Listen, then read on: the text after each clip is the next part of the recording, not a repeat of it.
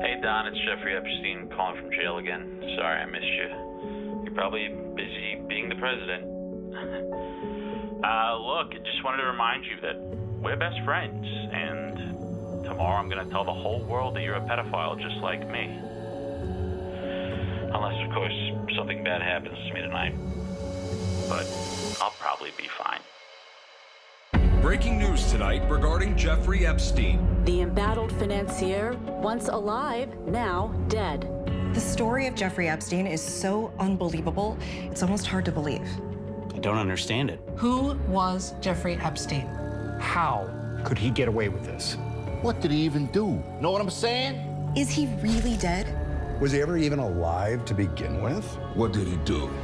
Where did he live? Was Jeffrey his first name or was Epstein his last name? How deep does this go? Who is Jeffrey Epstein? Who is Jeffrey Epstein? Who is Jeffrey Epstein? I don't know. Jeffrey Epstein is in custody tonight. I never had the privilege of going to his island. Some are now saying Epstein might be a pedophile. Could this be the end of Jeffrey Epstein? This will be Jeffrey's last season with the Chicago Bulls. How deep does this go? You are receiving a call from Jeffrey Epstein's assassin. Epstein is in the white Bronco and driving to Pedophile Island. Who's in these files?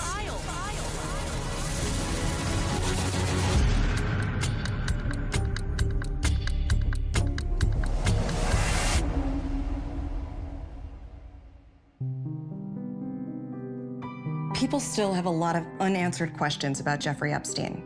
Like how, for so long, was a rich, powerful white man able to get away with something like this? But to truly understand Jeffrey Epstein, we have to go back to the beginning.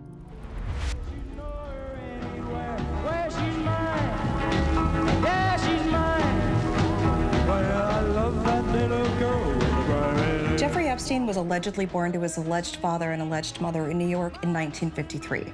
Allegedly. His family raised him to be a decent, upstanding pedophile, and for the most part, he had a pretty normal childhood.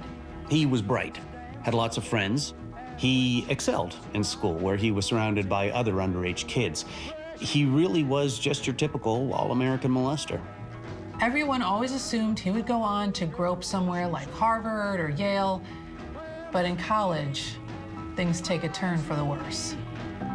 Oftentimes, when pedophiles advance beyond the age of adolescence, they struggle to adapt to the world around them and all of its societal norms. Jeffrey was no exception. So Epstein never actually graduates college and instead takes a job at the deep state, working in the mailroom, serving the shadowy cabal that secretly controls the US government. I mean, this guy was doing things we would have never even dreamed of. Coordinating elaborate orgies, blackmailing heads of state, trafficking girls from all over the world. He was like a savant. And while working at the deep state, Epstein catches the attention of some extremely powerful men who begin to let him into their inner circle.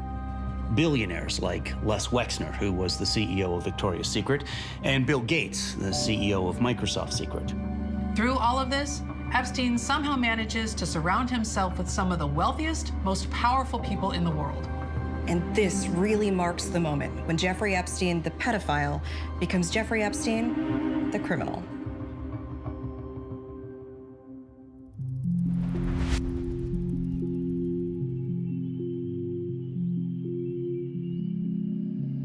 Before I began investigating Jeffrey Epstein at the Miami Herald, I was a beat writer for the Pedophile Island Tribune. At the time, Epstein was sort of known for throwing these lavish, expensive molesting parties. But when I started looking into it, I quickly discovered that I was the only person on the island who wasn't a sex slave. That's when I knew something was off. Epstein was frequently flying clients out to his island, people like Prince Andrew, allegedly, Kevin Spacey, allegedly, Chris Tucker, Stephen Hawking, Bill Clinton, allegedly. But the only real proof we had was a big guest book on Epstein's jet everyone signed, rating the experience out of 5 and giving constructive feedback on the orgies. But that only proves so much.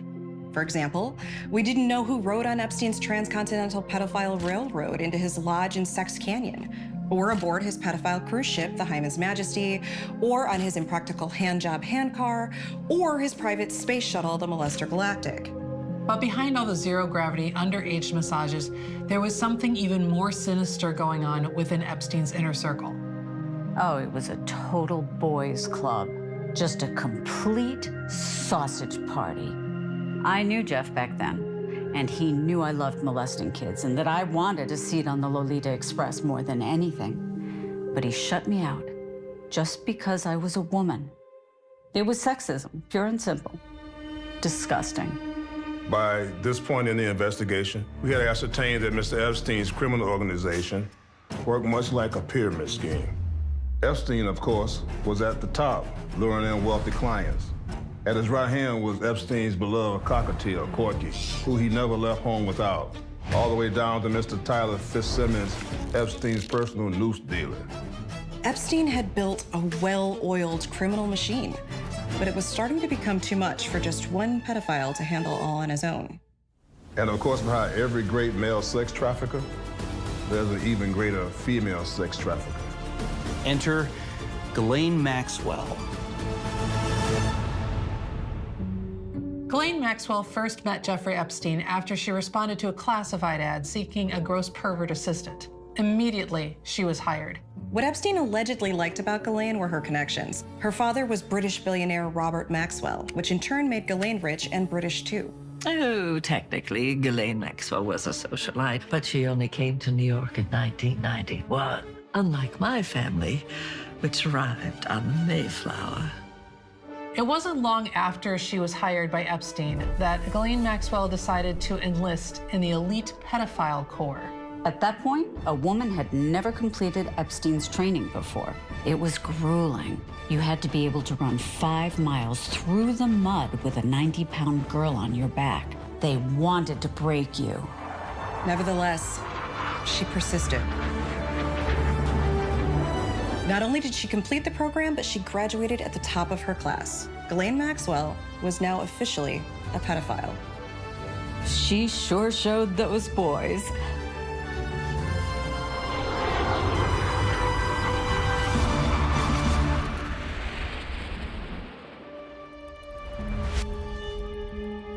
Ghislaine Maxwell, the alleged accomplice of sex trafficker Jeffrey Epstein, is behind bars.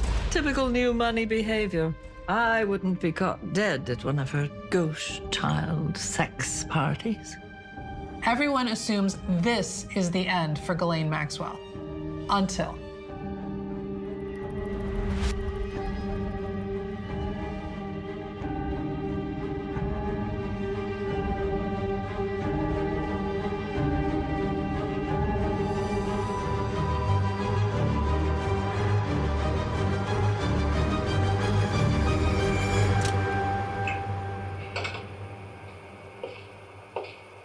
Elaine Maxwell? Ghislaine. Ghislaine. I could have swore it was Elaine.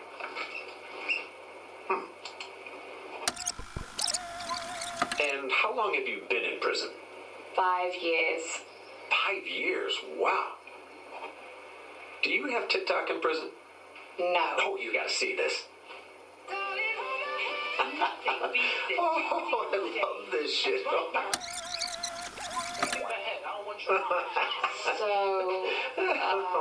Huh? Oh, right, yeah. We need you to help us cover up some of Donald Trump's crimes.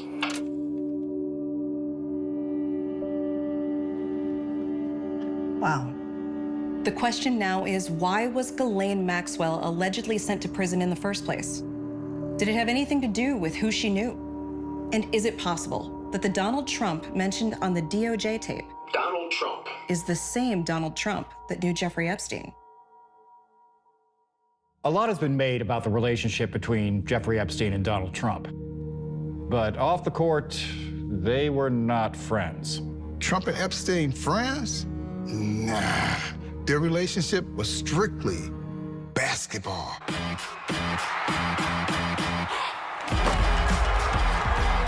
In the 90s, Jeffrey Epstein was basketball. I mean, he was more than basketball. He was a phenomenon. Oh, yeah. I had a pair of Epsteins. Everyone did. He was changing the game, on and off the court. Now, some people say he never would have won all those championships without Dershowitz. But they don't know what they're talking about. He was unguardable. But if there was one person who could maybe contain him, it was Donald Trump. Donnie didn't necessarily have the offensive skill sets that Jeffrey had. But if you came into the paint on Trump, you felt it. It's the summer of '92. Epstein and Trump both make the U.S. Olympic team, and these practices are intense. Some of the best basketball ever played, period. Now, Trump's team is beating up on Epstein's pretty good, and Trump yells out, I guess this Epstein kid ain't so great after all. Epstein goes off. He's going behind the back. He's hitting threes. He's driving the lane. No one can stop him. Epstein doesn't lose a game the rest of the day. And after that, Magic Johnson turns to Larry Bird and he says, this is Jeffrey's league now. All right, fast forward to '94, Eastern Conference semifinals. Epstein is in town to play Trump and the Knicks. Now, Epstein doesn't have a great game one, and they lose a nail-biter in overtime. Then, the night before game two, Trump and Epstein are at the same party, and Trump comes over to Jeffrey and says, looks like we got you figured out. Looks like we got you figured out. Man, you shouldn't have said that.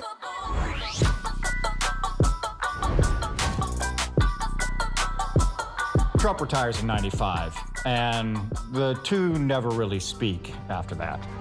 But a few years later, in '98, Epstein's last game in the Garden, he scores 48 points. And who's in the crowd watching? Donald Trump.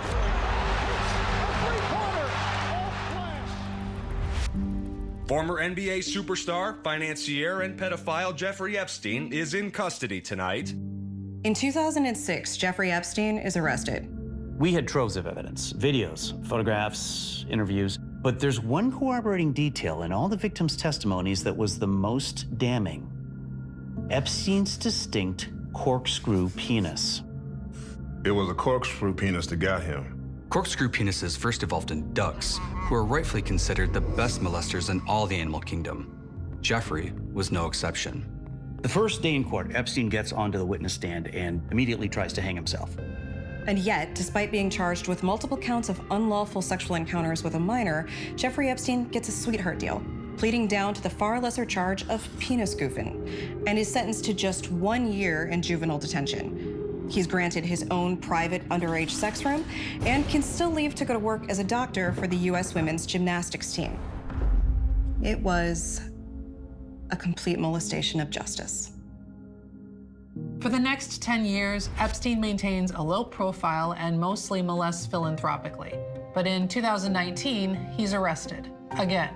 New semen spatter evidence has landed Jeffrey Epstein back behind bars. For years, we knew who put the semen on Jeffrey Epstein's walls, but we didn't know how. And semen spatter analysis was the missing piece. We ejaculated on the walls. We ejaculated on the ceiling. And when the ejaculate finally settled, it always pointed to one man. The judge immediately ordered Epstein to go back to jail and not kill himself. But then, the unthinkable happens.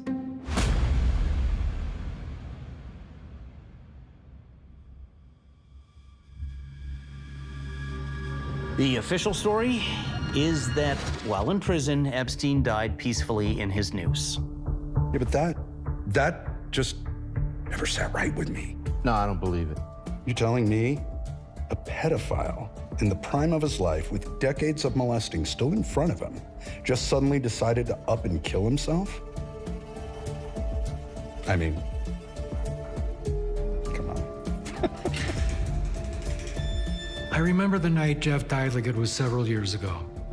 That day, the guards came to my cell and told me I had to leave, but not to worry because Jeff would be busy killing himself, which I always thought was really strange because that's against prison rules, and Jeff loved following the rules. Molesting hours, 10 a.m. to 5 p.m. Nice. Really funny video, guys. The Onion investigates Jeffrey Epstein. I had a lot of fun. I'm going to post the link in the chat again if you guys haven't seen it. Just completely ridiculous video. There's the whole section about basketball that like comes out of nowhere. So weird. But yeah, The Onion. Very, very good stuff, guys. I highly do recommend this. What's going on, gang? Everybody? All right. I'm trying to figure my stuff out here. I feel like maybe I'm a little bit off. Maybe that's better. There we go. What's going on, gang? Lion Roars, Hannah, Goblin Queen, Madman Max. What's up, gang? I've got a couple things to go over today. It's been a little while since my last stream. It's been almost 2 weeks, but we're gonna try to get back to the every Sunday we do a thing. Yeah. Oh, yeah. The basketball bit was a much better alternate timeline. God, imagine if that's what Trump and Epstein were famous for. Maybe he'd be a good president then. Anyway, yes. According to, hang on a second here. According to Anne Applebaum, it's essential to the functioning of authoritarianism. The insane statements you have to say are functionally a loyalty test. Okay, that's interesting. That's just like a fun fact, or where is that? Are you connecting that to something in the news, or with Epstein, or whatever? Or with Peter Thiel? It's gonna be the main topic today, I think. Yes. What's up? Yeah, no problem. Sin gracia. I'm gonna keep doing the stream. I'm having fun with this. And yeah, so I think we're gonna do like every Sunday around 8:30 ish, and I've also got my friend Dan, who was on a couple weeks ago. Dan and I are going to do another stream about whatever, flat Earth stuff, or just like other conspiracy theories on Tuesday. So yeah, come check us out then. And that one will be at 9 p.m. And all these times are in my time zone: EST, Montreal time, New York time, Toronto time. Look, Mom, I'm on the TV. It was a peripheral thought from viewing the Onion video. Oh, okay. Yeah. But no, that is very, very interesting. I mean, like, it's funny to think about, like, the Trump administration have to, like, everyone in that administration has to be like, no, there's nothing in the fucking Epstein files, but we still won't release it because we just don't want to. And the more you ask us, the less we want to do it. So stop asking. And like, what else? Like that was the fucking guy from ICE that got caught in a fucking FBI sting where he was paid like $40,000 in cash in like a bag at a restaurant. And the way that everyone keeps responding to this is so absurd. But yeah, like our friend Anne says, the insane statements you have to say are functionally a loyalty test. Yeah, that makes sense. That makes sense. I don't really know who Anne Applebaum is, but she seems good. She seems smart. Just from that one quote. All right. Shall we get into it? I got some stuff to get into. So Peter Thiel and the Antichrist. Oops. Okay, here we go. Peter Thiel and the Antichrist. Now, I'm sure you guys have all seen this clip, but it's very funny, so I thought it would be funny to watch it right now. So here we go. Giving talks recently about... Is that not picking up? Hang on. Oh, no, it was picking up. Okay, sorry. Jeez. OBS, here we go. A little bit here. You have been giving talks recently about the concept of the Antichrist, which is a Christian concept, an apocalyptic concept. What does that mean to you? What is the Antichrist? How much time do we have? We've got as much time as you have to talk about the Antichrist. All right. Well, I could talk about it for a long time. But I think there's always a question. It's like we have as much time as you have to talk about the Antichrist. Okay, well, I have four-hour lectures. So, all right, strap in. This is going to be a long one. It's going to be a long one, Ross. How do we articulate, some of these existential risks, some of the challenges we have, and they're all framed as sort of runaway dystopian science text. There's a risk of nuclear war. There's a risk of environmental disaster, maybe something specific like climate change, although there are lots of other ones we could come up with. There's a risk of, bioweapons. You have all the different sci-fi scenarios. Obviously, there are certain types of risks with AI. But I always think that if we're going to have this frame of talking about existential risks, perhaps we should also talk about the risk of another type of a bad singularity, which I would describe as the one world totalitarian state. New World Order, NWO. Okay, cool. So yeah, I think this is interesting. So just to back up here, this is a interview with Ross Douthat. I don't really know how to say his name. Do that, Ross. Do that. But yeah, he's like the New York Times token Republican interviewer, and he's interviewing Thiel. Peter Thiel has had lately an obsession with the Antichrist. He's delivering these long lectures on the Antichrist. And so Ross asks him about this here. And I think it's interesting that this is the first thing he says. He's like, I only have okay, listen, I'm not going to give you my 12-hour spiel right now, but let me sum up the most important thing. This is what he chooses to say. He's like, everybody's afraid of it's going to be AI, it's going to be fucking environment, it's going to be this, it's going to be that. But what if it's a New World Order, like one world government stuff? Have we thought about that? Because I would say the political solution, the default political solution people have for all these existential risks is one world governance. What do you do about nuclear weapons? We have a United Nations with real teeth that controls them, and they're controlled by an international political order. And then something like this, is also what do we do about AI? And we need global compute governance. We need a one world government to control all the computers, log every single keystroke to make sure people don't program a dangerous AI. And I've been wondering this is what he's like. This is what he's worried that the global surveillance state will become, that they'll monitor everyone's keystrokes to make sure that they're not programming too much AI. What? I guess this is maybe one of those every accusation is a confession thing where he's like, well, obviously what I want to do is monitor everyone's keystrokes so that I can tell when people are doing whatever. But what if people were trying to use that evil technology to stop me and my boys from making AI shit? Very funny. Anyway, sorry, this is a little bit longer than I remembered it being, but let's just keep going. That's sort of a going from the frying pan into the fire, and so the atheist philosophical frame. Frying pan into the fire. I mean, I know that's an actual expression, but that is also is that a chapter title or just a phrase from The Hobbit, which Peter Thiel's obsessed with? Is one world or none.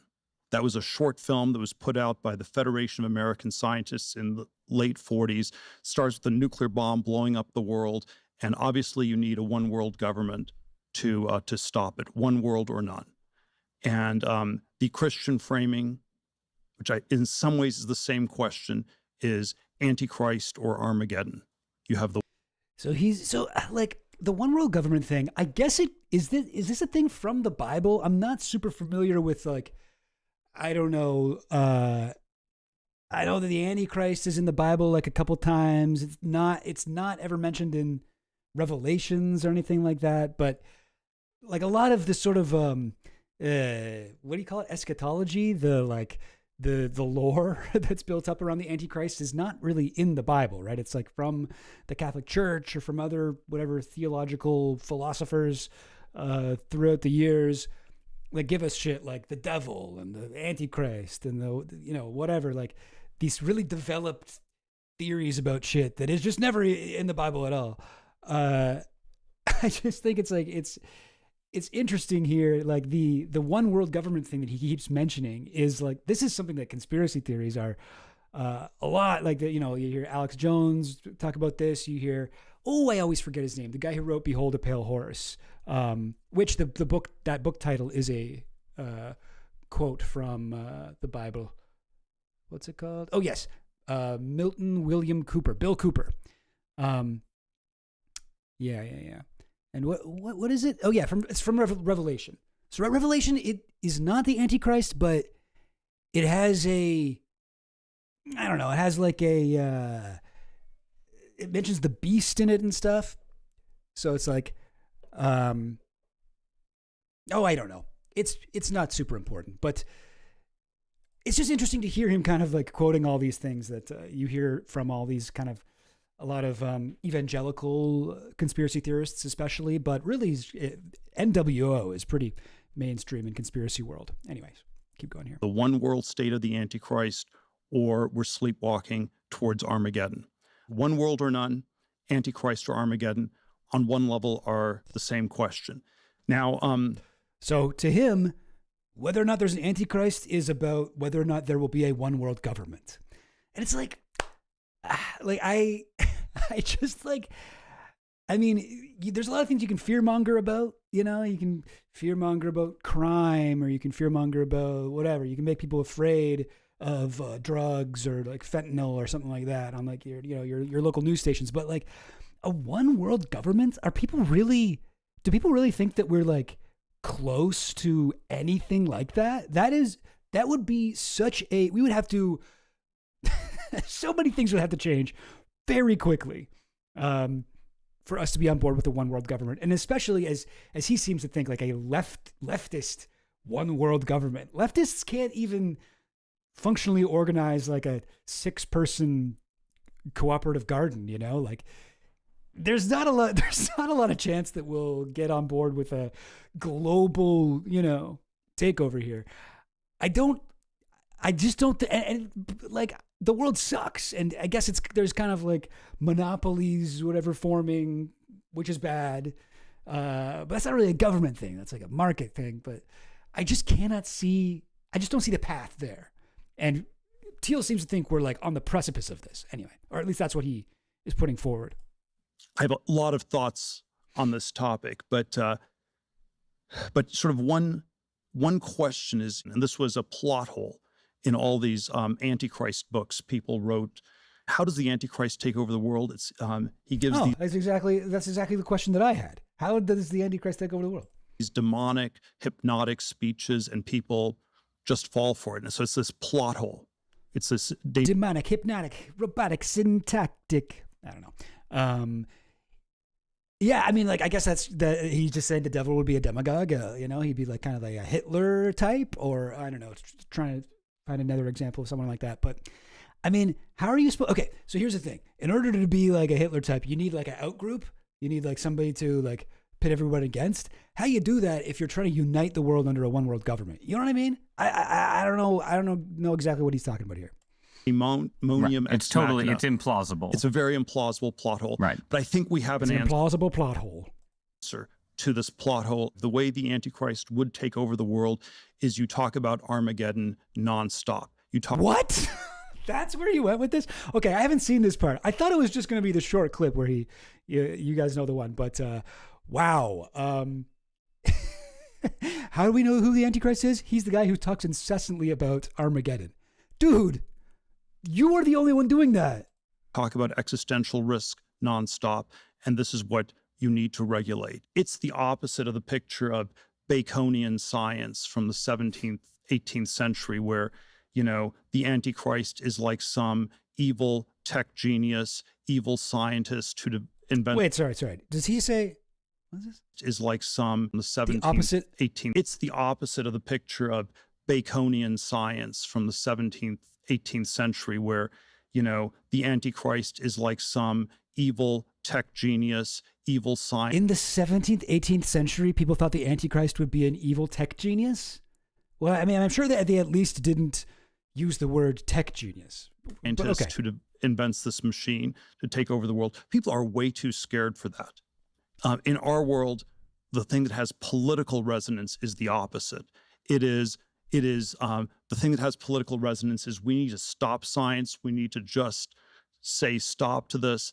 And this is where, I don't know, in the 17th century, I can imagine a Dr. Strangelove, Edward Teller type person taking over the world. In our world, it's far more like a Dr. Strangelove person taking over the world. Like, you mean the character Dr. Strangelove from the movie Dr. Strangelove, or How I Learned to Stop Worrying and Love the Bomb? Dr. Strangelove, the Nazi who, the Werner von Braun kind of subbing character. How would that guy take over? Okay. I don't know if he's talking about him or who does he mention? He mentions another name. No, in the 17th century, taking over the world. In our world, it's far more Edward Teller. Edward Teller, is that a guy from Strangelove? Oh, he was somebody from the Manhattan Project. Okay, who's this? A Hungarian-American theoretical physicist and chemical engineer who's known colloquially as the father of the hydrogen bomb. I just don't. I don't know. I'm confused. What does he mean a Dr. Strangelove, Edward Teller type could take over? Oh, he's saying, okay, so this guy is not really. Was this guy a Nazi? No.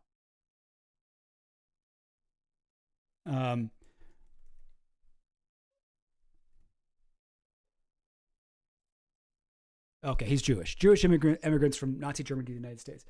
But Strangelove is like a Nazi. That's like his whole character. He's just a Nazi that scientists they rescue after World War II. Operation Paperclip. That's a real thing. That's not from the movie, but his character is imagined. But why is he? I just don't get, like, did anyone think that the scientists were going to take over the world? Were the scientists going to become our new kings back then? Did people think Edward Teller was the Antichrist? I'm not following him. And to be fair, I don't know a lot about this subject. So, okay. Type person taking over the world. In our world, it's far more likely to be Greta Thunberg. Okay. What the fuck are you talking about, dude? You think Greta Thunberg is going to unite the world under a one world government? Like, what is the path to that? Like, how much confidence do you have in Greta Thunberg? I like Greta Thunberg, and I do not think, I think she's great. Do not get me wrong. But I seriously doubt she has the juice to pull off uniting the world under a one world government, new world order. That's not, I don't see that happening. Greta Thunberg. He's like, a lot of people would probably say it's, and he names all these people who are basically like, I guess like him. He's like Dr. Strangelove or whatever, Edward Teller. A lot of people think they'll be the Antichrist. These tech geniuses. But actually it'll be me. Or, I mean, not me. Actually, it'll be Chill Goblin. Little known YouTuber. Honestly, he should have way more subscribers. Honestly, criminally under subscribed channel, but he's actually a lot closer to becoming the global king than I am, which is weird. It's weird, right? I want to suggest a middle ground. Okay, Russ, with that voice of reason here comes in. Why don't we say someone in the middle ground between Dr. Strangelove and Greta Thunberg?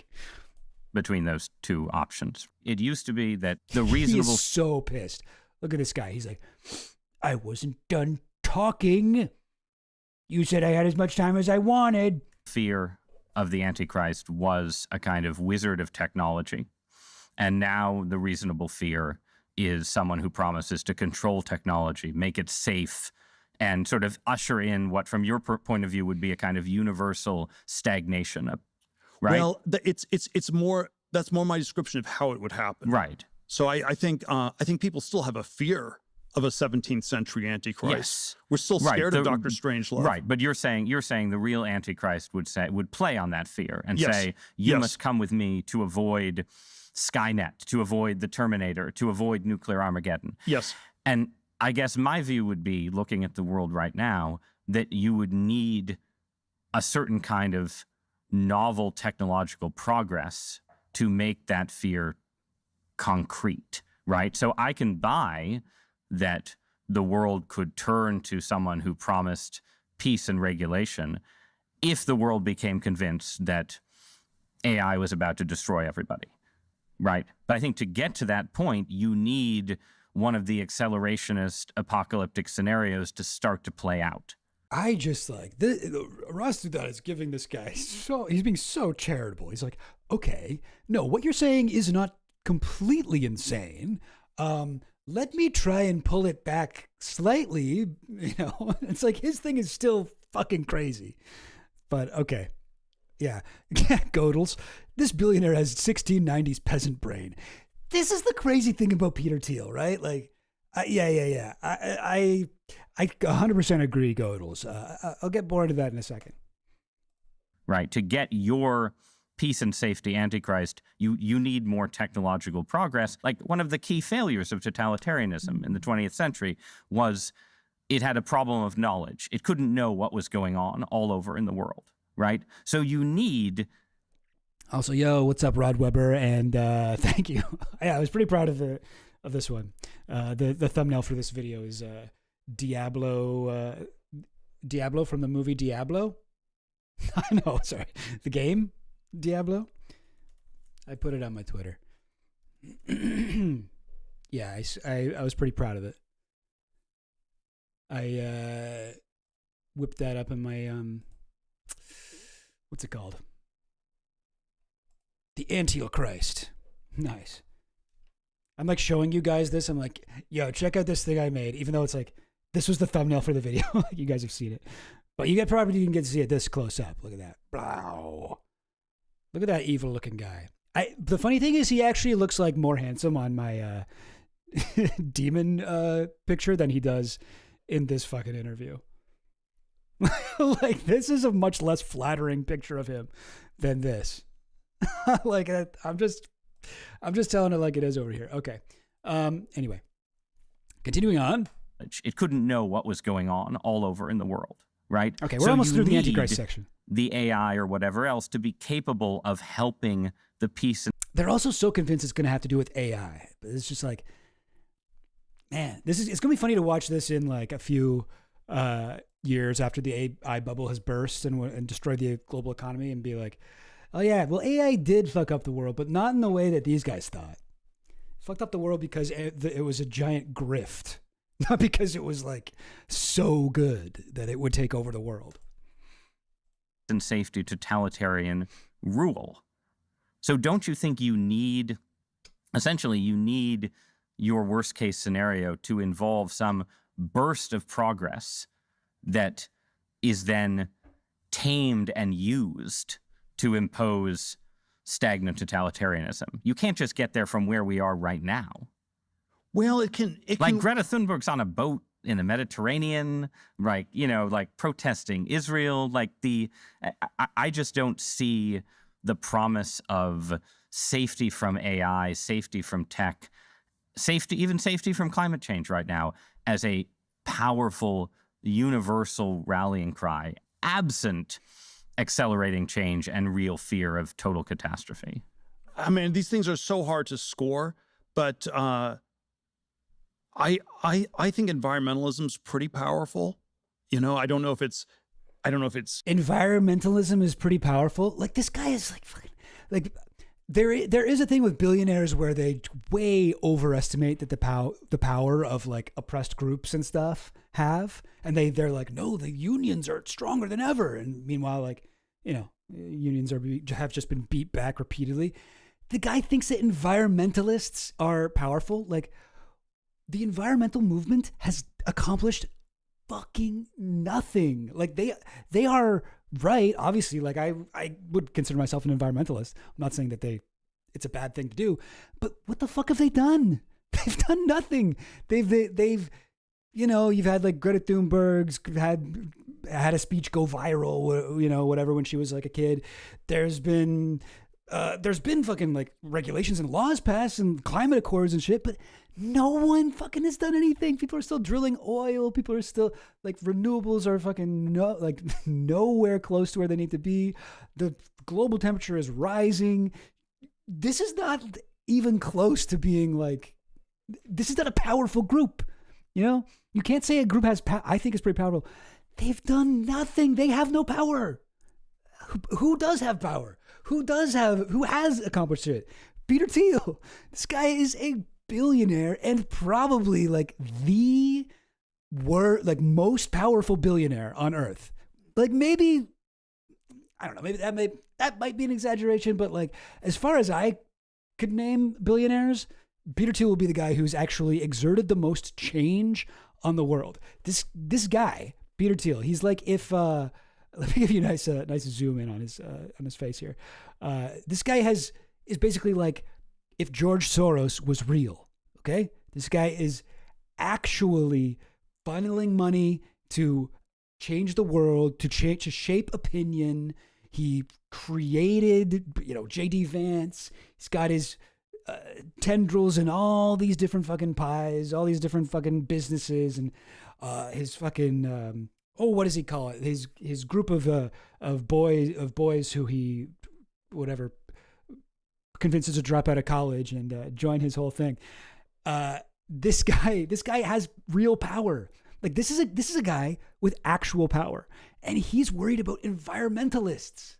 Like that's fucking delusional. Unless this is all a lie and he's just trying to tell us what he wants us to believe, not what he actually believes.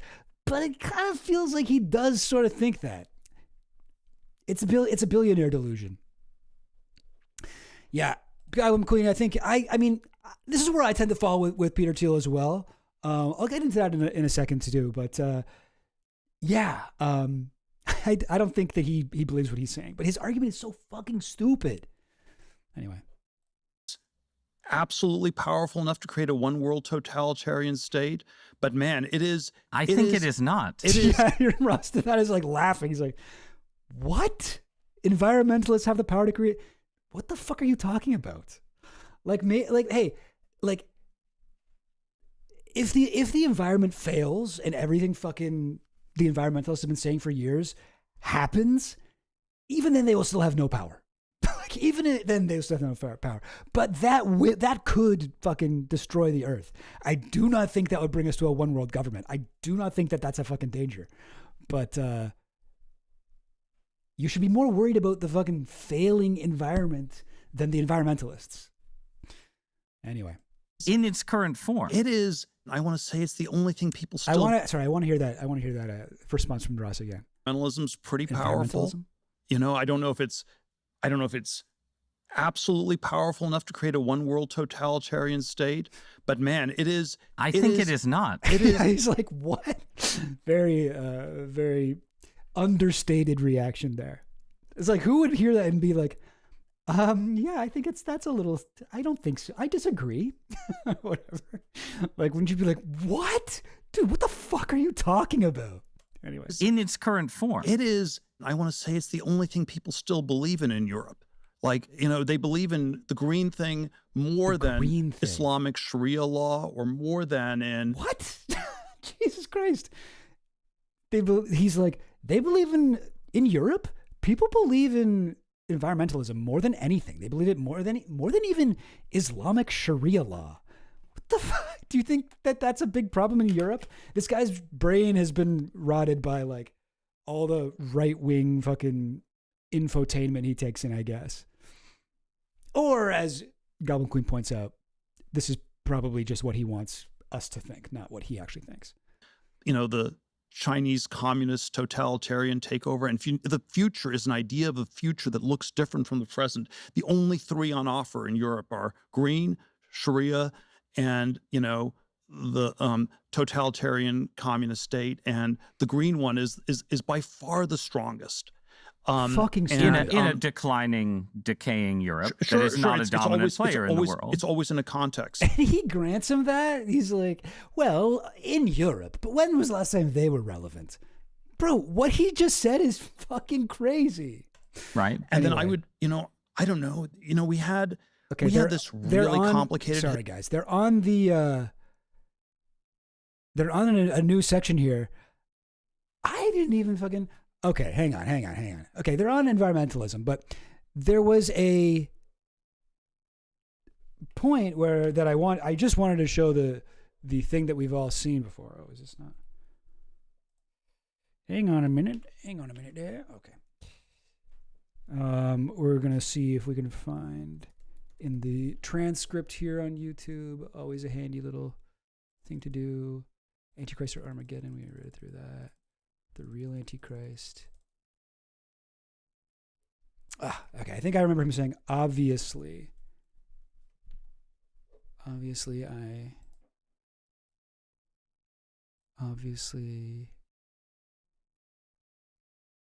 you need a one world government.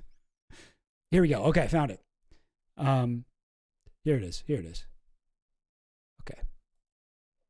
All right, we're going ahead. This was crazy, but the funny thing is, this is like almost exactly where I just paused it. Okay, whatever. Let's keep going. History with the way nuclear technology worked, and we didn't really get to a totalitarian one world state. But, by the 1970s, one account of the stagnation is... We didn't really get to a totalitarian one-world state. No, we didn't even fucking come close to that. ...is that the runaway This has never been a risk. ...of technology had gotten very scary. And that, Baconian science, it ended at Los Alamos. And then it was, okay, it ended there and we didn't want to have any more. And, Oh, that is... Okay, fuck, sorry. I thought I'd skipped ahead to the part I was looking for. Hang on now.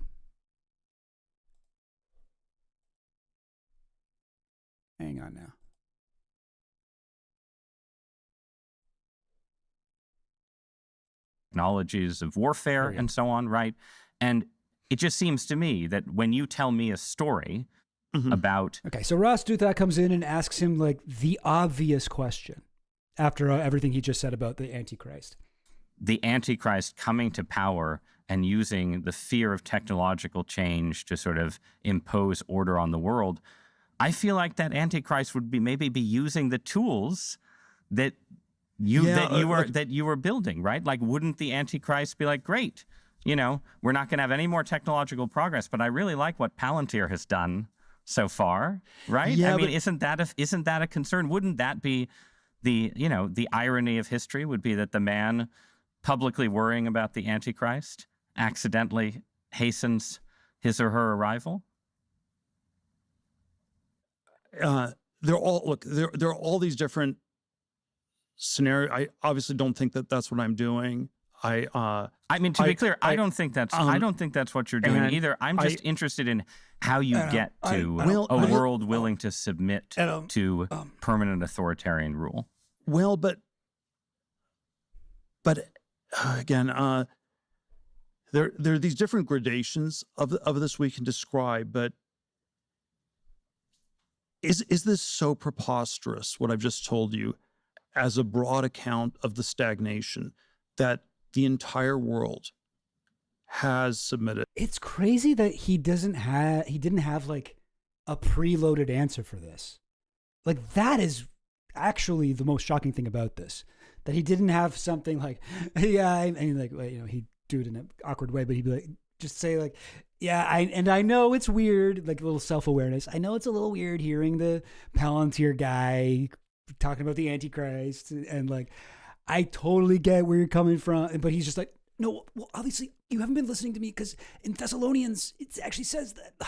Well, okay, obviously I'm not the Antichrist. Okay, like he's like, he sounds like the Antichrist. He sounds like the.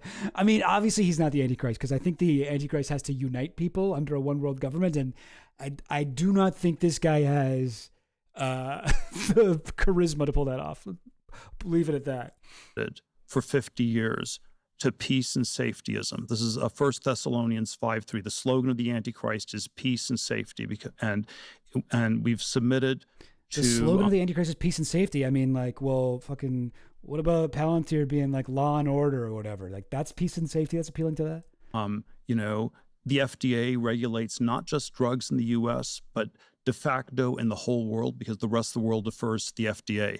The Nuclear Regulatory Commission effectively regulates nuclear power plants all over the world. People, you can't design a modular nuclear reactor and just build it in Argentina.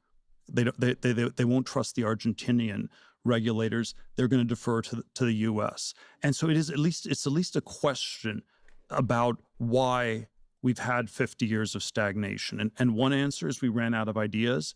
The other answer is that something happened culturally where it wasn't allowed. And then the cultural answer can be sort of a bottom-up answer that it was just some transformation of humanity into this sort of more docile kind of a species, or it can be at least partially top down, that there is this, this machinery of government that got changed into this stagnation thing. I think All right. Okay.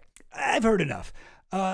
This was the interview that was posted, I guess, at the end of June with Peter Thiel. I'm sure you guys have seen some of the clips from that. I had not seen that whole thing. That was even more insane than I thought it was going to be. And Peter Thiel has been doing these weird lectures, like he's a professor, but he's not. Like he's been doing these weird lectures all over the place about the Antichrist. And people have been talking about it. People have been, trying to figure out what the H is going on here. And an article came out in Wired that actually explains everything, like really, really well. And I want to go over this, some highlights. It's a long article, but I'll go over like the important stuff. Okay, let me get the free one, please. This is something else, guys. Peter Thiel, I should maybe give some background on this guy. Peter Thiel grew up in South Africa during apartheid. He lived in a town that was actually a bunch of former Nazis lived there. It was like famous for being like the pro-Nazi town in apartheid South Africa. That's where he grew up. He moved to America, went to school at Stanford. Everyone said he was fucking weird. Didn't have a whole lot of like good friends. Started this conservative newspaper, The Review. He would get into arguments about why apartheid was good. He would get into, all kinds of crazy shit he was doing. Started the Stanford Review. After that, he went to fucking, he had a career in law, and then eventually he got into tech, founded PayPal. That became his big thing. He made a shitload of money with that. Still sits on the board of it. Famously was photographed with, here it is, the PayPal Mafia. Oh, this one. From, I don't know if I can get a full res picture here for you guys, but no, this isn't even the full group. There's a massive group of guys who are all affiliated with PayPal, and they currently now basically run the world. He was a Facebook investor. He was here we go. PayPal Mafia. Peter Thiel. There it is. All right. But what was I even trying to say about these guys, about him? Oh, yeah, just kind of trying to give you guys a background. Invested in Facebook. Later on, made a ton of money. He didn't win on everything, but he has become incredibly wealthy. Like a lot of the things he bet on, he lost a huge amounts of money on. He's not like a genius of the market. He just had a lot of money to invest and ended up, doing his thing. He has tons and tons of influence onto all these young people who are in tech mostly, convinces them to drop out of college, whatever, gives them an anti-scholarship kind of thing. A lot of them grow up to be founders. He runs a thing called the Founders Fund. I'm a little bit obsessed with Peter Thiel. I don't know if this is coming across. Oh, perhaps most importantly, the name Peter Thiel can be rearranged to say the reptile. So that kind of says it all. This is one of my spreadsheets I've got here. Thiel reptilians. And it's just a list of like all of these people who are affiliated with him. And I have it set up on so that whenever any of their names pop up on, whenever I'm reading an article or something like that, it highlights them in green. Do I have it turned on? Yeah. Reptilians. But all of these names on this list. I mean, I also have YouTube on here. YouTube's also kind of a Thiel thing, but it's kind of annoying because I see YouTube so much. That one is always getting highlighted, but whatever. Anyway, this guy's incredibly powerful, and fucking weirdly, he's been doing these Antichrist lectures lately. So let's find out what the fuck is going on with that. Let's see. Peter Thiel's Armageddon, and now he's highlighted here because I have another list of Epstein affiliations, and he's highlighted in yellow and red here because he also worked with Epstein.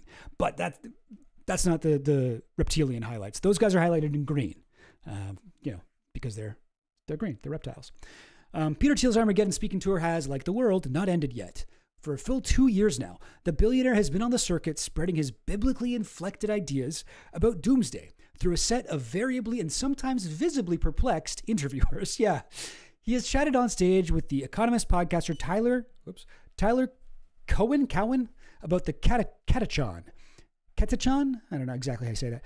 The scriptural term for that which withholds the end times. Traded some very awkward on-camera silences with the New York Times columnist Ross Douthat, and is, at this very moment, in the midst of delivering a 4-part off-the-record lecture series about the Antichrist in San Francisco. So what the fuck is going on with this? Depending on who you are, you may find it hilarious, fascinating, insufferable, or horrifying that one of the world's most powerful men is obsessing over a figure from sermons and horror movies. Hang on a second here. Let me see if I can... Oh, maybe what I'll do is... Sorry, I'm just trying to get this mic to be in a good spot for me. Okay, hopefully that didn't sound too horrible as I adjusted. But the ideas and influences behind these talks are key to understanding how Thiel sees his own massive role in the world, in politics, technology, and the fate of the species. And to really grasp Thiel's catechon and Antichrist shtick, you need to go back to the first major lecture of his Doomsday Roadshow.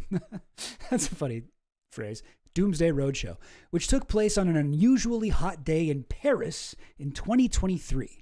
No video cameras recorded the event and no reporters wrote about it. But I've been able to reconstruct it by talking to people who were there. So this is kind of a big claim here. At the beginning of this article, the ideas and influences behind these talks about the Antichrist are key to understanding how Thiel sees his own massive role in the world, in politics, technology, and the fate of the species. And you read that sort of thing a lot, or sometimes I'll watch a video essay and it'll overpromise, when you're done watching this fucking video, it's going to change your life or whatever.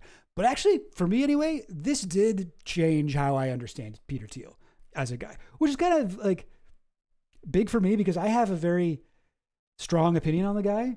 And I mean, it didn't really change anything that I think about him, but it just added stuff. It added a new lens to look through him at. So I really like this article. Moving on here.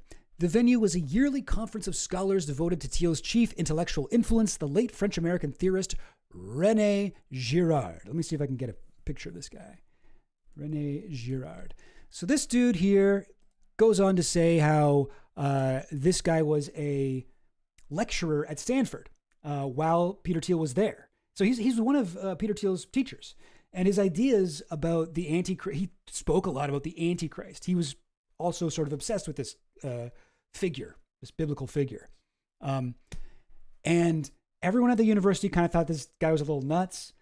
He had a couple friends who were like, no, he's right. But for the most part, people at his university didn't think much of his ideas. People in America didn't think much of his ideas, but Thiel liked it. And at first he's always been a contrarian. That is true about Thiel. He's a contrarian. There's a biography about him called The Contrarian. And it's sort of, he always likes to pick ideas that he knows are unpopular. He liked when he was a student at Stanford, he liked arguing with activists there about apartheid and saying that apartheid was good. He's a gay Republican, he's a contrarian. He wants to be, he always just wants to be the opposite of what you think, what you think. He wants to be the only guy that thinks something, and he wants to fight really hard for it. There's something about that he likes. So he got into this, and he admits this, like in the article we're reading here. Anyway, later on, he says, "Oh yeah, at first I thought he was completely nuts, but I was a contrarian as a young man, and I wanted to hang out because I thought it was so interesting." But this guy Girard, later became like actually pretty big in Europe. Still in the U.S., people didn't really know about him, but in Europe, among like theological, philosophy circles, people who are like Christian philosophers, I suppose, they started reading his shit and being like, "Oh, there's a lot of really cool points in here," and it became like a thing. Girardian. Thiel identifies as a hardcore Girardian, and so this article is talking about this. There's a yearly conference of scholars devoted to Thiel's chief intellectual influence, the late French-American theorist René Girard. Thiel identifies as a hardcore Girardian. On the evening of the unpublicized lecture, dozens of Girardian philosophers and theologians from around the world filed into a modest lecture hall at the Catholic University of Paris. And from the dais, Thiel delivered a nearly hour-long account of his thoughts on Armageddon and all the things he believed were not enough to prevent it. So similar kind of shit from what we just heard from the Ross Douthat interview. By Thiel's telling, the modern world is scared, way too scared of its own technology. Our listless and zombie age, he said, is marked by a growing hostility to innovation, plummeting fertility rates, too much yoga, and a culture mired in the endless Groundhog Day of the World Wide Web. But in its neurotic desperation to avoid technological Armageddon, the real threats of nuclear war, environmental catastrophe, runaway AI, modern civilization has become susceptible to something even more dangerous. The Antichrist. Blah, blah, blah. Okay. According to some Christian traditions, the Antichrist is a figure that will unify humanity under one rule before delivering us to the apocalypse. This is what I mean when I say it's like, according to some Christian traditions, like this shit isn't in the Bible. We don't know this from the Bible. This is something that like some Christian groups have been like, oh, well, what if the Antichrist is this? Oh, what if it unites the world under a one world government? Like, this is not actually scripture. The Antichrist is a figure that will unify humanity under one rule before delivering us to the apocalypse. For Thiel, its evil is pretty much synonymous with any attempt to unite the world. How might such an Antichrist rise to power, Thiel asked? By playing on our fears of technology and seducing us into decadence with the Antichrist's slogan, peace and safety. In other words, it would yoke together a terrified species by promising to rescue it from the apocalypse. So, like, I'm sorry, like a couple things here. Decadence. Like, I've only ever really heard this word used to describe the flavor of chocolate, but a process, condition, or period of deterioration or decline, as in morals or art, decay. A literary movement, especially of late 19th century France and England, characterized by refined aestheticism, artifice, and the quest for new sensations. A falling away, decay, deterioration, declension. The old castle where the family lived in their decadence. Gotcha. Okay, I actually didn't know that's what it meant. Interesting. Seducing us into decadence with the Antichrist's slogan, peace and safety. That's so fucking yeah. This is the thing with Thiel, right? Is that he's supposedly a Catholic. He supposedly believes in the Antichrist. But like, does he actually think that? Or is he just trying to get people to believe that because he thinks they'll be easy to control that way? That is what I think. Thiel also likes to say he's a libertarian. But this guy is not a libertarian. This guy's a libertarian like a lot of billionaire libertarians, to be fair. A lot of them are like this. A lot of libertarians in general are like this. They're libertarian except for in certain cases, right? Like, except for when it benefits them. Like, libertarians in general, like, I'm not a right-wing libertarian, but I don't mind actual libertarians. They're like, they can be cool people, and they're right about a lot of stuff. There are a lot of them are like, I'm libertarian. Like, I don't think the government should be getting involved in my life. I'm pro legalization of drugs, pro gay marriage, pro whatever. Like, those types of libertarians, great. But like, if you're a libertarian and also a fucking like capitalist, like monopoly, like interfering with the state. If this guy is trying to sell fucking Palantir this surveillance technology, this mass surveillance technology to help, Israel murder as many of the Palestinians as it can, as effectively as possible. If it's trying to help the U.S. government right now track down people through ICE, like it's trying to allow ICE to be able to track people through their phones. Like, if you are doing that shit, I'm sorry, I do not believe that you're a libertarian. You aren't one. That isn't what a libertarian would do. Okay? Libertarian would want to do the reverse of that. Like, whatever that would be. Like, go live in the woods and, build your own, become totally, like, self-sufficient. Yeah, libertarian socialism, which is just, like, the correct way to be, I have no problem with. And libertarians, I feel like, true ones could be shifted there. But a lot of people say they're libertarian. They're not actually libertarian. If you're a libertarian, if you just voted for Trump and you support the authoritarian shit he's doing, that's not libertarian.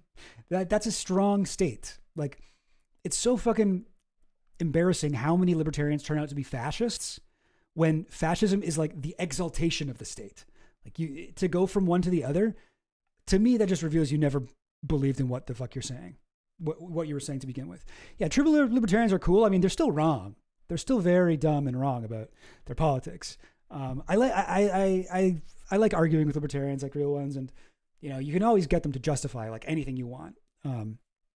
It's a very, very silly thing to believe, but yeah, they're cool though. they're not evil, like Peter Thiel. So yes, so the libertarian thing, that's a tangent, but like, does he really think that the Antichrist is coming? Does he even believe in God? Like this thing here, by playing on our fears of technology and seducing us into decadence with the Antichrist slogan, peace and safety. Like, isn't it funny how this is so convenient for people like Peter Thiel? It's like, oh, we should be afraid of people who want to stop technology, like Greta Thunberg. Like, is this another kind of libertarian thing where he's like, you guys should believe this, but he himself obviously doesn't believe this? That's sort of where I come down on all this. Anyways, by playing into their fears of technology, blah, blah, blah, blah, blah. By way of illustration, Thiel suggested that the Antichrist might appear in the form of someone like the philosopher Nick Bostrom, an AI doomer who wrote a paper in 2019 proposing to erect an emergency system of global governments, predictive policing, and restrictions on technology. Whoa, really? Oh, so that's like exactly the guy he's talking about. That seems weird. I'm not familiar with that. Okay, so he goes on about this. For reasons grounded in Girardian theory, Thiel believed that such a regime could only, after decades of sickly pent-up energy, set off an all-out Okay, no, I actually have to read something up here. Where is it? Oh no, sorry. Nope, it's ahead. He wasn't sure whether any catachons could hold it off. Remember, catachon is the thing that holds back the apocalypse, like the opposite of the Antichrist. The catachon is like the pro-Christ, I guess you call, the anti-Antichrist. The Christ, in other words. A moderator kicked off a Q&A session by noting, in so many words, that the speech had been a huge bummer. If the world was hurtling toward an apocalyptic crisis, he asked, what might the billionaire suggest we do? Fend off the Antichrist, came the reply. But beyond that, Thiel said that he, like Girard, remember this is at a conference of Girard nerds, Girardians, wasn't really in the business of offering practical advice. A few moments later, someone in the audience stood and offered a correction. It's not true what you said about Girard, a man's voice said. Thiel, who often has a tendency to stonewall or steamroll his interlocutors, squinted in the speaker's direction, trying to determine exactly who was pushing back. The voice had the rounded vowels and soft R's of a recognizably Austrian accent and conveyed a quiet, familiar authority. On many occasions, God, I wish I could do an Austrian accent, even a German accent I would take, but I can't. On many occasions, the speaker went on, young people asked Girard, what should we do? And Girard told them to go to church. Thiel finally seemed to recognize who was speaking. He leaned in toward the microphone. Wolfgang? All right, Wolfgang. This is one of our characters. The voice belonged to Wolfgang Palaver, a 64-year-old theologian from Innsbruck, Austria, whom Thiel had last seen in 2016, the year they both delivered eulogies at Girard's funeral. So, I want you guys to to appreciate the scene here. this is like, the Girardianism is this ultra niche philosophy that's big in Europe, based on this French-American, Stanford College professor who died in 2016, based on his writings about the Antichrist. It's a really fucking niche, like, subgenre. Peter Thiel has been saying that he is a Girardian, and he is, like, also not only that, but that Girard is, like, his number one intellectual influence. So he's been, like, Thiel is easily the most famous Girardian on earth. And he's using all of Girard's fucking shit to basically be like, and that's why you should let us tech bros do whatever we want. And this isn't basically from the Bible. In order to stop the Antichrist, you need to let the tech guys do whatever they want. That's just what God said. Don't kill the messenger, okay? Now let Palantir control your phone or whatever. It's crazy. So, like, I cannot imagine how pissed off I'd be if I were a Girardian and this is something, like, I actually believe in or I'm actually interested in. And all of a sudden, my fun little niche, cool, like, thing becomes, like, so popular, or not popular, but just, like, there's a guy going around doing these Girardian lectures now, Peter Thiel, to, like, stadium audiences. And it's like, I don't know, like try to imagine the niche thing that you love that's, like, niche and the community is really great and whatever. And imagine Peter Thiel finding out about it and being like, oh, I can use this to, like, get people to do what I want. Like, how pissed would you be? Anyway, but this is kind of before all that, and people they still kind of like Peter Thiel. Wolfgang Paulver is a major expert. I don't know, researcher. What do you call it? He's a 64-year-old theologian. Let's get a picture of him. This guy's a major character in this. Wolfgang Paulver. Don't know how to say his name. Okay, this is him. Wolfgang Paulver. Wolfgang. Oh, I'm Wolfgang. Sorry, I'm trying to see if I could do the accent, but I don't think I can. Round face, bookish white mustache. So Thiel came and watched Paulver give I'm trying to save us some time here, but I'm confused. But that night in Paris, there's no trace of humor. Oh yes, so he's a funny guy. People like him, but when he interrupted the thing to be like, actually, that's bullshit. Girard did tell people that there's something that they could do, and he evidently commanded the billionaire's respect. Blah blah blah. So he told him, yeah, no. Actually, you're wrong. Girard did give people a prescription. He said you had to go to church. And then 6 months later, Thiel gave his Antichrist Armageddon lecture again at the Catholic University of America. And his argument was pretty much exactly the same as that one in Paris, except this time, Thiel told his listeners how they might personally navigate the slender path between Armageddon and the Antichrist. Go to church. So he stole his thing. In an October interview at the Hoover Institution, Thiel echoed the line again. Girard always said you just need to go to church, and I try to go to church. This spring, during one of the podcaster Jordan Peterson's many failed attempts to interject, Thiel cut him off. Girard's answer would still be something like, you should just go to church. So this guy is, okay, no, it's actually, this next paragraph is exactly what I was just about to say. It's not just that line. Although Thiel has never publicly acknowledged Wolfgang Paulver, this Austrian theologian's influence arguably runs through nearly everything Thiel has ever said or written about the Antichrist and the Katechon. In the 1990s, Paulver wrote a series of papers about Carl Schmitt, the German legal theorist tapped by the Nazis to justify Germany's slip from democracy to dictatorship. Paulver's papers critiqued a lesser-known theological and apocalyptic line of Schmitt's thinking, and they seem to have fascinated Thiel ever since the two men first met in 1996. In his recent Doomsday lectures and interviews, Thiel's language often mirrors Paulver's scholarship directly, sometimes closely paraphrasing it. This sounds like uncredited, like, plagiarism, right? Like, to me, this seems like Peter Thiel fucking stumbled into this fucking world. He had this guy, remember, he had Girard as his professor in university, and he was only watching his Antichrist shit because he thought it was fucked up and it would piss people off. Like, he was just doing it as a contrarian. And then later he finds Paulver, he reads his shit, and he's like, oh my God, now I know what to say to get everyone to do what I want. Like, I think that's what I think his brain is doing. That's what I think he's trying to do here. So he's sort of taking this guy Palaver's work on the Antichrist, and Palaver's like a pacifist. he's like an actual Christian. He's like actual a Girardist. And this guy is like plagiarizing all of his work on the guy and turning it into fucking Thiel propaganda. So anyway, this is interesting here.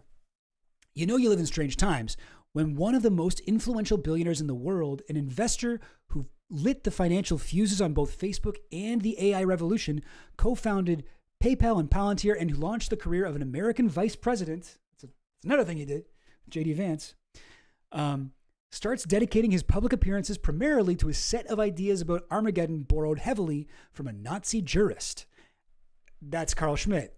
As in, the guy who rapidly published the most prominent defense of Hitler's Night of the Long Knives. That's kind of chilling, right? So here's the illustrations in this Wired article are actually like really cool. It's like there's a picture of Carl Schmitt, but he's in like, I don't know, he's like a collage, sort of stained glass window type deal. Anyway, but the times have been even weirder for Palaver. A lifelong peace activist, he first wrote about Schmitt's apocalyptic theories in hopes of driving a stake through their heart. Yet for years now, Palaver has watched as his own Girardian take on Schmitt seems to have provided a roadmap, not only for Thiel's speaking tour, but for his considerable strategic interventions in global politics, from his investments in the military tech to his role in shaping the careers of J.D. Vance and Donald Trump, to his support of the national conservatism movement. National conservatism, by the way, that's not just like that sounds really innocuous. Oh, like you're one of our nation's conservatives, but that's like an actual fascist organization.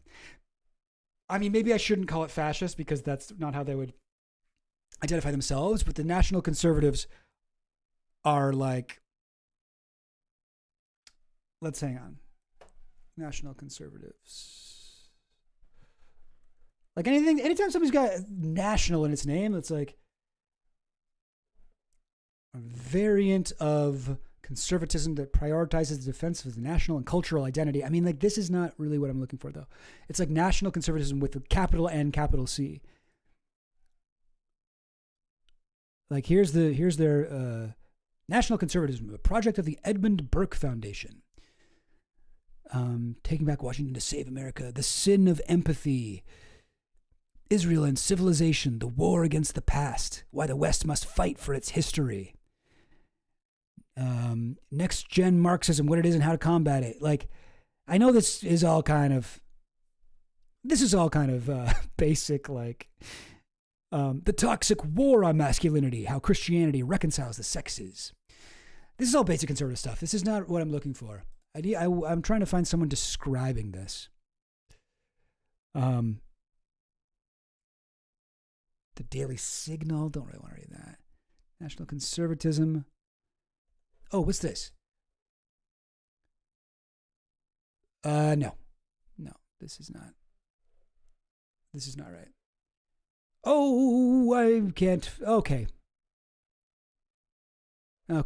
I think it actually explains it a little bit in this article somewhere. So why don't I just read until I find that? Where were we? If Thiel takes his own thinking seriously, he seems to regard these moves as interventions in the end of human history. Yes. And that's the real question, right? Does he take his own thinking seriously? I think he's just a psychopath.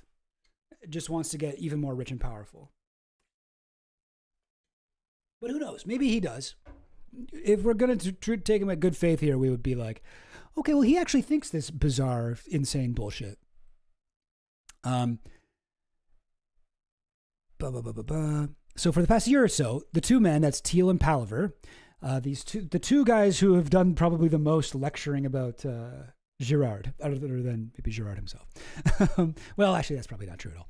Lots of other professors in Europe are into this stuff. Palaver even hosted Thiel at the University of Innsbruck for a 2-day closed-door dress rehearsal of the billionaire's 4-part San Francisco Antichrist lecture series. In an interview with the Austrian news outlet Falter, Palaver said he'd agreed to the event with Thiel in the hope of getting him to reconsider his positions. In my own months of conversation with Palaver, he has said he fears that the investor has arrived at a potentially catastrophic interpretation of Schmidt. So I want to show another thing here I found that's where was it?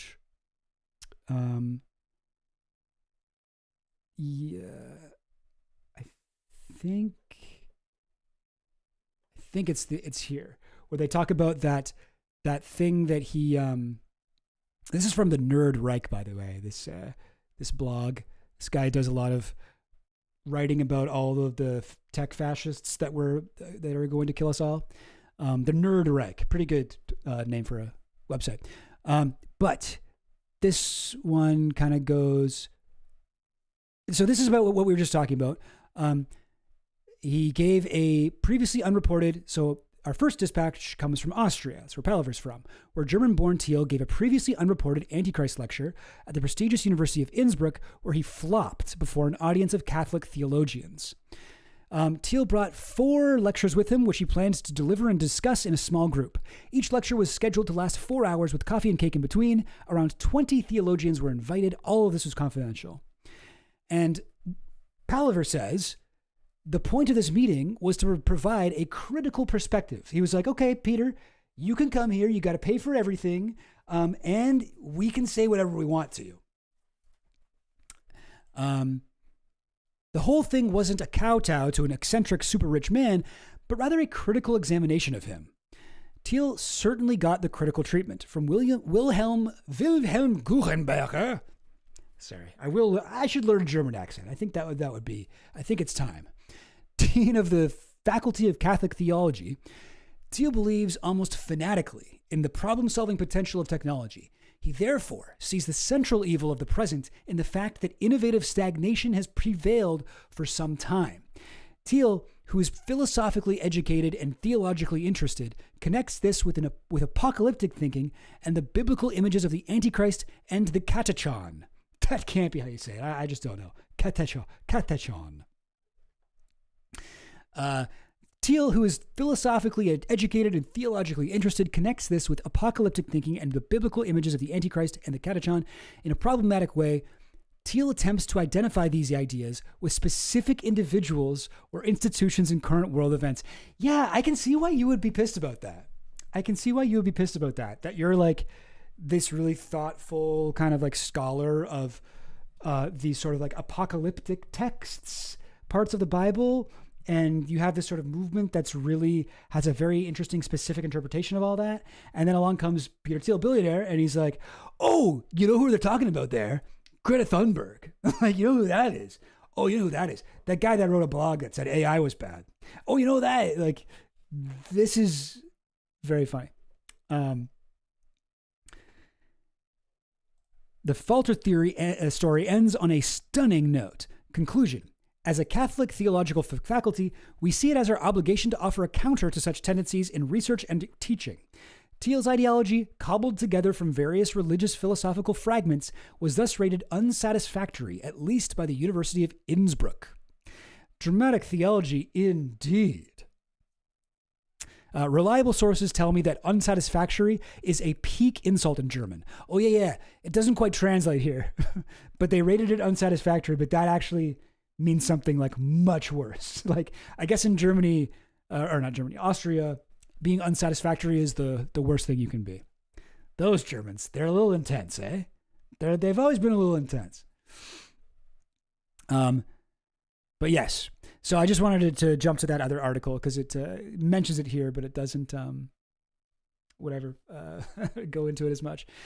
But so he brought it to all these theologians in Austria, and they're like, this is fucking crazy. What you're saying is bad. Like, it's really, really, really, like, it's worse than bad. It's unsatisfactory. Believe it or not, the nature of Palaver and Thiel's relationship gets even more complicated. Palaver has been reluctant to oppose Thiel publicly, and in our conversations, he sometimes downplays his own influence and disagreements with the billionaire. Perhaps that's because, as followers of Girard, both men believe that any two figures who oppose each other strongly enough, as Palaver has opposed Schmidt, as Thiel opposes the Antichrist, are bound to mimic each other and become entangled. Isn't that funny? Isn't that fun? That this is actually a part, because so far we've talked about Girardian stuff, we've talked about the Antichrist, but we haven't got into like the specifics here. But just know that if you were a Girardian and you tended to look at the world in Girardian terms, the fact that like we've got, these characters here, we've got the Antichrist and the Catachon, they're against each other. We've got Peter Thiel and, the Antichrist, I guess, they're against each other, supposedly. But we've also got Schmidt, the Nazi guy who did all these interpretations. Schmidt versus Palaver, Schmidt versus Girard. And like these people who are like, this Nazi's ideas are like fucked up. Like, don't look at it like that. And then you've got Peter Thiel and Palaver. These two, I would say probably the two most famous Girardians on the earth. I don't know. Maybe that's not true, but at least from people like me who have really only read this article about it, read like a couple articles recently about it. Like these guys are very prominent. The two of them are opposed to each other as it goes on here. In some ways, Palaver and Thiel have always been mirror images of each other. We're going to skip all that. Interesting stuff. From a young age, Palaver was a peace activist, conscientious objector. How do you say that? Conscientious objector at 18, and then organizing against nuclear weapons in college. This guy's like a peace activist. And then Peter Thiel. Okay, so this part is helpful here. Peter Thiel's apocalyptic philosophy, a glossary. Philosophy, glossary, demonic, shamanic, whatever it was that he said. Lyrical, spherical, miracle, yo. Philosophy, glossary. Want to know how the billionaire actually thinks? If you don't know these terms, you kind of can't. All right, so here it is. Here's what you got to know about Girardianism. All right, this term, mimetic rivalry. Now, at first I thought this was like mimetic rivalry, like mimetic warfare, M-E-M, but no, it's M-I-M. It's like mimicry or whatever, mimetic rivalry. The violence that results from humans' fundamental tendency to imitate each other, specifically to mimic each other's desires. A key concept for René Girard, Thiel's biggest intellectual influence.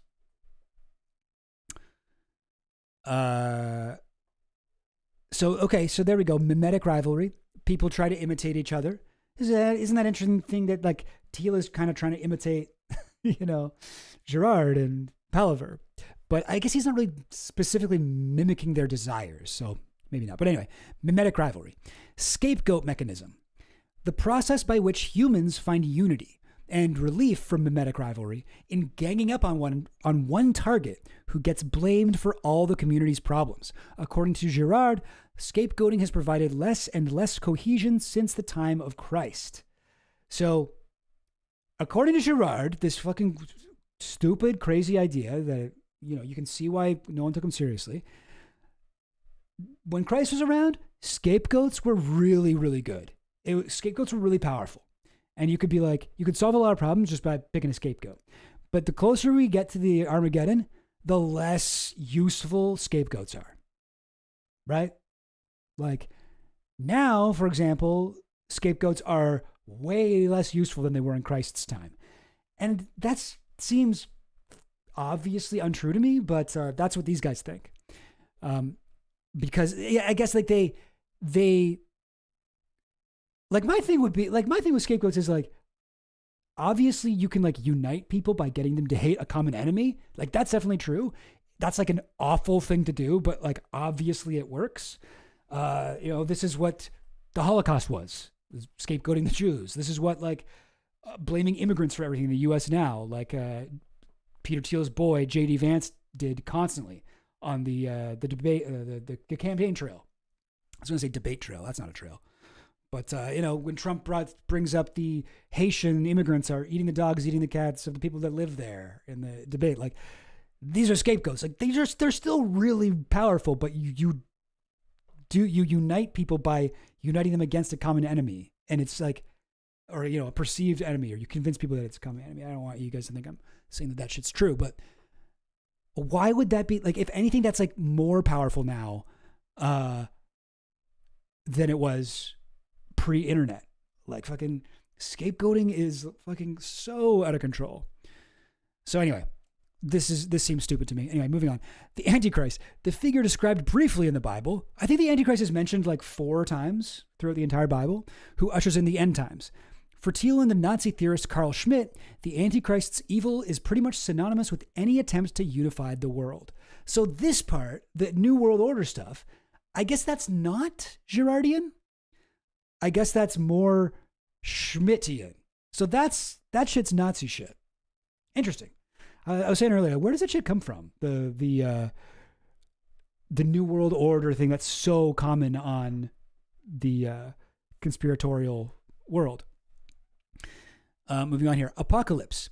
For some Girardians, the final explosion of violence that will result from unchecked mimetic rivalry in an age of world-killing weaponry. Interesting. So I guess this one's a little controversial. Like this one's not totally agreed on. The final explosion of violence that will result from unchecked mimetic rivalry.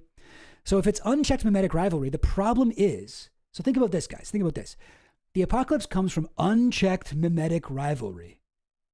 So mimetic rivalry is the thing where we all try to imitate each other's desires and we get disunified. We get divided.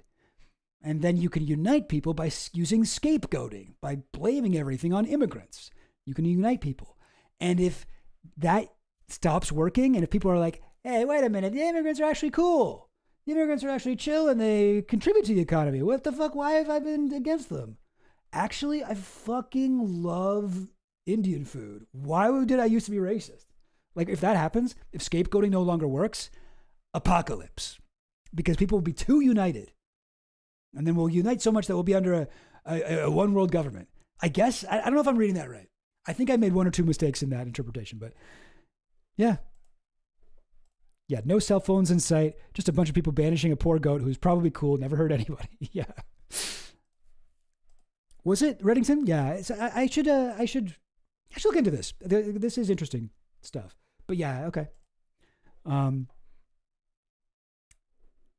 But moving on here, the katachon, a Greek term appearing in just 2 sentences of the Bible for that which withholds the Antichrist and the end times. So it just means that which withholds.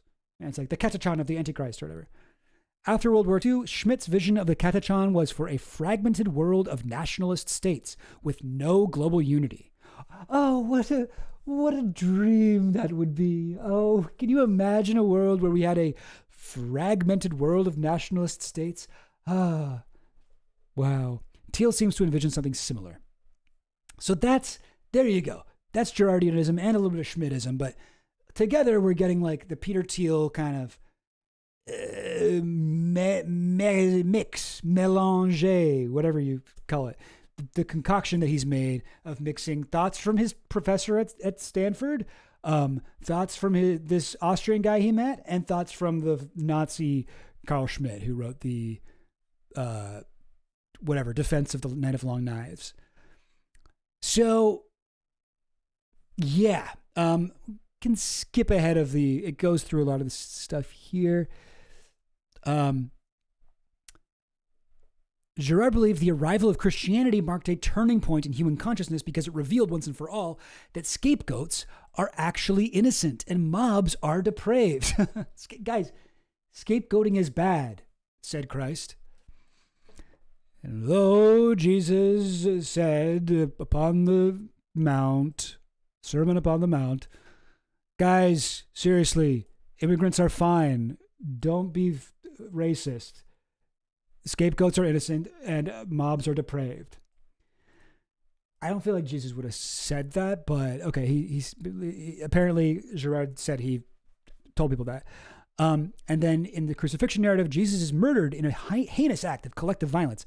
But unlike nearly every other sacrificial myth, this one is told from the perspective of the scapegoat, and the audience cannot help but understand the injustice. Oh, that's okay. Well, I don't think people really learned that lesson from Christ, but yeah. I mean, like Jesus typified as a scapegoat for your sins. My understanding is like this is why people call Jesus the Lamb of God, because he was the Old Testament of the Bible used to talk about sacrificing animals, sacrificing lambs to God for sins and stuff, and Jesus was like No, I am the lamb. I will be sacrificed for everyone's sins. He's like, okay, you know what? We're running out of a lot of lambs with these sacrifices. Let's just get one guy to do it, and then it'll be over or whatever.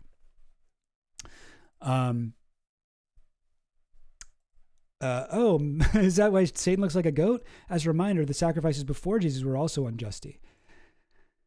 Yeah, I don't know. Maybe.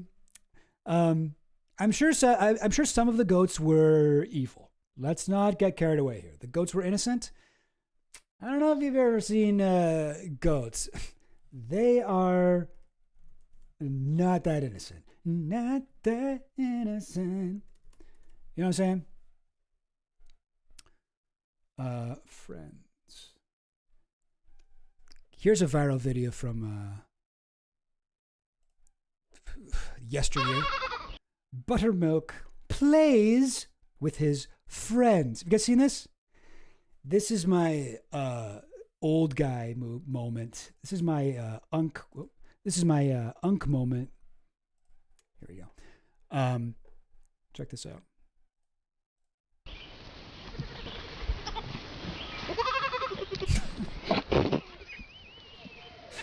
Watch this go. Watch this go. So much energy. Jumps that guy's head. Buttermilk. Quit it. What's the deal?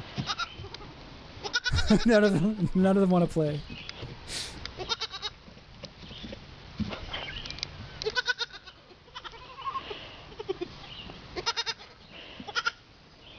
Awesome.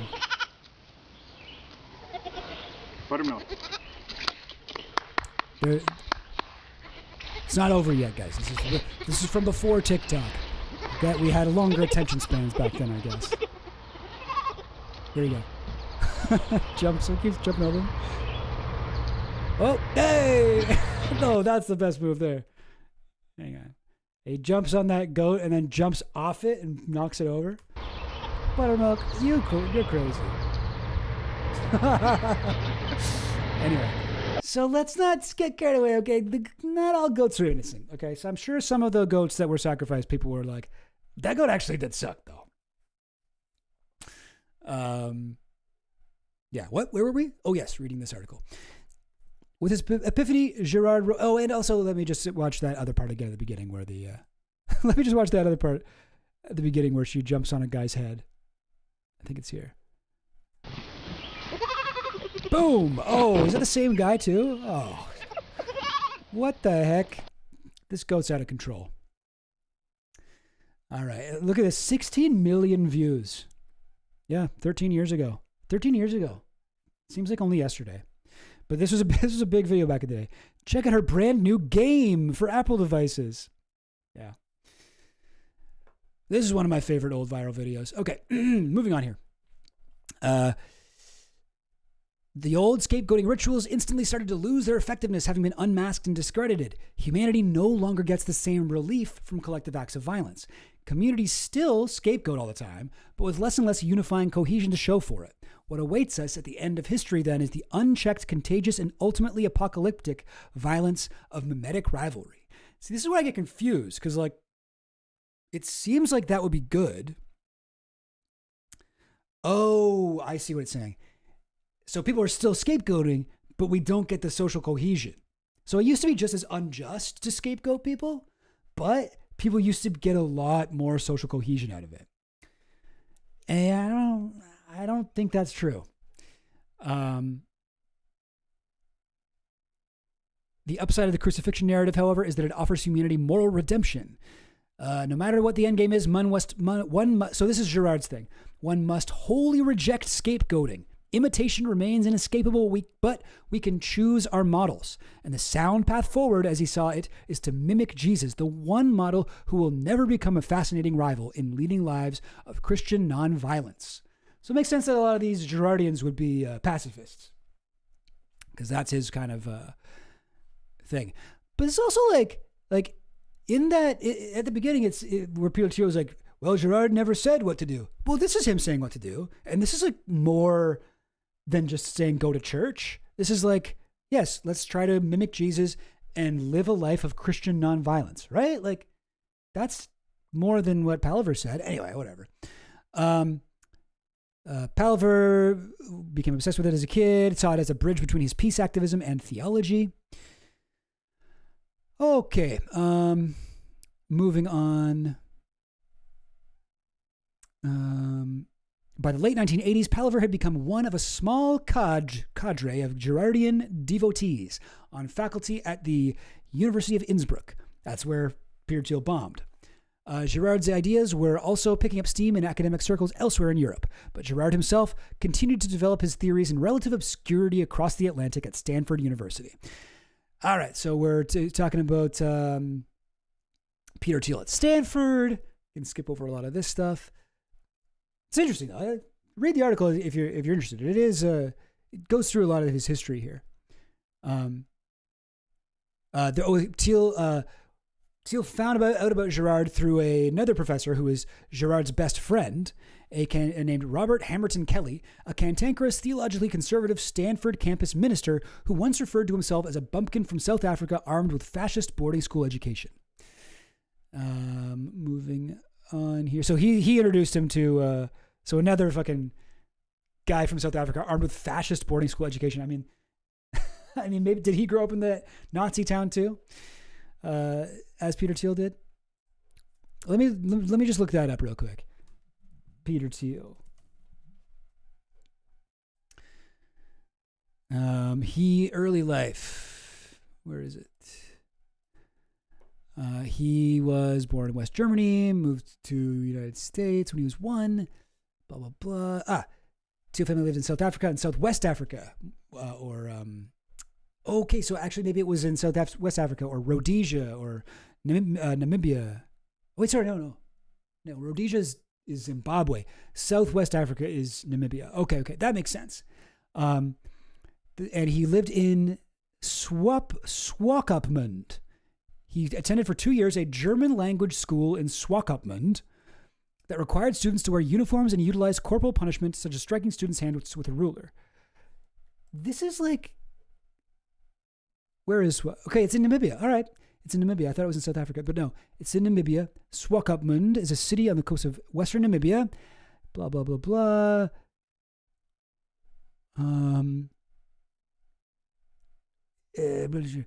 City was founded in 1992. Sorry, I'm looking for the stuff about Nazis.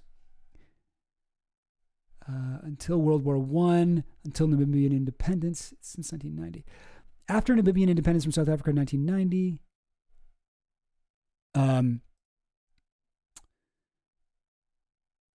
Okay, here we go. See, they really buried this. Like, why isn't this in the first paragraph? This is crazy. Swakopmund. So this is the city where Peter Thiel went to his boarding school at. In German, Swakopmund was known for its continued glorification of Nazism after World War II, including the celebration of Hitler's birthday and Heil Hitler Nazi salutes given by residents. In 1976, the New York Times quoted a German working in a Swakopmund hotel who described the city as more German than Germany.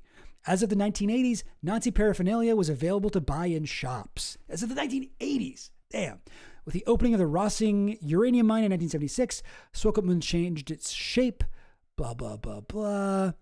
On April 20th, 1989, the birthday of Adolf Hitler, a Nazi flag was flown from the top of a building in Swakopmund before being taken down by police. After Namibian independence from South Africa in 1990, many street names were changed from their original German to honor Namibians. Okay, that's good. A little bit of denazification, maybe. That'd be after Peter Thiel left, of course. But Swakopmund is blah blah. So I'm like, well, I'm wondering, is this also where this guy went to school? If he said he's a bumpkin from South Africa armed with a fascist boarding school education, I mean, that sounds like he also went to the same boarding school as Let me just Google his name in Swakopmund. I'm not saying that right. Swakopmund. Did he go there? Guess I can search on here. No. Nope, no Swa. Okay, I guess there's more than one fascist boarding school you could go to in South Africa. Oh, now I remember. This was Southwest Africa. Okay, sorry, never mind.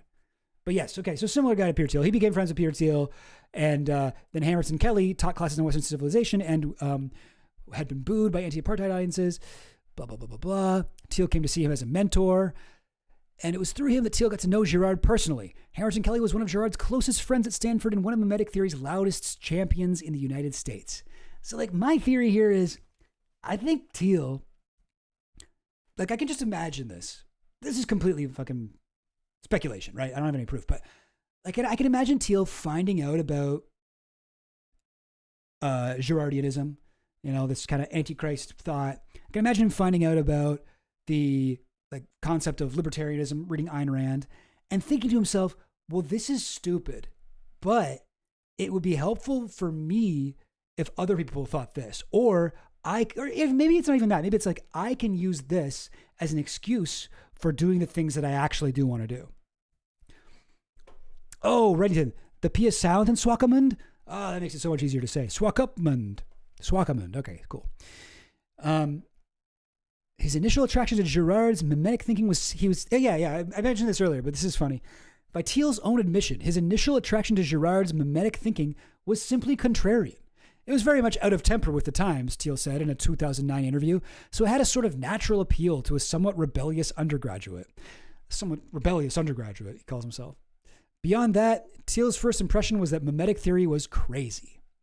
But at some point, Thiel came to realize that contrary to Ayn Rand's fantasy of a few heroic, self-determined individualists striding against a backdrop of pale conformists, no one is immune to imitative desire and its frustrations. After graduating, I don't know. I guess I can see that. Like, what's it called? Comparison is the thief of joy kind of thing. Like, we see somebody else who's what we want to be, and we like try to be like them. We try to mimic them, and that takes away from our happiness. Life is suffering. Suffering comes from desire. To eliminate suffering, you must eliminate desire. Like the Buddhist Four Noble Truths. Like that, I can see how this is kind of like vaguely spiritually true. Maybe this thing about mimicry, but just at a very basic level. I do not follow Girard much further down this stuff. After graduating from Stanford Law School, Thiel landed, getting into his stuff here. There's a part where he talks about going into, what's it called? I'll just search it, Facebook. There's a part where he talks about investing in Facebook. About a month after the symposium, Thiel committed his most famous act of putting his money where his Girardian mouth was. And this is which symposium? Oh. This is a seminar that he went to with Palver in 2006? 2004? 2004. So yes, about a month after the symposium. So he was at this Girardian thing. A month later, he committed his most famous act of putting his money where his Girardian mouth was. In August of 2004, he put $500,000 in the Facebook.com, becoming Mark Zuckerberg's first major investor. On numerous occasions, Thiel has described this as a wager on the explanatory power of Girardian theory. I bet on mimesis, Thiel would later say. LinkedIn intellectuals began referring to Girard as the godfather of the like button. One critic even speculated that Thiel saw Facebook as a mechanism for the containment and channeling of mimetic violence. Isn't that interesting? I mean, I don't really think that's the case. I feel like this is something that Thiel probably likes to say because he thought of it afterwards, and it's like, oh, it's perfect, blah, blah. I bet on mimesis. But like, I don't know. I just don't think that the shape of this thing was particularly clear at that point. It's like LinkedIn. Okay, what is it? One critic even speculated that Thiel saw Facebook as a mechanism for the containment and channeling of mimetic violence. If that is what he thought, that's a stupid way of thinking about it. I mean, I guess I'm sort of trying to have it both ways here. I don't know. If that is what he thought, he was wrong, because mimetic violence is not contained to Facebook. Mimetic violence spills over. But there's been a lot of like revolutions and stuff, and like a lot of disinformation, a lot of like QAnon shit pumped out over Facebook, a lot of like the Arab Spring. I mean, you know, revolutions and stuff happened through Facebook. There's been like genocides perpetrated and like you know, what's the country where like Facebook just like didn't hire anyone who could speak their language? I think it was Myanmar. Anyway, I don't know. He didn't hire any people who spoke Burmese or whatever language, and then so people could just put whatever they wanted, and nothing would ever be taken down. And it led to like a massive amount of violence. So I don't know. That would be stupid if that's what he thinks, but I guess I can see the arguments. But certainly, like, I'm also confused. So this is what's confusing to me about Girardianism. What the fuck is the difference between mimetic violence and like scapegoat violence? Like, they're both violent, right? Like, how are we let's stop the mimetic violence with scapegoat violence. Oh no, wait, sorry, I just figured it out. So that's why it doesn't work anymore. Whereas before, scapegoating used to end all violence. Okay, that's the part I think is wrong. Okay, sorry guys, that took me a while to figure out, but I think I got it. Yeah, a containment and a channeling of mimetic violence. So a channeling of mimetic violence, like this is basically saying Facebook is a scapegoating machine, which is kind of true, actually. That is actually kind of true.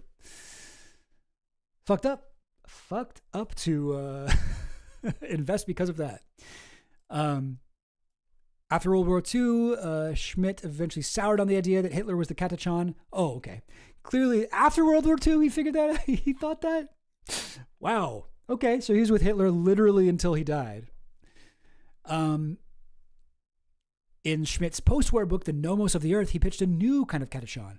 This would be a world order based on the equilibrium of several independent large blocks. As Palaver summarized it in 1996, oh, peace out, one mad apple. Peace. Yeah, what are you guys talking about in the chat here? Sorry, I guess I should be reading what's going on here. Oh yeah, I had a contrarian phase as well. In my case, hopefully I exercise the demons healthfully. Example, playing sax in a rock band. Yeah, that's a much preferable way to be a contrarian. I probably spend way too many of my precious life minutes every live stream trying to poke the algorithm to figure out some rhyme or reason to what it censors.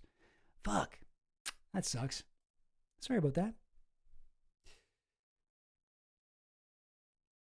I can say all the keywords, but once I turn it into a sentence, boom, censored. Ah, jeez. Yeah. I'll have to, okay, I'll figure this out for next week. We'll figure out the words that it's censoring here. So yeah, this guy is going, Thiel has, okay, here we go. Thiel has presented a lecture at all but 2 US-based conferences of, and this is what I was mentioning earlier, the National Conservatives. That's capital N, capital C, where illiberal world leaders meet with their international counterparts and where right-leaning intellects from across the globe gather to give talks on the failures of liberalism, the necessity of reevaluating the separation of church and state, and the virtues of closed borders and self-interested, soil-deep nationalism. Yeah, that seems bad, right?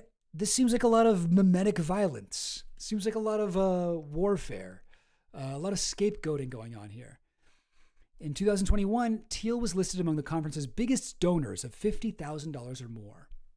Do I have my freaking thing turned on? Oh, it's pause. Oh, no, it isn't pause. That's so odd because it should be highlighting a lot of these names in here. Like the National Conservatives. Anyway, not important. Observer have, okay, who's Hazeny? Hazeny. Okay, I don't know. Another one of these guys. Oh, he's a guy from National Conservatives. Almost since the beginning, observers have noted that Hazeny's theories, and those of the National Conservatives in general, appear to be suffused with the ideas of the German jurist Carl Schmitt, though Hazeny has disavowed the connection. Among the relatively few people associated with national conservatism who do cite Schmitt openly in their work are Thiel and Michael Anton, the essayist and sometime Trump administration official. Guys, these people are Nazis. People are Nazis. These people are Nazis. In 2023, Thiel returned to Schmidt's ideas yet again when he gave the first major lectures on the Antichrist before the Girardians in Paris. Okay, and this is the time that Palaver was there, and he was like, hey, man, you're wrong. You're wrong about what you said. This time he did refer obliquely to Schmidt's misadventure in nationalism, a cute way of referring to his vigorously prosecuted Nazism. That's actually quite chilling. He's like, okay, how do I talk about this hero of mine who was a Nazi and was like a major Nazi who justified legally the Night of the Long Knives? Well, he had a misadventure in nationalism for a little while. Like, okay, buddy. These people are Nazis. These people are Nazis. Oh, boy. Palaver issued his go-to-church correction from the audience. The Austrian went up to Thiel to say hello and make sure there were no hard feelings. Palaver, you're a peace activist in 2023. You still want to make sure that Peter Thiel knows that you're just breaking his balls over here. Like, bro, you're not that smart then. Sorry. You're not.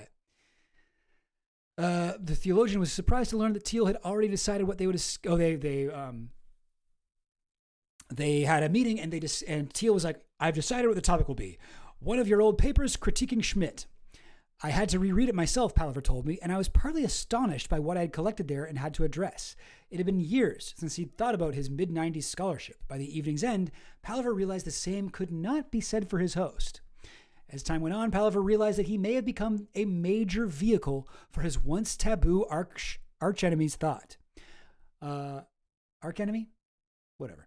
Some of these crazy ideas were really presented by myself for the first time, Palaver says in his somewhat broken English, and now they're all over the place. So Palaver is sort of having this fucking like, I don't know, what would you call that? Buyer's remorse? Philosopher's remorse? He's having his fucking like Oppenheimer, like, now I'm become Shiva, destroyer of worlds type thing, where he's like, oh, wait, I haven't fucking read this since the 90s.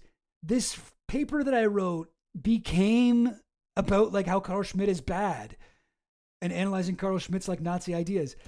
This shit specifically that I wrote became a roadmap for like Peter Thiel and JD Vance and this fucking like Naziist, revisionist, like Girardian, Schmittian combination, like Thielian synthesis. Like I made that up.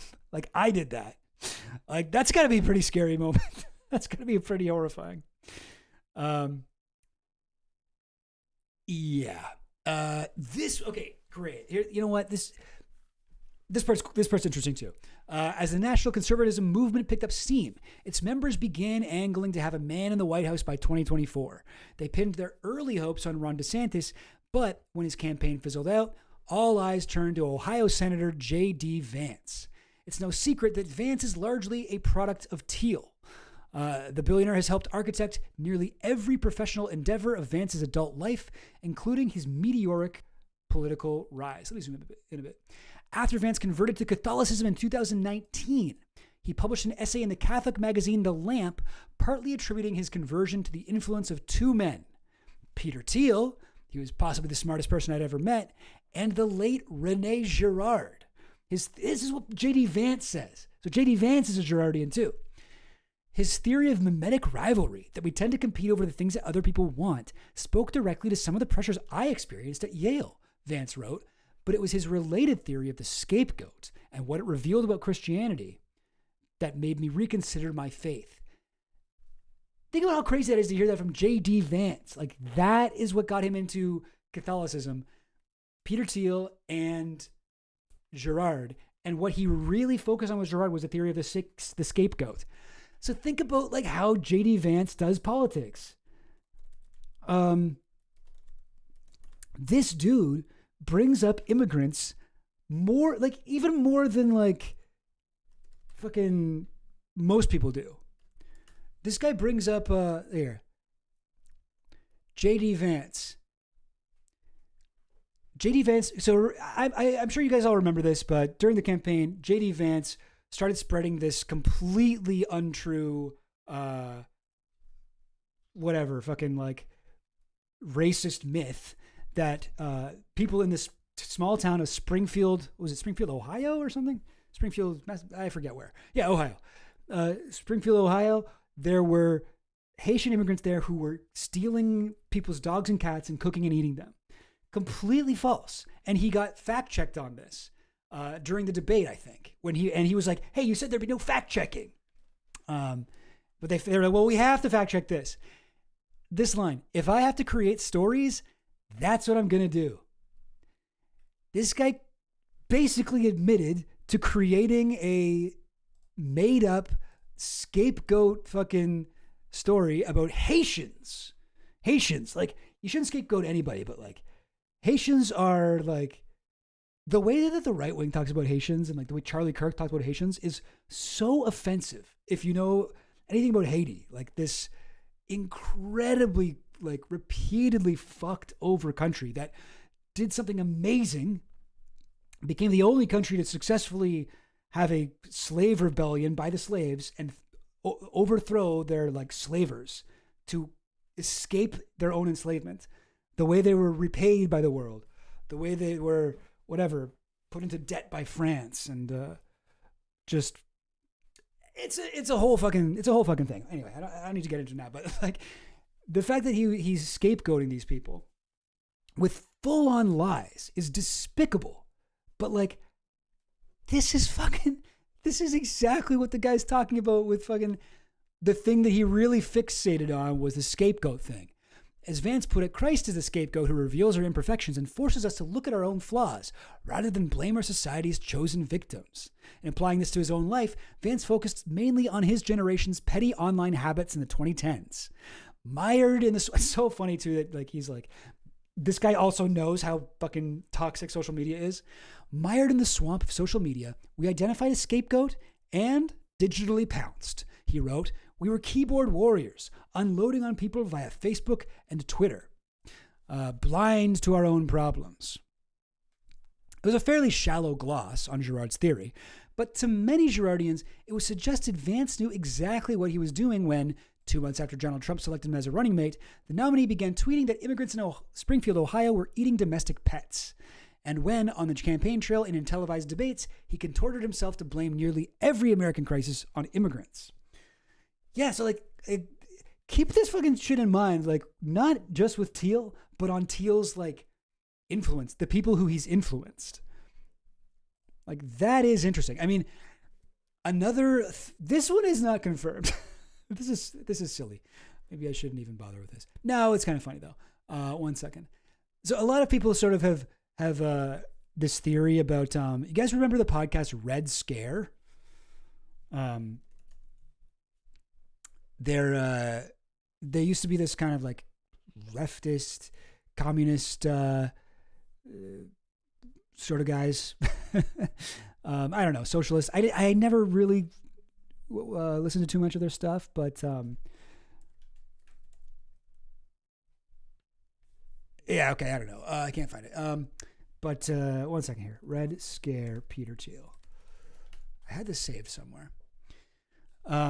There is a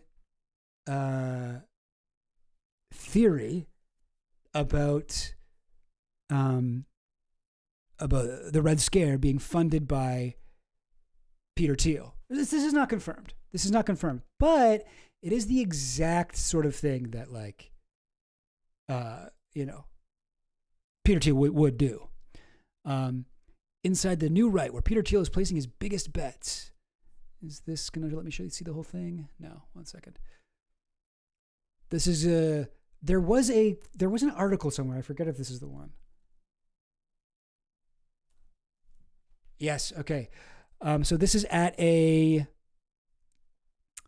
where was this at? Some sort of Peter Thiel meeting that he set up.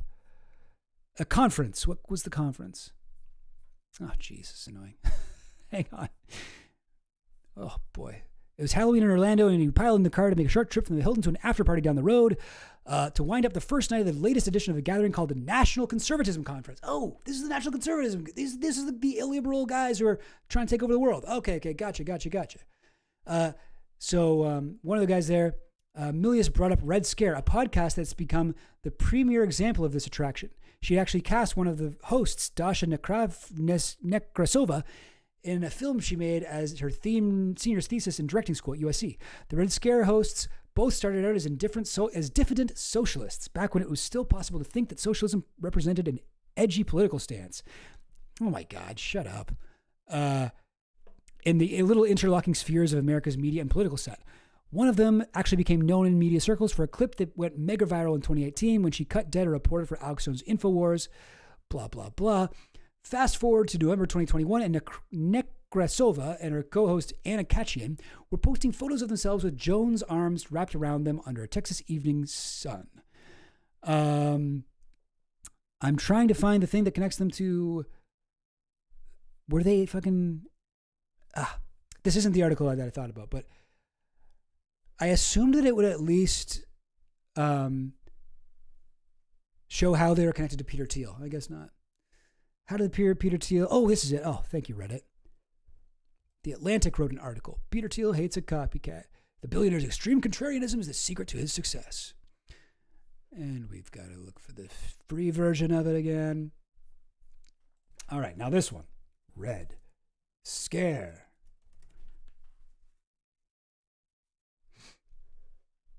No, it's not here. Is there red? Nope. Okay, The Atlantic wrote an article pointing out the connections between Thiel, Bugman, Yarvin, and the ladies. Really? Well, maybe not that one. It doesn't mention... Oh, this was the one, yes. The New York... How Peter Thiel backed an anti-woke film festival. Okay. Here it is. Sorry, guys. That was a little bit of a detour here. But here is the article where it's this massive film festival that Peter Thiel organized. And who should be there? But do it. And they did the hosts of Red Scare, the most popular of these shows, interviewed legendary cult filmmaker John Waters on MPCC's first night. So, like, Red Scare ladies were at this this festival, like not just there, but like interviewing people there. Yeah, it's interesting.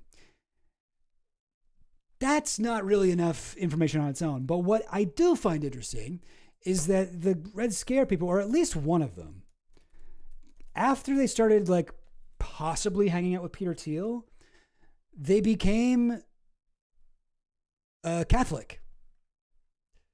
Oh, Red Scare. Oh, Jesus. Podcast.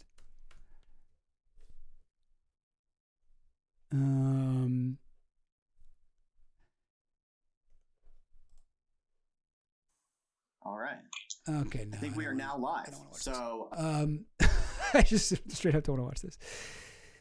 Oh, boy. Anyone who converts to Catholicism, I'm just trying to find something about how they converted to Catholicism.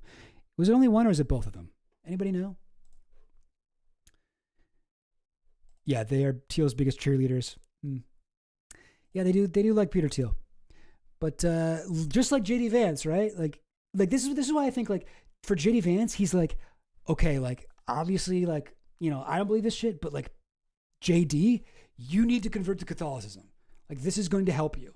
Become like a Girardian. That strategy is going to work for you. I want you to become a Catholic who scapegoats people. Like, anyway, I don't know. I can't find anything here. This is about the actual historical Red Scare. Okay, well, would it at least be in this one? Yes. Nekrasova, a practicing Catholic who's expressed sedevacantist views, has been credited for trending Catholicism in certain demographics of millennials and Gen Z. In 2022, Khachiyan met with billionaire venture capitalist Peter Thiel and U.S. Senate candidate Blake Masters. Masters, until then president of the Thiel Foundation, called Red Scare interesting and hinted to Vanity Fair that it could receive funding from Thiel in the future. See, I should have gone straight to Wikipedia. Nekrasova and Khachiyan denied receiving any funding from Thiel. That is interesting. How Catholicism became a meme.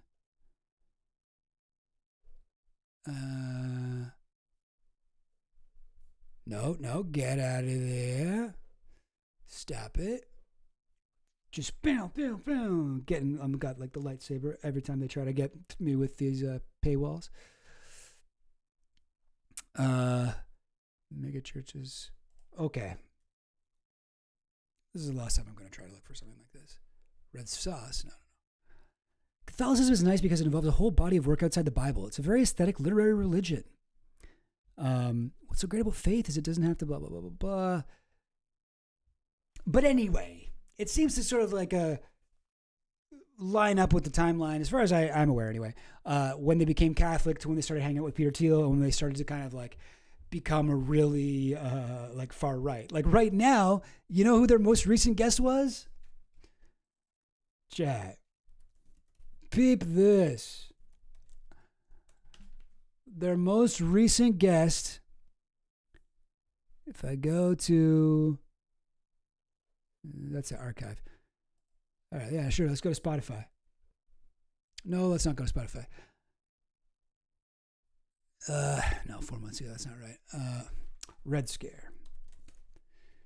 This is a lot harder than I thought it would be to find this stuff, guys. Red Scare Podcast Archive. Oh, is it not on...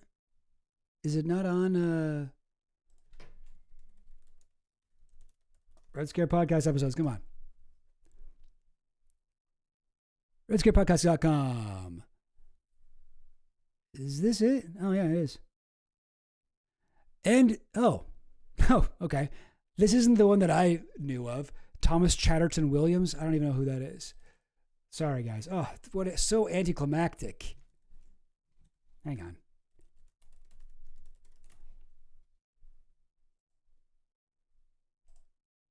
Their most recent one was with Nick Fuentes. Nick Fuentes. And this isn't even the actual video. Man, what is going on here? Am I being like is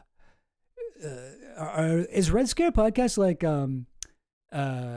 shadow banned from DuckDuckGo? Oh boy. What if I look on Twitter? I'm sure I'll find it.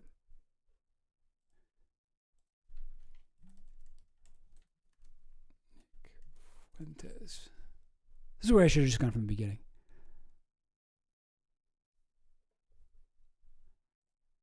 Nick Fuentes on Red Scare is a great listen. Yeah, they interviewed Nick Fuentes, prominent neo-Nazi. So, yeah, I mean, like, are you starting to get, like, the Peter Thiel paranoia that I have? Like, I don't know if this is what happened, but, like, God, it would make so much sense, you know? This fucking guy. Look at him. Trying so hard to look cool in a picture. And honestly, like, I'll be honest, I'll give it to him. He succeeded in this one. He does look kind of cool. He does have a kind of Tony Soprano kind of look. What kind of special training did he have to go through to get that pose exactly right, you know? I always had to think that the guy next to him, what's his name? Who's that guy again? Max Levchin, yeah. From Yelp. I always feel like he's got his hands up, he's going to box, but he's got money in his hand. I guess he's supposed to be like counting his money. Okay. Guys, where were we? I believe we were reading a thing about, did I close it? I might have done that. I might have done that. One sec. The Wired article we were reading. There we go. Oh, yeah. The part about Catholicism. That's how I got off track because of J.D. Vance. Ohio Senator J.D. Vance. It's possible. So okay. So just to bring us back to Earth, J.D. Vance was just saying. And I should also mention. By the way, if you join my Patreon, I do have a tier there, which, while I'm on this topic, if you join my Patreon, there is a tier. I've got the Goblams, the Goblin Intelligence Agents, the Geonon High-Level Insiders, the Chilluminati High Priest, $28 a month, and then I have the Peter Thiel tier, $1,500 a month, And if you join that, I will convert to Catholicism for you. If you give me this amount every month, I will obey to my principles and become a shill for your proposed anarcho-capitalist, tech lord, dystopian dictatorship, oligarchical dorkocracy. You won't believe how quickly I can convert to Catholicism. And you also get Discord access. Cool. Anyway, that is... Anyway, so all that's to say, the Catholic angle to this is not to be overlooked here. The mimetic theorist Bernard Parrott lambasted Vance and his billionaire mentor. Wait, sorry, that's not the part I was trying to read.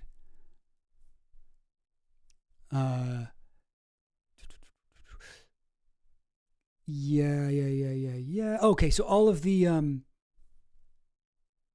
Girardians, when they heard Vance talk about him, were pissed. They're like, dude, what? You obviously knew what you're doing if you're a Girardian when you're like doing all these fucking, scapegoating stuff. It's possible that Vance and everybody's like, it's difficult to claim Girard, who fundamentally believes that violence is linked to exclusion, and at the same time accuse Haitians of eating dogs, Girardian scholar Paul Dumochel told a Canadian newspaper. Either you don't understand Girard or you're a liar. Yeah, this is like, Thiel and Vance both, right? It's possible that Vance may have genuinely misunderstood the scapegoat mechanism, or he may have been familiar enough with Girardian mimetic theory to recognize that while the old sacred rituals might not work perfectly, they aren't entirely broken yet. Collective acts of violence still bind people together somewhat, perhaps enough to win an election. And I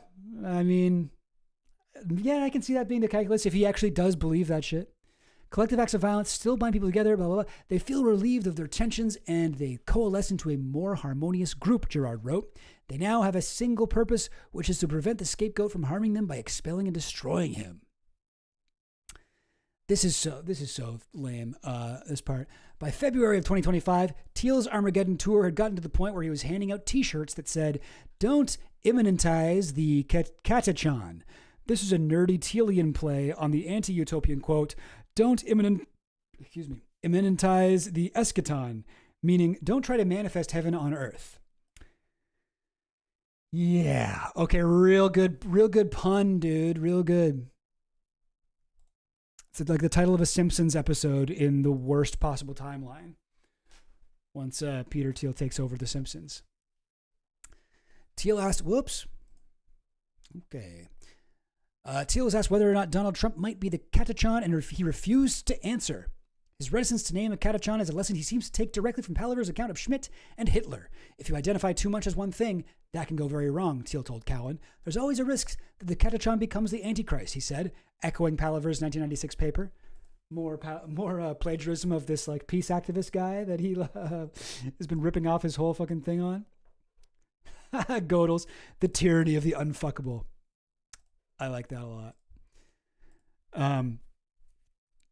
Oligarchy via kakistocracy. Kakistocracy? All right. Okay. How much more of this article is there? It's almost done. I feel like we kind of get the point, right? Where did we get the point? Oh, okay. So that thing we watched earlier where Roastu Thought is like, hey, do you think with your heavy investments in AI, military tech, and the data analysis from Palantir, that you're actually building tools that work in the service of the Antichrist? The halting 6 seconds the men subsequently devoted to unpacking the idea, which immediately became a meme, were remarkably underwhelming. Thiel. Obviously, I don't think that's what I'm doing. Dude, to be clear, I don't think that's what you're doing either. That's funny. The halting 6 seconds the men subsequently devoted to unpacking the idea. That's just a funny way to put it. Because, yeah, they really did not get into this as much as they could have. Less than a month before, Duthat spoke with Thiel. I posed the same question to Palaver, and it elicited more of a response. Why was Thiel, given his fixation on preventing a one-world state, building surveillance tools that a totalitarian dictator could use to seize power? Why was he on the side of the Katachan or the Antichrist? Who are you with here? Palaver told me he wasn't entirely sure.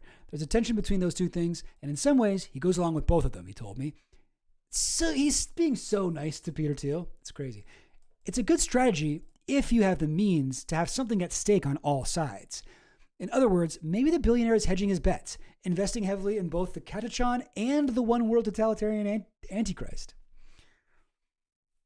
Yeah, I mean, like, I don't think that anything that Peter Thiel is doing is going to hasten the arrival of a one world totalitarian dictatorship. Well, maybe actually. Maybe, I don't know. But only if it's him, you know? Like he could become the one world totalitarian dictator. And I feel like he would be okay with that.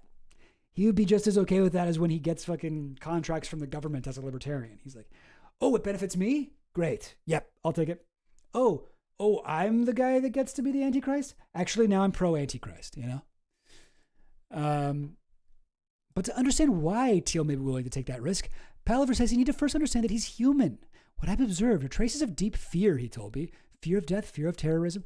I mean, like, I don't even really want to read this. This guy does not know Thiel. Maybe this guy knows fucking Antichrist shit and Girardian theory, but this guy does not know anything about Thiel. Okay, we'll read it. We're almost done. This is the second last paragraph of the article. Fear of death, fear of terrorism. It all comes down to a lack of trust and a craving for security, Palaver suspects. There are so many cases where he expresses fears and concerns and a need for protection, Palaver says. And if your main thing is seeking protection, you play with fire. I do not think that is the case. I do not think Peter Thiel is afraid of shit. Like, do you think Peter Thiel is actually afraid of, like, Greta Thunberg? You think he's actually afraid of that? I think he's basically a psychopath who is trying to get as powerful as possible and using whatever he can. And I do not think he actually believes in any of this, you know, Girardian, contrarian, like Antichrist shit. I think he is adopting it as a very convenient way to excuse hastening the world where he gets to do whatever he wants. You know what I'm saying? I've said that enough times now. I feel like it's pretty clear. But yeah, like, no, he's for Palaver. He's like, no, he's just a little boy. He's just a scared little boy. That's what you don't get about him. He's just scared. Meanwhile, Peter Thiel's like, well, I think that the democracy is bad and we should take over the world. And I think that I'm really afraid of Greta Thunberg. Oh, I had a nightmare about Greta Thunberg. Oh, can somebody please get rid of her? Yeah, I don't think that he's right. Anyway, moving on. Palaver has decided that he has to pick his battles with Thiel. Let me try that again. Palaver has decided that he has to pick his battles with Thiel. We have different political views of the world. That's quite clear for him and for me, he says. But matters of religion are different. That's where I can hopefully have an influence on him, Palaver says. Bro, you're out of your depth here, man. You're out of your depth. He took what he could use from you. You didn't convince him of anything. The dude literally, like, the article you wrote about why this Nazi guy was bad is where he got his ideas of what's good from that Nazi. Like, you are not... Yeah, anyway. Ultimately, Thiel needs to choose who he's going to imitate. In the end, you have to decide, are you really going to be a Christian in a proper sense, or are you a Schmittian? I mean, that is shade. That is shade right there. That is the Girardian shade. Are you going to be a Christian in a proper sense, or are you a Schmittian? Christian Schmistian. Are you a Christian or are you a Schmistian? Schmittian. Yeah. Because he kind of Thiel kind of avoids the Nazi aspect. His unfortunate experiments in nationalism, let's call it. The National Conservatives. Yeah. Oh, yeah. No, it's just, I agree, Reddington. This is why I just don't believe any of this shit. This is just like his libertarianism. It's just a convenience framework. Was he shitty at being Schmitty? Hey-o. Schmitty. Are you a Christian or a shitchin? Shishchin. That's not as good. Shitchin is better. Well, gang, that's that article. But I did have a couple other things on Peter Thiel and the Antichrist stuff. So this was great. I thought this article was really good for figuring out, like, what is his thing? What does he believe? What are these fucking lectures about? Because before that, I was like Tim Dillon. Did you guys see the Tim Dillon stuff? Here, I got it here. It's pretty funny. Because when Peter Thiel... He had a pretty funny interview on Joe Rogan where he, I would say, very accurately articulated like why all this shit is so fucked up. Hang on. Well, you know, Peter Thiel's giving a 4-part lecture on the Antichrist. Yeah, that seems odd. 4 parts. Well, here's what's really wild to me. 4 parts. It's not just one. One lecture on the Antichrist would be insane. This guy's doing a series. He's doing a 4-part lecture on the Antichrist, and nobody in his inner orbit went, Peter, how about one lecture on the Antichrist or no lectures? Not 4. What does he know about the Antichrist? Is he like... I'm guessing a lot. If you told me there was a movie and there was a guy who played the Antichrist, zoom in on that image of him. Yeah. I would say, oh, is that him? Is that the Antichrist? What a fucking failure to make a joke by Rogan there. He stretches it out so long.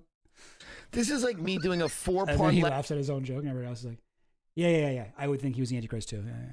Lecture on that is like the most obvious thing to think about Peter Thiel, that he's the Antichrist. Like, yeah, Joe, cool. Thanks for having the thought that like literally everyone had and expressing it in a really obvious way. Long Island racism. Oh, but that's a much better joke. That's a much better joke. Let me go back. Tim Dillon's joke. Antichrist? This is like me doing a 4-part lecture on Long Island racism.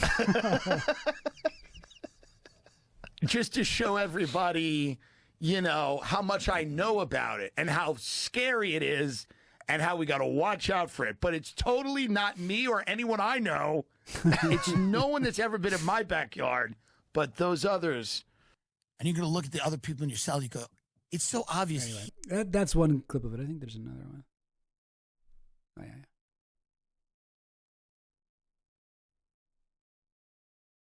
Is it a different interview? No. Wonder why they broke it up like that. Volunteer into a lifestyle. Surveillance is a lifestyle. Mass death is a lifestyle. Well, that's the thing. JD's going to have to say Peter Thiel is Satan, and here's why that's good. JD Vance. JD has to get out there and go, wouldn't you rather know who Satan is and be friends with him and have dinner with him than have it be like, who's Satan? Right. So he's got to get out there and say, I happen to be friends with Satan. And I want that to be misunderstood. I like that, like, this is the way that people talk about Peter Thiel. I think that's good.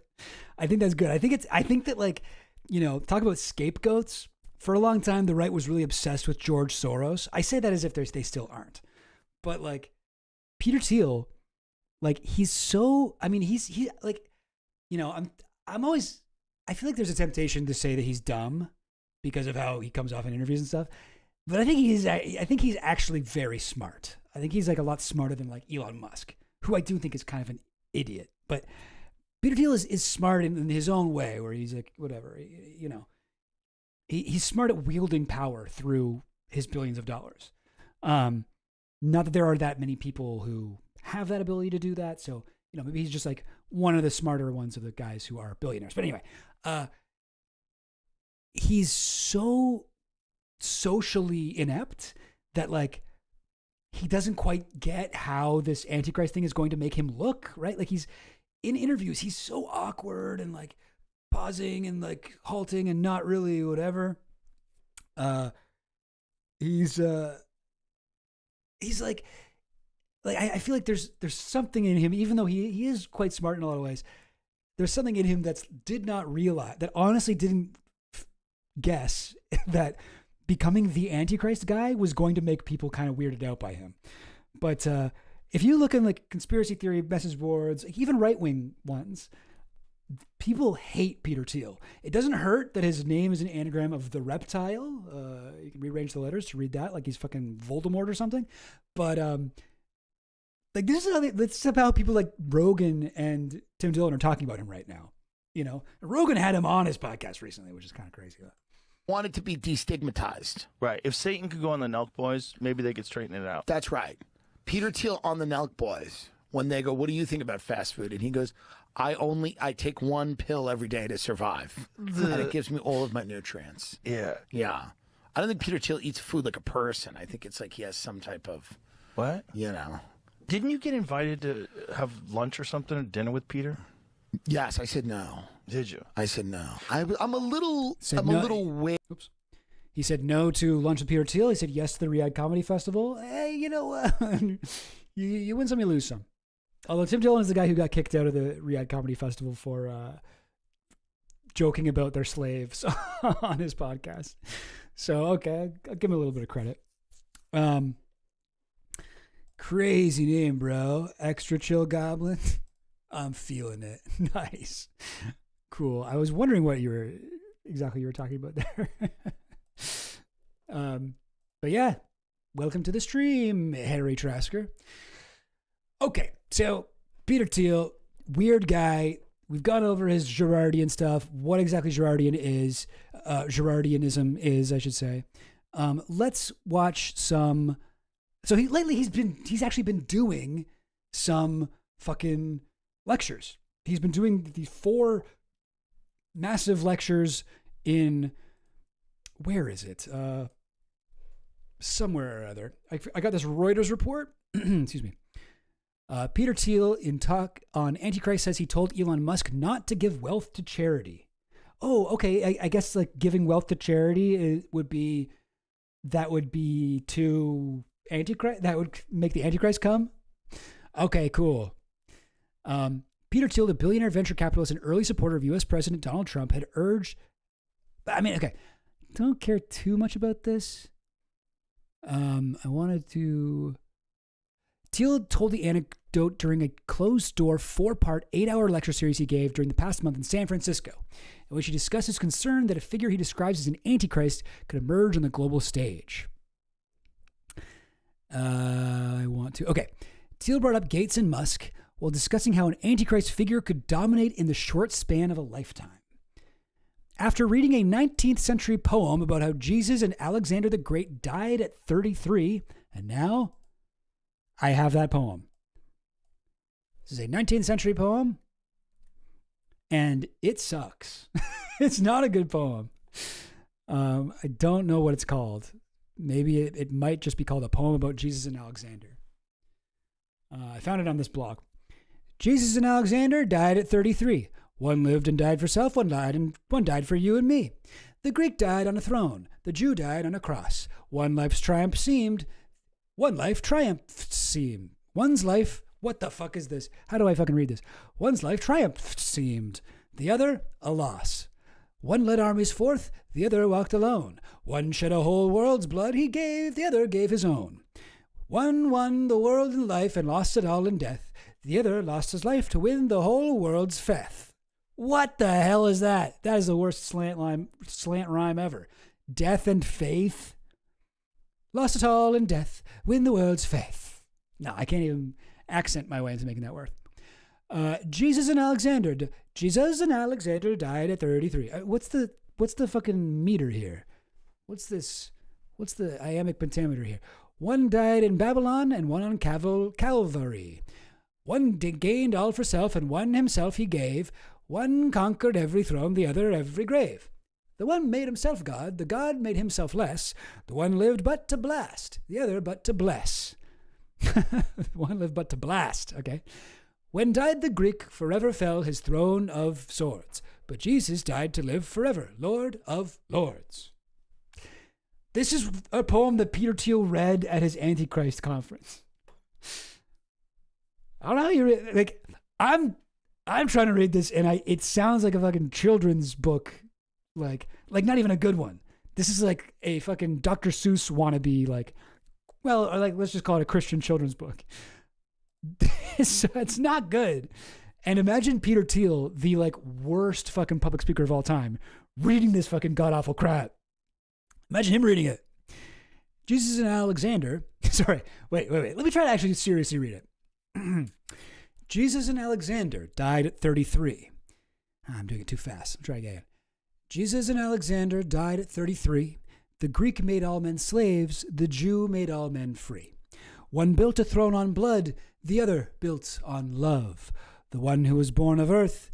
The other from above. One won all this earth to lose all earth and heaven. The other gave up all. that all to him be given. The Greek forever died, the Jew forever lives. He loses all who get and gains all things who gives. Snap, snap, snap, snap, snap, snap, snap, snap, snap, snap, snap. This fucking shit. It's bullshit. Fucking, even when I was trying to read it good, heaven and given, I mean, that's not as bad as faith and death, but Jesus Christ. Yeah, even the poet was like, please do not attach my name to this. I'm trying to be good here. I wanted people to like me.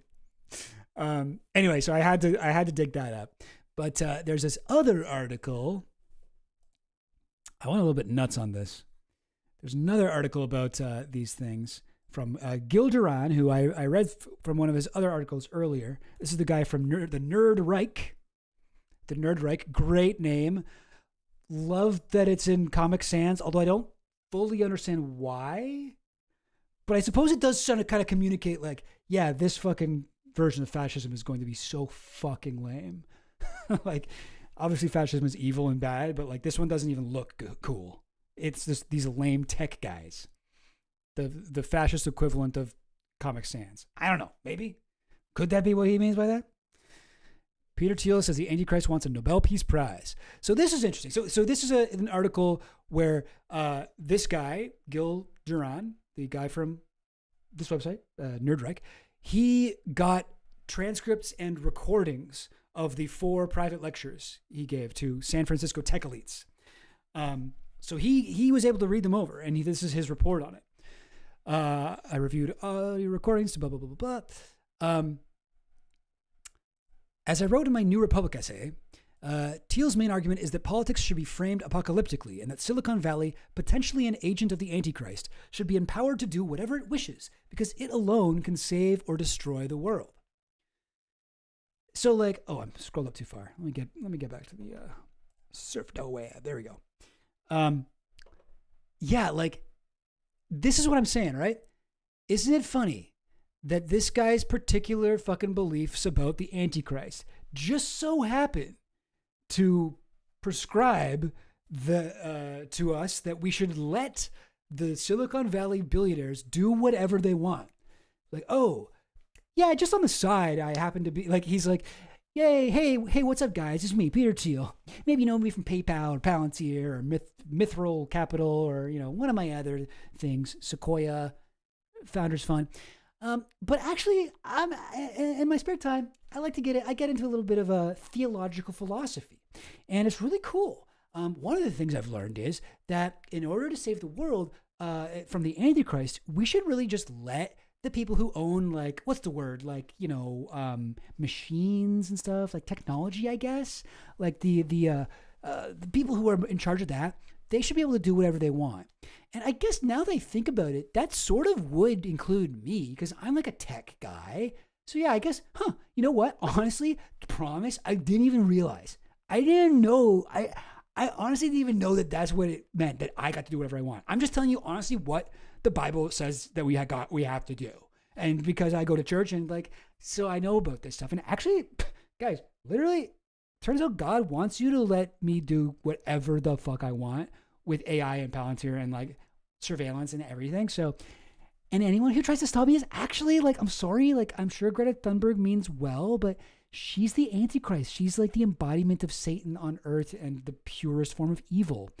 And I know it's weird, but like, you know, that's just what the Bible says. So please do that. You know, I mean, like isn't that kind of what he's saying? Sorry, this stuff drives me insane. Am I a genius or am I an insane person? Asked Thiel in his 4th lecture. Of course, the two are not mutually exclusive. Okay, so what is he saying in these fucking secret lectures? Thiel regularly claims the Antichrist will be someone or something with the slogan of peace and safety. This is based on a very specific and disputed interpretation of Scripture. In his San Francisco talk, Thiel got even more specific. He says the Antichrist will be someone who longs for a Nobel Peace Prize. Certainly, of course, there are a lot of people who are wannabe Antichrists, want peace and safety, definitely wants a Nobel Peace Prize, would give his soul for that, no question about it. So this is kind of crazy that he said this, because who has been trying to get a Nobel Peace Prize lately? Donald Trump. Isn't that weird? And yeah, as with all of Thiel's DIY theology, this has zero basis in scripture. But that's interesting.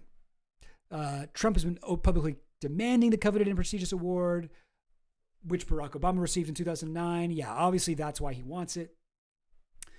He's been fixated on the prize, and for months, domestic supporters and international leaders seeking his favor have joined him in a vociferous campaign. So is Thiel saying Trump might be the Antichrist? I mean, weird, eh? The Antichrist will be fast. Thiel says velocity will be a major hallmark of the Antichrist, as the Antichrist will move quickly to take control of the world. The emphasis on speed is curious, as velocity is a hallmark of Silicon Valley's move fast and break things mentality. In fact, many in tech now call themselves accelerationists and believe humanity must tumble headlong to wherever technology might take us. They are rushing to disrupt entire economies and systems and to rapidly scale God-like AI superintelligence systems, which they claim might just destroy all of humanity. Says Thiel, tonight I'll continue the investigation by asking the seemingly narrow question of the velocity of the Antichrist. What I mean by that is, the Bible says that one man will take over the entire world. He only has one lifetime to do that. How on earth can he achieve that? It sounds like medieval fantasy. After jokingly considering, whether Bill Gates might be the Antichrist, Thiel shoots down the idea and says, but the one thing that Gates has in common with the Antichrist is velocity. He rose to prominence very fast. He became a billionaire at age 31. Money has this remarkable velocity. You can make a lot of it very quickly, and perhaps it can be taken away from you even faster. Perhaps it'll be taken away from you even faster. Let's hope so. Maybe that does sound kind of like what Palaver said, that he senses fear in Thiel. He senses that. At this point in the transcript, Thiel, worried that the audience might be losing interests, pulls out $200 and hands the money to a random audience member. What an insane thing to do. Wow. Anyhow, tech moves fast, money moves fast, and so does Thiel's Antichrist. Well, Peter Thiel gave me $200 at the Antichrist lecture. Lol. This guy. Awesome. Look at Peter Thiel. Look at this guy, eh? This fucking weirdo. Taxes and governments are the machinery of the Antichrist. Thiel claims to, so I mean, okay, wait, is it not in this one? Oh, yeah, okay, it's getting there. Taxes and governments are the machinery of the Antichrist. Okay, cool, good to know. This is more of his like libertarian stuff. Government is the enemy, whatever. This kind of hierarchy that we have this as the state is bad and needs to go unless it's helping me out.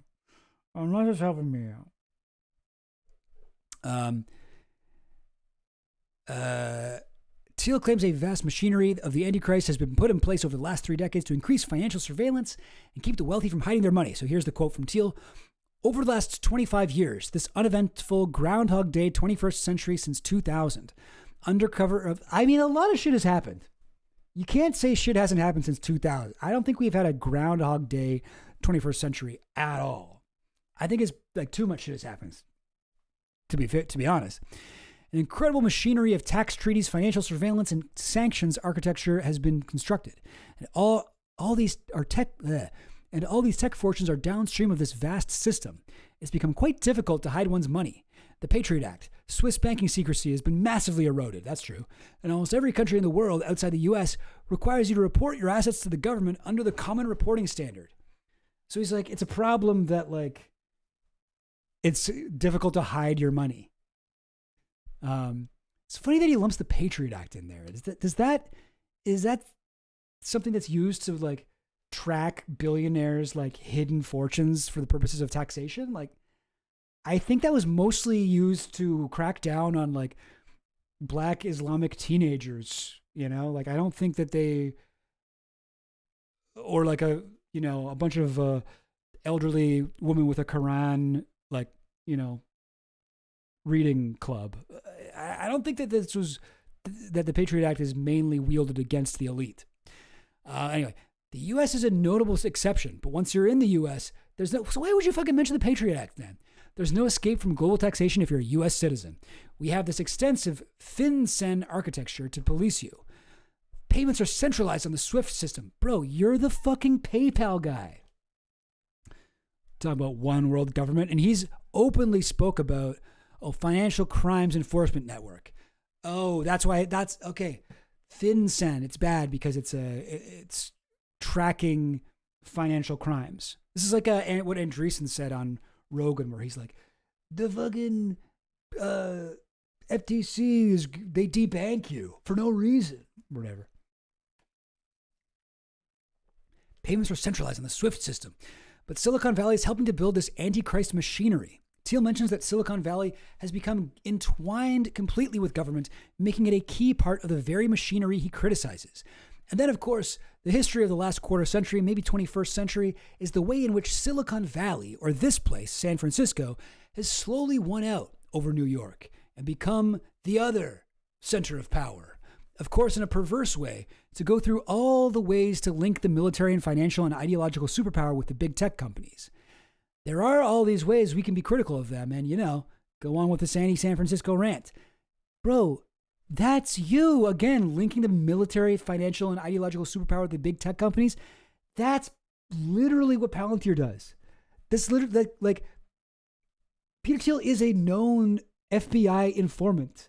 This guy links himself with fucking intelligence, the military industrial complex. This guy met with fucking Donald Trump early in his first term and brought along Alex Karp of Palantir, who was not big, was not really being used at the time, and forced shit through with his alliance with the state.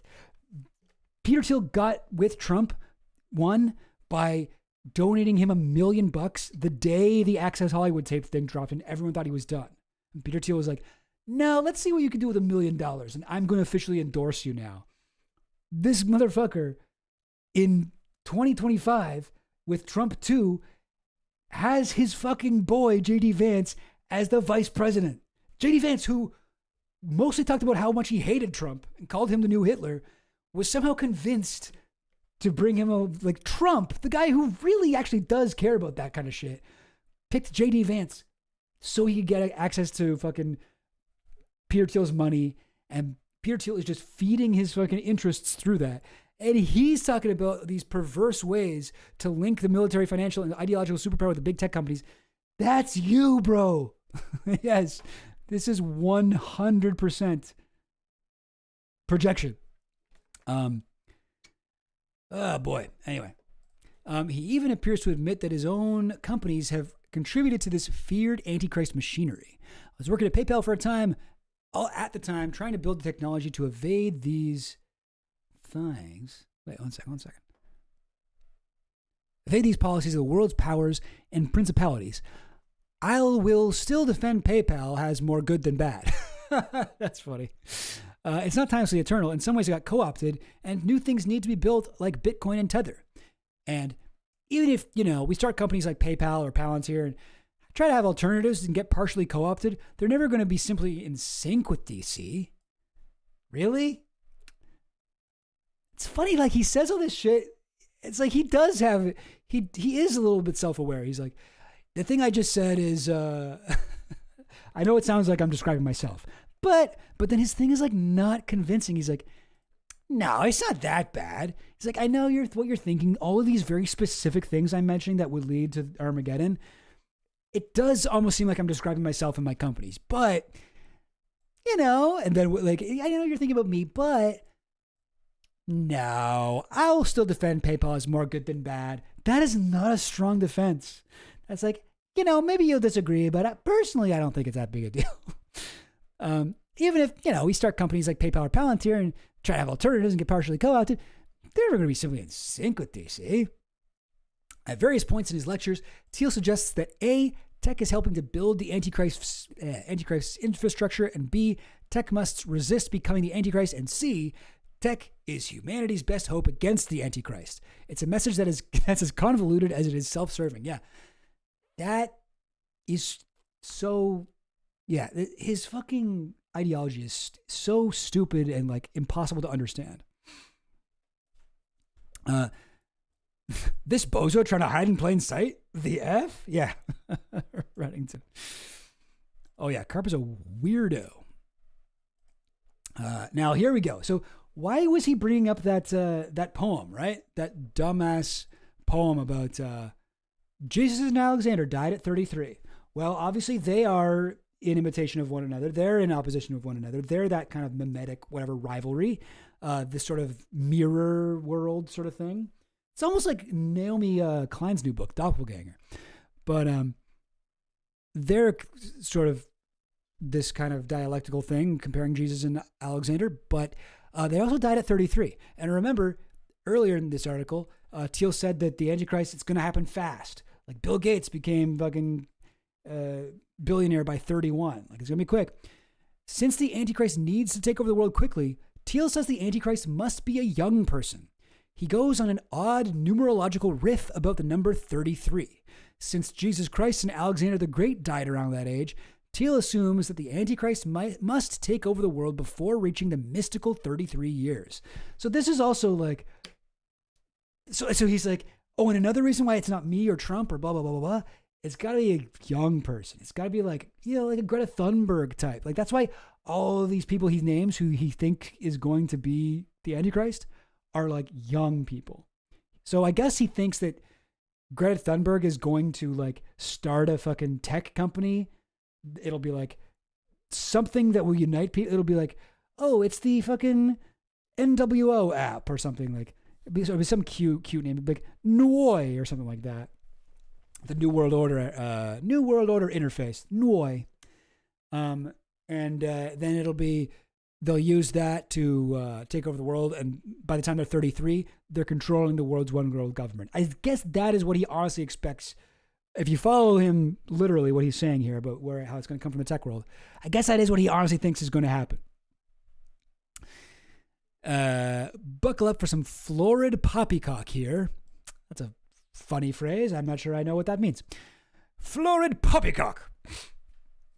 Christ only lived to age 33. This must have been right after he read the poem, right? And became history's greatest man. The Antichrist has to somehow outdo this. I don't want to be way too literal on the 33 number. I'd rather stress the Antichrist will be a youthful conqueror. Maybe in our gerontocracy, 66 is the new 33. But something like these numbers do occur almost mystically through a number of different contexts. Buddha begins his travels at age 30 and experiences nirvana, ego death, at age 33. But I had to be ecumenical and say something nice about Islam. What the fuck? One idea that's pretty cool is when you're reborn into your afterlife, you're born into your 33-year-old self. Your 33-year-old self is your best self. It's like Alexander at the peak of his power. No, it's like Alexander when he died. That doesn't mean that's not the peak of his power. Or even in Tolkien, the hobbits have a coming-of-age ceremony at 33. That's how old Frodo is when he inherits the ring. Dude, shut the fuck up, you fucking nerd. What the fuck are you talking about? Of course, if you're way past 33, you're starting to run out of time for taking over the world. Anyway, all right. Thiel even suggests that the United States Constitution requires the president to be at least 35 years of age as an anti-Antichrist measure.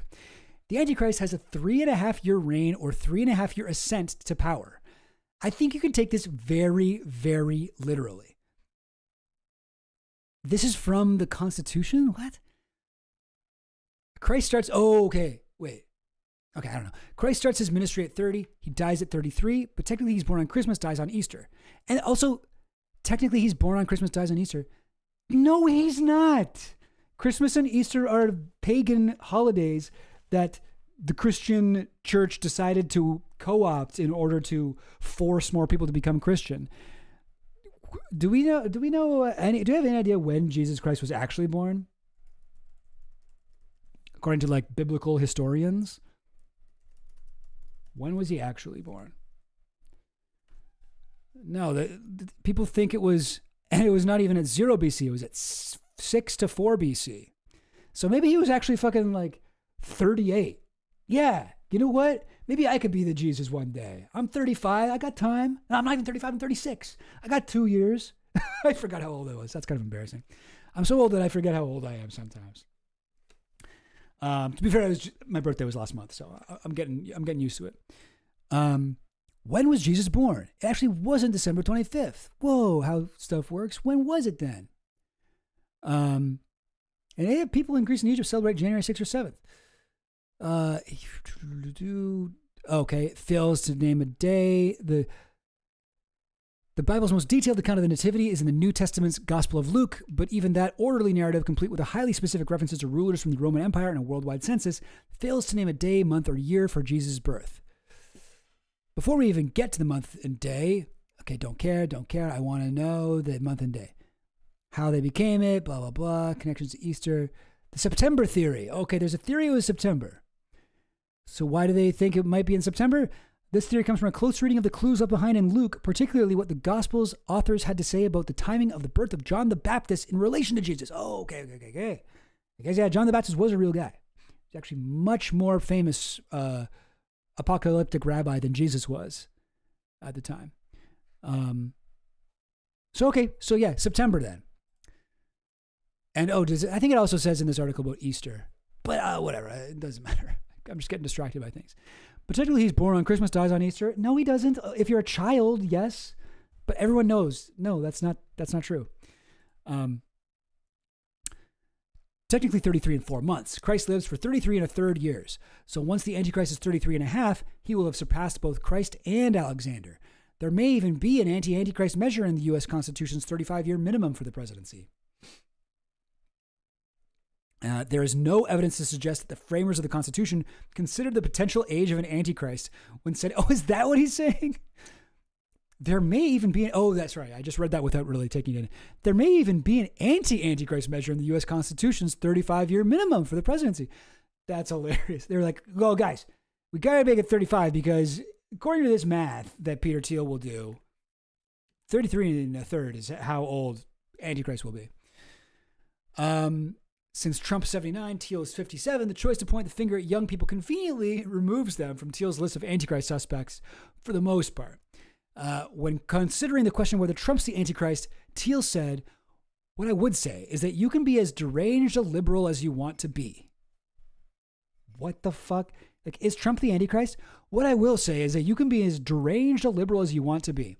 I'll give you a hearing if you believe in a sincere way, not like the people outside, but in a sincere, he's talking about like the protesters at the lecture he's giving. Not like the people outside, but in a sincere, rational, well-reasoned way and are willing to make the argument that Trump is the Antichrist. I will give you a hearing, and we should consider that. Thiel names more Antichrists. Okay, who does he do? So again, he names Greta Thunberg, along with AI critic's Nick Bostrom, the person who wrote a paper. Who the fuck is Nick Bostrom? He's a student? A Swedish-born philosopher. He doesn't look... He's 52. He's 52. So why is he naming him? Oh, where were we? Eliezer Yudkowsky. Who's he? Oh, an AI researcher and writer. Okay, so these two guys are anti-AI guys. He believes that advances in artificial intelligence may lead to superintelligence, which he defines as any intellect that greatly exceeds the cognitive performance of humans in virtually all domains of interest. He views this as a major source of opportunities and existential risks. I mean, this guy seems like he's mostly on the same page as Thiel. This guy seems like he sucks. But this guy seems like anti-AI. Right? Or maybe not. Best known for popularizing ideas related to friendly artificial intelligence.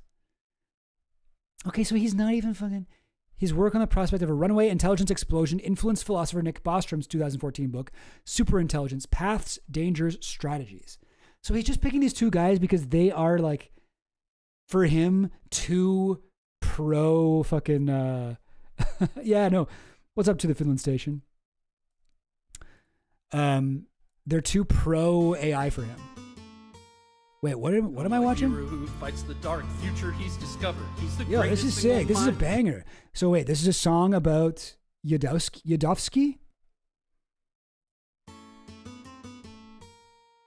I'm a hero who fights the dark future he's discovered. He's the greatest single mind since L. Ron Hubbard. He's gonna save us all from the end of days. And he don't carry no gun, just a theorem called Bayes. He's gonna fight the robots, don't ask me how. And he's gonna do it 200 years from now. They're gonna freeze his body and upload his brain. Or maybe upload his body and freeze his brain. I mean... Big Yud, Big Yud, Big Yud. He's He's Oh, gonna this is stop our Yudovsky? future robot overlords and save us Big all. Big Yud.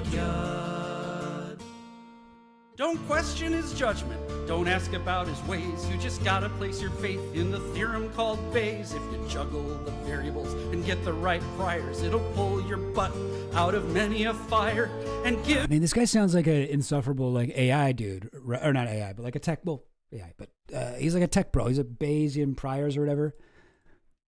Oh, this is the guy that wrote the fucking the Harry Potter fan fiction. Oh my god. Okay, maybe he is the Antichrist actually. Yeah, what is it called? The rationalist Harry Potter or something like that, or what was it? Yeah, like the Sam Bankman-Fried guy was into it. Okay. Give you the power to take on the big galoot if you pay the Machine Intelligence Research Institute. A billionaire's bankroll only goes so far. It's funny. And did he get funding from Thiel? And now Thiel is saying he's the Antichrist? That's crazy. Yudkowsky. Thiel. Oh. There it is. Harry Potter and the Method of Rationalism. And it's like it's like longer than Harry Potter books. Oh, oops. I meant to copy that thing from you. Harry Potter and the Method of Rationalism. Did it work? There we go. Okay, cool. A book written by the Antichrist. It adapts the story of Harry Potter to explain complex concepts in cognitive science, philosophy, and the scientific method. Yudkowsky's reimagining supposes that Harry's aunt Petunia Evans married an Oxford professor and homeschooled Harry in science and rational thinking, allowing Harry to enter the magical world with ideals from the age of the Enlightenment and an experimental spirit. The fan fiction spans 1 year, covering Harry's first year in Hogwarts. HPMOR has inspired other works of fan fiction, art, and poetry, blah, blah, blah. How long is it? Yeah. 122 chapters and over 660,000 words. That's a lot, right? 660,000 words is a lot. How many words are in Harry Potter? The first book has 76,944 words. The longest book has 257,045 words. This fucking book has 660,000 words. This is like reading all of the Harry Potter books, and it's just about his first year. So imagine how insane you have to be to fucking remember all this shit. Yeah, this is fucking crazy. Anyway, the guy who did this is apparently the Antichrist, according to Peter Thiel. Thank you so much for letting us know that to the Finland station. To the Finland station. I was thinking the other day, like, to the Finland station. Is your name a takeoff of Tom of Finland? The guy that does the really beefy like porn guys? Tom of Finland. I don't know if I can even show it on screen. Probably not. No, I can show it. This guy? Tom of Finland. Because I keep seeing to the Finland station and like it's like TO or whatever. I'm always like, oh, Tom of Finland over here. Okay. Where were we? Oh yes, we were on this page. AI critics Nick Bostrom and Eliezer Yudkowsky as possible agents of the Antichrist. Yudkowsky fired back, telling the Post that my understanding. Let me do like a nerd voice for him. My understanding is that authorities from multiple Christian denominations have stated that Thiel's views identifying the Antichrist with proposals to regulate the AI industry are not deemed to be compatible with conventional Christian belief. Well, belief in God is not necessary. Thiel's previously said he's religious but not spiritual. He expands on that theme. That's funny. I'm religious but not spiritual? Well, what the fuck are you? I like all this stuff about how we hate gays, but I don't actually believe in any of the mystical stuff. My line's always, we don't need belief in God. We don't need belief in the Bible. We need knowledge of God, knowledge of the Bible. there's some way that you can have knowledge of Christ. He's a type of man, a type of healer, a type of carpenter, a type of scapegoat, a type of king. And there's something we can also do with history. We can't know everything, but knowledge is more important than belief. So is religion a tool for imposing hierarchy and order rather than a literal belief system? That wouldn't go over well with believers. Yeah, like this is one of the weird parts where it's like, because my thing is, he must be trying to manipulate religious people. But when he says shit like this, like, isn't it obvious that like that isn't going to go over very well? I don't know. Or maybe he thinks it will. Maybe he thinks it'll go over better with the atheist types. Because, I'm an atheist, but I do sort of think of the Bible in that way where I'm like, there are interesting things in the Bible, like the New and Old Testament are together like a really cool piece of documentary evidence or not documentary evidence, but documentation of these ancient historical texts that have been preserved in this like one volume of things. Like there's some of the shit in there is like really, really old. And it's just cool to be able to read that and see similarities between the way people think about ethics and whatever philosophy compared to how we might think of it today, even in a secular context.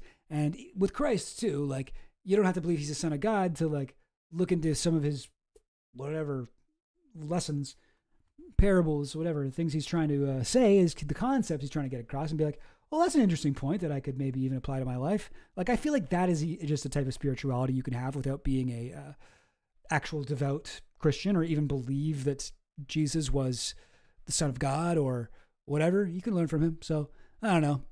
I guess I should make fun of Peter Thiel, everything he's saying here. It's just my instinct, guys. Peter Thiel, I just always want to make fun of him right away. But concluding his fourth lecture, Thiel makes an unusual remark about Acts 17, an organization seeking to spread Christianity in Silicon Valley, and the host of his lecture series. I'm supposed to do some kind of advertisement for Acts 17. The non-egalitarian, very heretical thought I'll give you is, perhaps, whatever you're doing here in San Francisco is more important than everything everybody's doing in Christian work in the rest of the world combined. Oh my God. These fucking Silicon Valley dudes, they all think that they're God. Messiah complex. Fucking ridiculous. So after 4 nights of lecturing about the Antichrist, Thiel proclaims that evangelizing to the comfortable and privileged in San Francisco beats serving the poorest of the poor around the world. And Jesus wept. Yeah, that is crazy. What a crazy dude. Did I have anything else on this?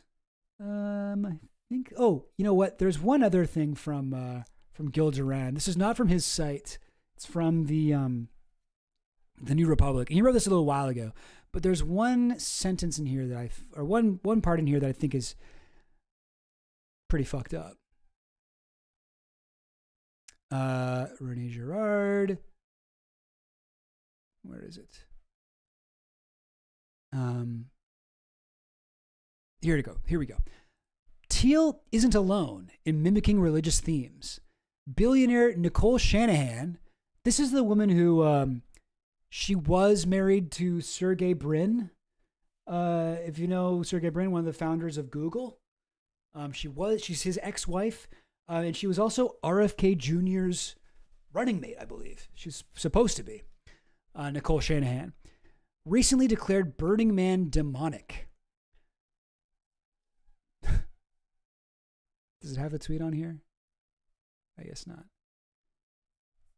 Anyway, whatever. She tweeted. Here it is, Nicole Shanahan. Oh, she made a whole friggin' Twitter blog post about it. Wow, that's crazy.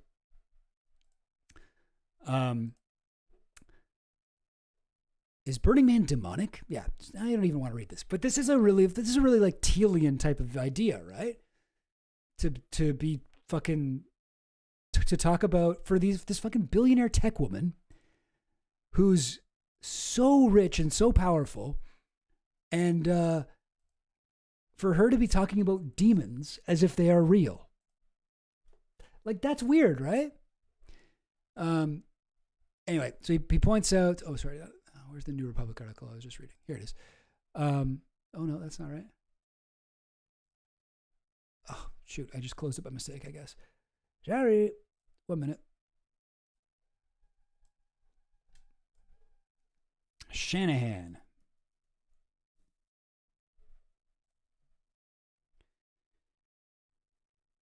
Oh, jeez. I'm trying to type with one hand here. Why don't I type with two hands? I totally could do that. Shanahan.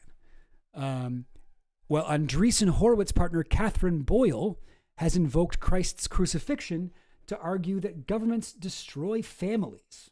Trey Stevens, a Thiel ally and self-proclaimed arms dealer who co-founded the drone warfare company Anduril, another warped Lord of the Rings reference, frames his work as part of a quest to carry out God's commands to bring his kingdom to earth as it is in heaven. Stephen's wife, Michelle, co-founded the Acts 17 collective, acknowledging Christ in technology and society. Oh, is that what that stands for?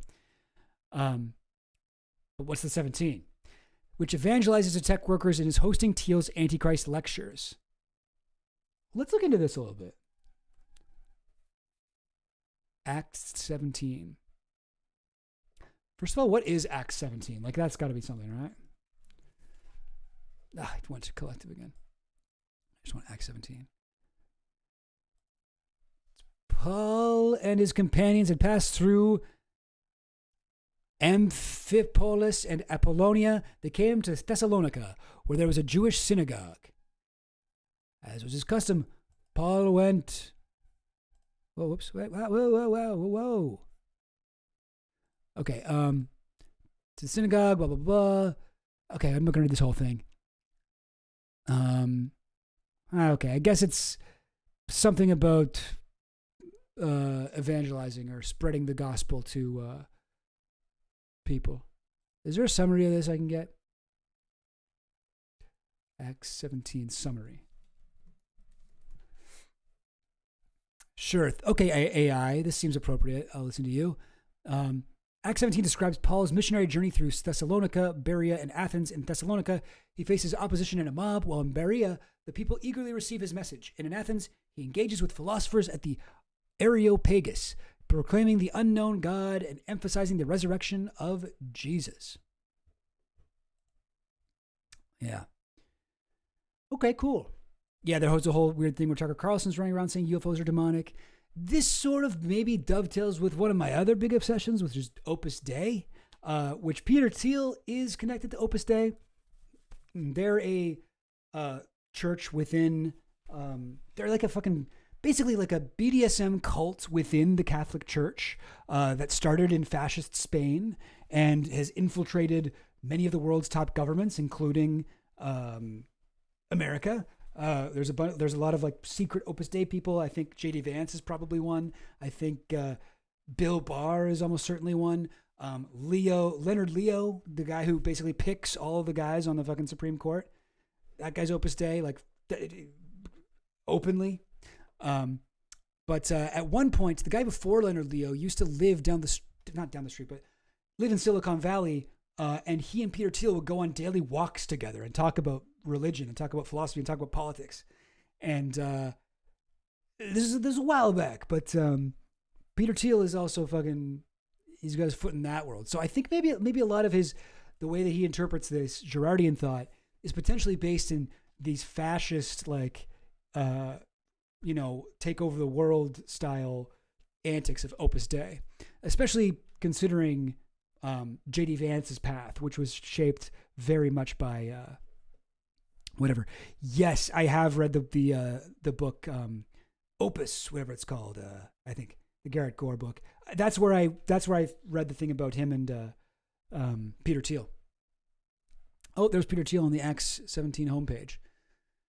You guys want to see that? Let me see if I can find this. Peter Thiel, Opus Dei. Let's just find it if it comes up. Peter Thiel has connections to Opus Dei, a controversial Catholic organization known for its secretive practices and influence in politics. Thiel's involvement includes supporting initiatives and individuals linked to the group which aim to promote a conservative Christian agenda.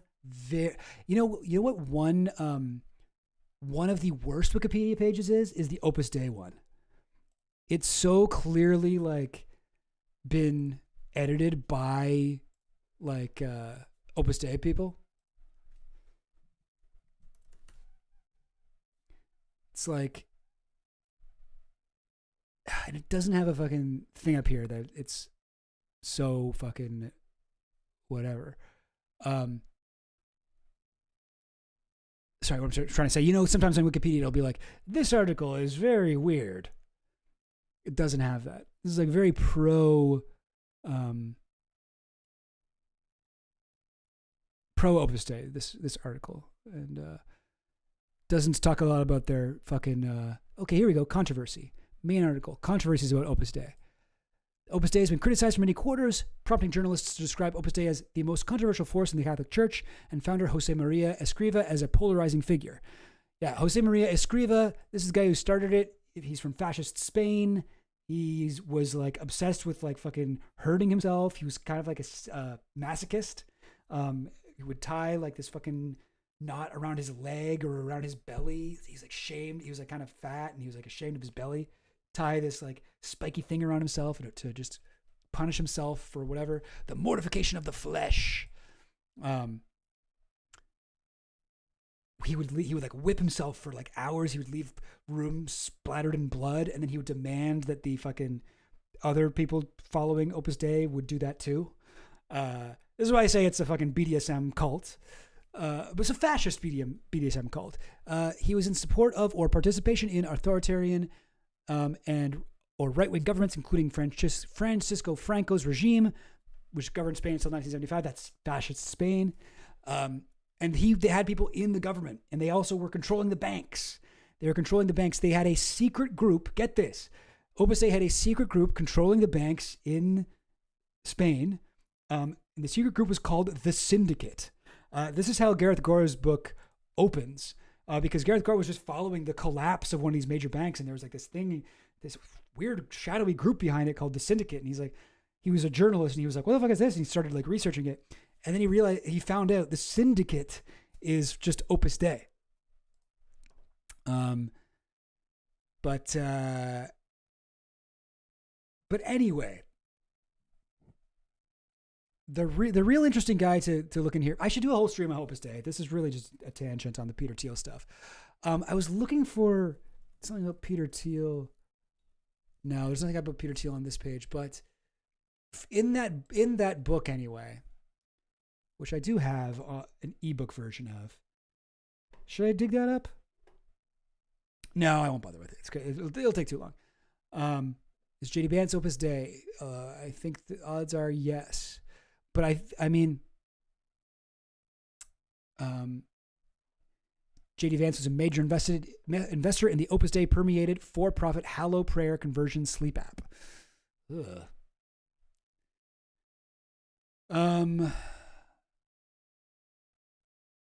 Oh, there's Peter Thiel in here. Hang on. Oh, just one mention. Okay, I can't find it. Whatever, it's not important. But Peter Thiel used to be good friends with the guy before Leonard Leo, who was the guy who was connecting Opus Dei to all these politicians. And he was fucking crazy scandal with him, where he was like abusing women and covering it up. But another thing with Opus Dei is like they are also human trafficking. They're human traffickers. This is a surprisingly not become a major scandal yet, but it will. They are a massive global human trafficking organization. Proven, like this is not allegedly.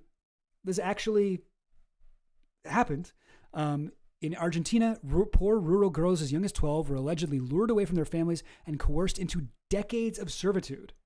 And they would be shipped around the world, and they'd be sent to these fucking weird little cloistered Opus Dei houses where these men go to learn to be Opus Dei priests or whatever. And all they would do is fucking work, clean the bathrooms, clean the kitchens, whatever. Like they're slaves, essentially. Children that were kidnapped, lured away from their families in Argentina. So how did I describe them again? They're a fascist BDSM cult within the Catholic Church. I guess I'll put within the Catholic Church at the end. They're a fascist. They're what was it? A fascist BDSM cult / global human trafficking, global child trafficking network within the Catholic Church. Like that is what they are. Like that is what they are. And they also have infiltrated the U.S. government. Yeah, they're very bad. They're really bad. This, aside from like Epstein and Peter Thiel, Opus Dei is another one of my obsessions. But in any case, sorry, none of that is really important. What were we talking about Peter Thiel, Act 17 Collective? Any press? I feel like I've been talking about Peter Thiel for a long enough time. I feel like I should, sorry, I'm checking my messages on stream, so I shouldn't do that. You know what?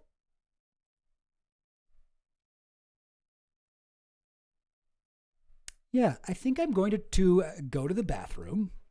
But while I do, what can I put on for you guys? How about what's good? What's funny? Oh, I guess I could just put on more of the Onion Investigates. There's not that much time left here. This will give you enough time. All right, here we go. I'll go back a little bit. I remember the night Jeff died like it was several years ago. That day, the guards came to my cell and told me I had to leave, but not to worry because Jeff would be busy killing himself, which I always thought was really strange because that's against prison rules, and Jeff loved following the rules. In all my years of being a federal prosecutor, I've never seen a more botched government-sanctioned assassination. Nothing about the autopsy added up. There were clear signs of a struggle on his neck, wrists, and penis, and the presidential seal had been branded on his chest. Plus, several times during the autopsy, Jeffrey sat up, said he didn't kill himself, and asked if there was anyone around underage who could give him a massage. If Jeffrey Epstein's corpse admitted that he didn't kill himself, then the question remains, who did?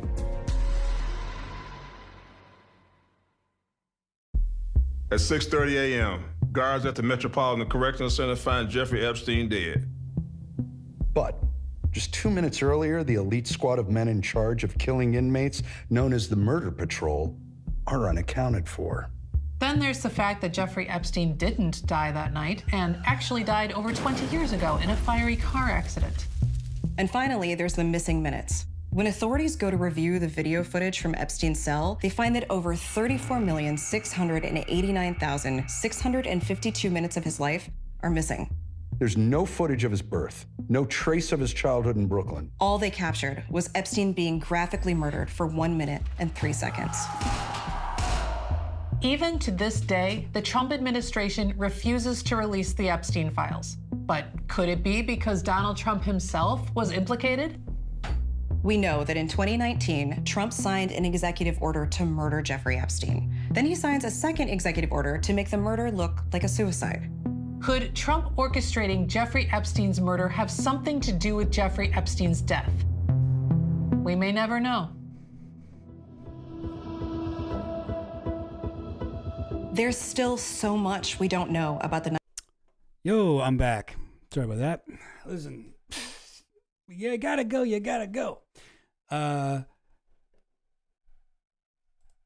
Yeah, Peter Thiel, Blood Boy. See, this is another thing, right? It's like certain things that people say about George Soros, or, you know, like Pizzagate shit, where they're like, oh, the elites are trying to drink our children's blood. Well, Peter Thiel actually has a fucking investment in a company that is like, we will take the blood of young people and give it to old people to like help them live longer. Like he's got that billionaire thing where he doesn't think he's going to die. And he thinks he can buy his way out of dying. And so yeah, he's actually like kind of literally doing this like blood libel thing that's QAnon or whatever is obsessed with. Peter Thiel, Blood Boy. Let me look it up. Here, I'll give you guys the screen in a second. Blood Boy. Yummy, yummy blood. No. There it is. Peter Thiel wants to inject himself with young people's blood. Vanity Fair. Silicon Valley billionaire reportedly sees blood transfusions as the pathway to radical life extension. Yeah. It's like he's drinking children's blood.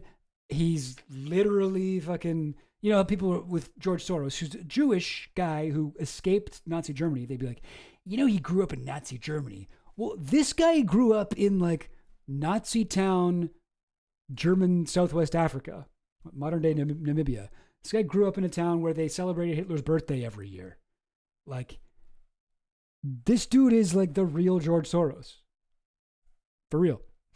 Oh, here's a classic old fucking quote from Thiel.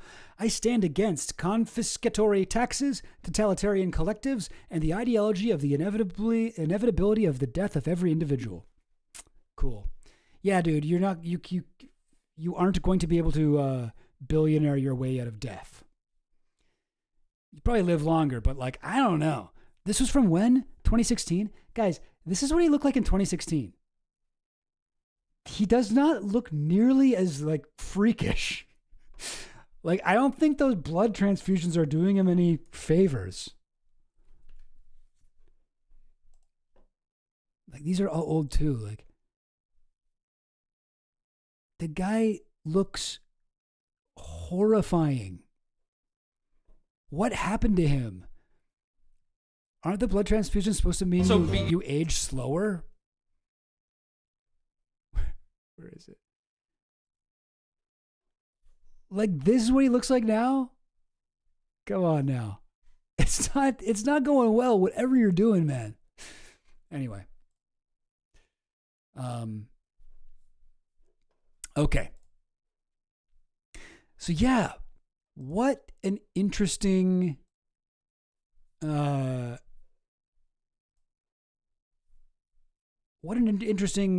series of things this has been. Sorry, I'm trying to think of a way to sum this up for the clip, but yeah. So end of the day, guys, I hope that that helped you understand Peter Thiel's weird obsession with the Antichrist a little bit more. Definitely seems like something that we're going to hear more about, and I think, I don't know, my best impression of all this is not something that he literally believes. This is a niche fucking theological philosophy he stumbled into just because he went to Stanford with Gerard. And he's later been like, oh, you know what I can do is I can take all this shit that all these like whatever Jesus nerds, all these fucking Antichrist nerds have figured out, like Palaver, and let me just like slot in like my fucking enemies list. I'll read all their shit and then I'll be like, and that's why it's Greta Thunberg and fucking the Wud, the Yud. That's what it is. Greta Thunberg and Big Yud. That's who I think the Antichrist is. Based on nothing. Never explains that part. It's just so obvious. But unfortunately, this guy with his insane ideas has a ton of power. Like, these ideas have already influenced, it seems, J.D. Vance, his scapegoating and everything. So I don't know. I found this article really, really good. The one in Wired by Laura Bullard. I found this article really, really good. Highly recommend you guys check it out. It really gave me a new understanding of Peter Thiel that I didn't have before. And it's good to try to understand these people, I think. All right. I do also have some news, some Epstein news. Yeah, for how much uppers he's undoubtedly taking. Tom Finland, the blood transfusions might be keeping him from looking worse. I mean, yeah, that's a good point. I mean, we know we know from Ehud Barak's emails that the guy is probably like on meth or something. Like, he was very, how did Ehud Barak put it in the emails to Epstein? It was like something like, or it wasn't to Epstein, actually. It was to somebody else. But he said he met with Peter Thiel, and he was hoping to talk to him about him and Epstein's company, Reporty. And he was like, he was drug affected. I don't even know if he'd remember me. Something like that. Drug affected, was it? Drug affected. He was on some kind of drug impacted. That's it. Drug impacted. Drug impacted.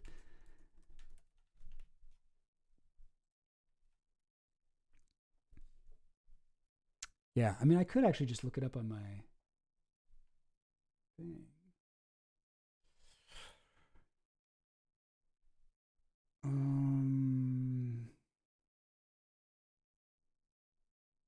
No, I don't want to do that. It's going to take me too long. I do have other stuff to go over.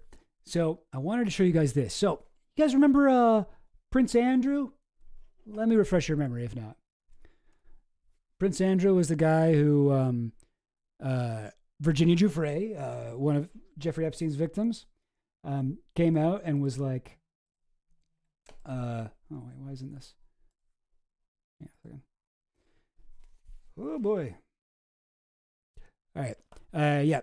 Virginia Roberts Giuffre, she came out in, when was it, like 2015? No, I think it was like 2010 or something like that, when her photo was originally posted by the Daily Mail or some tabloid. She made claims about him. Here's the famous photo of her when she was 17 with Prince Andrew and Ghislaine Maxwell.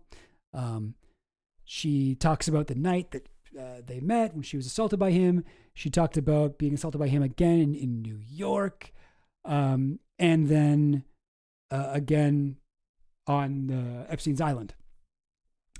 So that was a while ago. That was a little while ago. It did not look good for our buddy, our friend, Prince Andrew.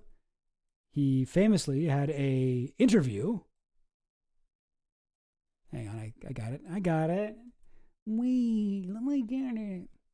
We've come to Buckingham Palace in highly unusual circumstances. Normally, we'd be discussing your work, your duty. We'll come on to that. But today, you've chosen to speak.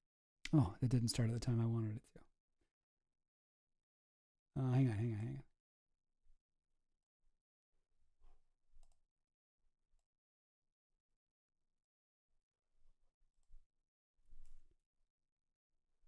She described dancing with you, no. and you profusely sweating, and that she went on to have bath, possibly. There's a slight problem with the sweating, because he's so confident here. He's like, I'm about to fucking destroy you right now. You're gonna wish that you never even brought this shit up. Okay, are you ready? I don't think you're ready. Are you ready? I don't think you're ready for this, Jelly. Guess what?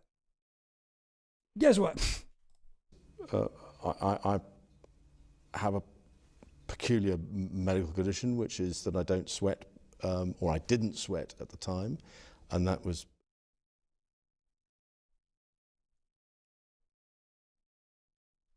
Had suffered what I would describe as an overdose of adrenaline in the Falklands War when I was shot at. And I simply, it was... Andrew, the man who doesn't sweat, the incredible non-sweating man, the incredible non-deodorant wearing, non-sweating man, the man with no body odor. Step right up, roundly a nickel.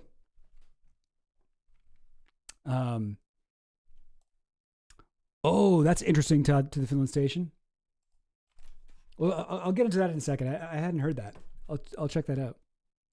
Shoot me a link if you have one. But anyway, it was almost impossible for me to sweat. This was a famous part from this interview where he says he doesn't sweat. He's like, well, that's why his story doesn't hold water, or should I say sweat, because I do not perspire. Check and mate. Okay, but he really downplayed. So he said Virginia Giuffre was lying. He also said. He never discussed with you the fact that an arrest warrant had been issued. No. So, okay. So he came... I won't hit pause. Okay. Oh, jeez. So she's asking him right here, why were you hanging out with him for so long? Like, he was like under investigation and shit? Like, you kept hanging out with him? When the invitation was issued, what was going on in the United States. And I wasn't aware until the media picked up on it, because he never said anything about it. He never discussed with you the fact that an arrest warrant had been issued? So he came. This was in the U.S. Like, I'm a British guy. I don't even know what's happening over there. Came to that party knowing police were investigating him. Well, I'm not quite sure whether was it police that I don't know. You see, this is the problem. It was the I Palm really Beach don't know. police. I actually still haven't. But I mean, I'm afraid this is the still problem. haven't even heard about this. This is an awful lot of this was going on in the United States, and I wasn't a party to it, and I knew nothing about it. In 2008, he It's was United States. I used to get so bored whenever they talked about the United States. You know, I have a peculiar medical condition where you tell me anything about the United States, I just don't remember it. I don't know it. It just goes out of my head. You know, it's like sweat, but except for that I have this. You know, it's gone from me. It sweats out of me. Victim. Oh, Jesus, stop it. Of soliciting and procuring a minor for prostitution. He was jailed. This was your friend. How did you feel about it? Yeah, your friend was put in jail. You didn't know about that? Well, I ceased contact with him after I was aware that he was under investigation, and that was later on in 2006. 2006. And I wasn't in touch with him again until 2010. So 2010. Okay.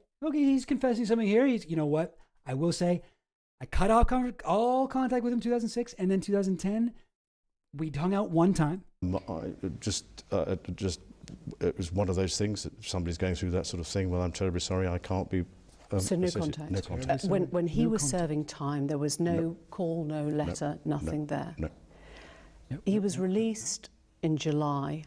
Within months, by December of 2010, you went to stay with him at his New York mansion.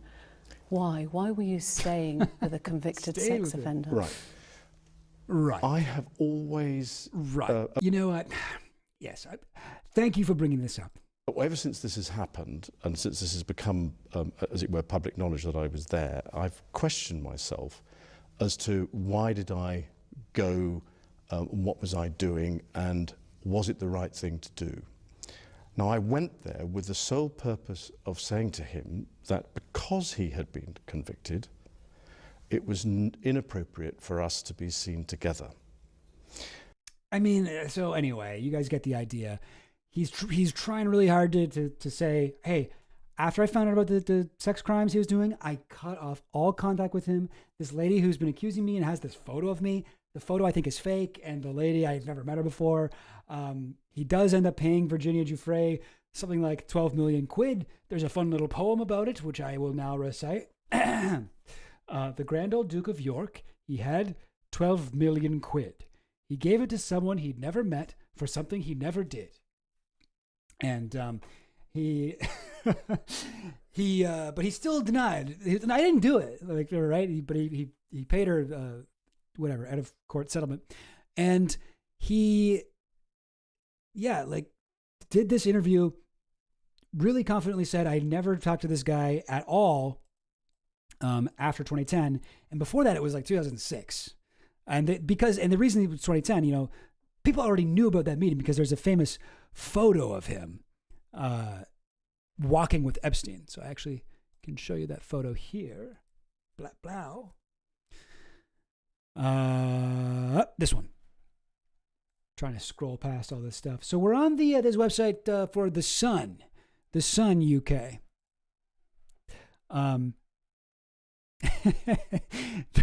This is a not a great, I would say, not a great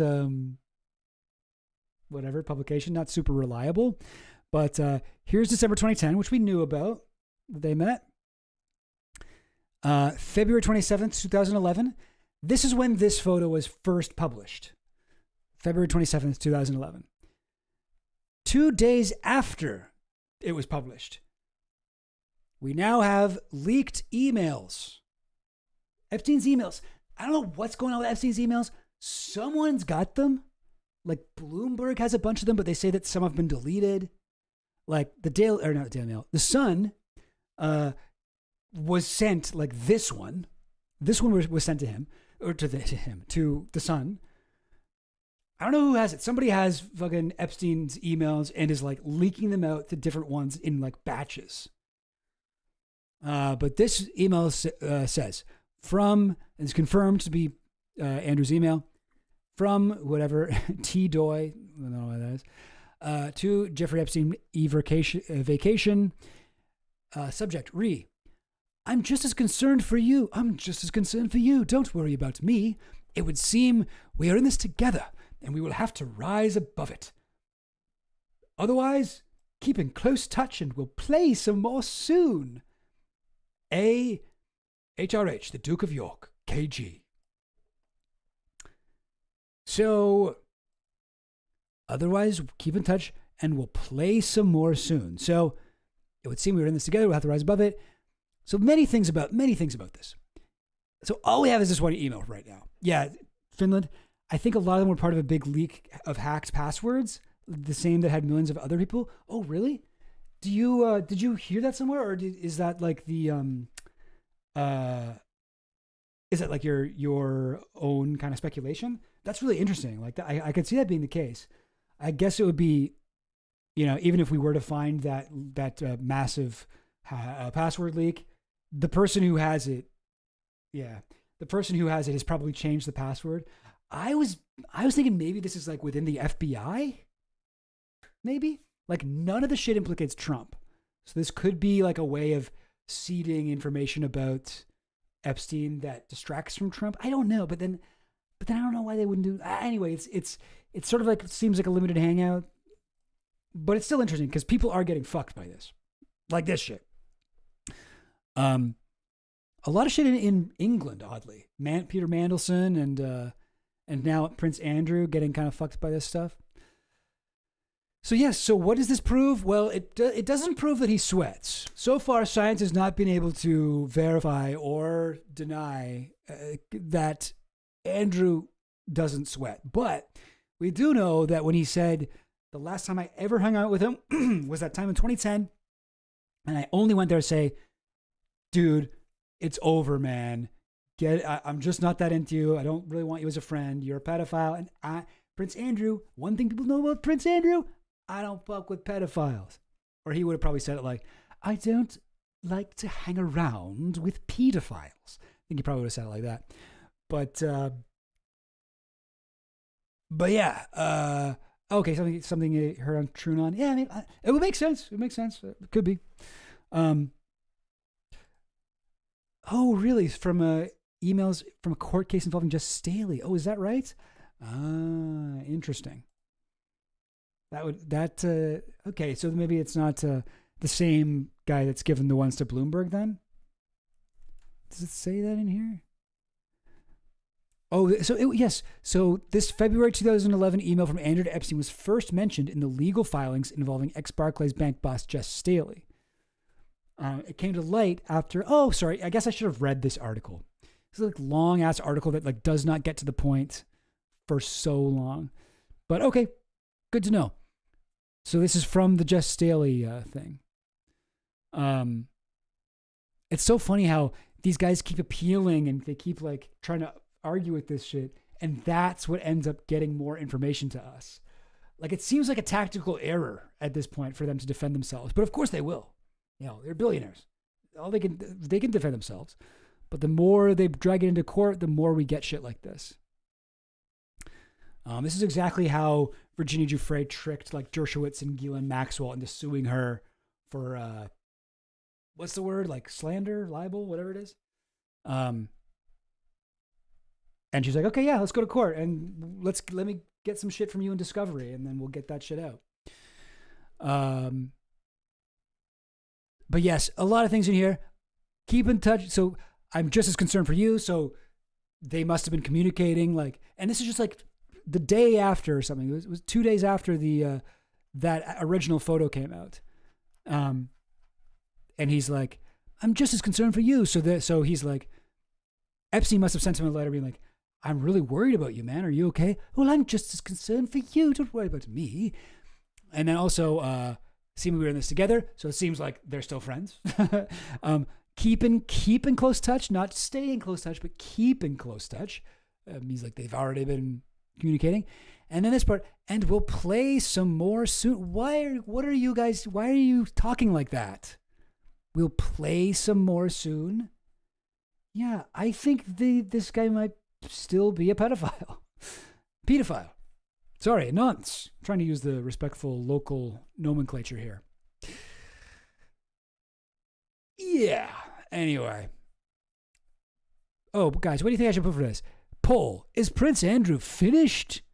Yes, he has been for some time. Yes, especially now. No, he could still save his reputation. So there's a lot about how how bad things are for him, that these are the options here. I mean, yeah, it's got to be this, right? 77.8%. Wow, 1.5% do think that he... Thoughts on all-inclusive holidays? It's giving me another thing right now. Oh, why don't I just sit here and do these quizzes? Not really my thing. I actually feel much stronger about this than that, but okay. Okay. There we go. This dude, eh? Hanging out with priests. What are they doing? Swapping pedophile tips and tricks? Okay. All right. That's all I had to say about... and in conclusion, that was Prince Andrew. So Prince Andrew's fucked. What else do I got? Oh, I don't know.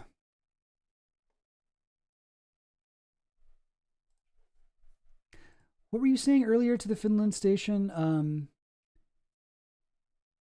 Oh, did you get me a link? You get me a link?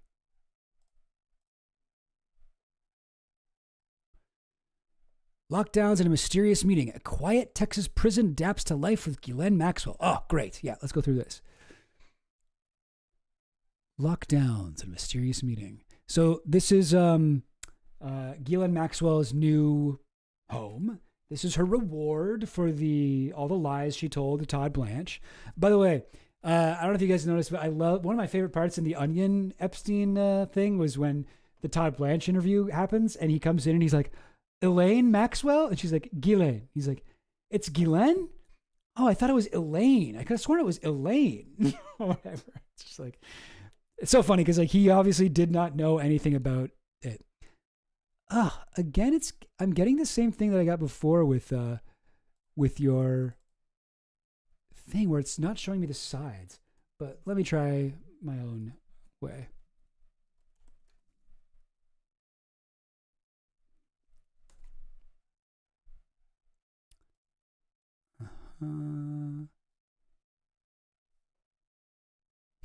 See how it's doing that?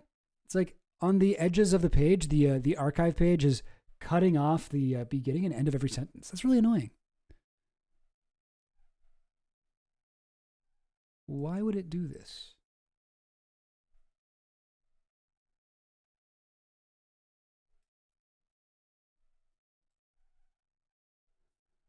Sorry, guys. I'm sure this is very exciting to watch.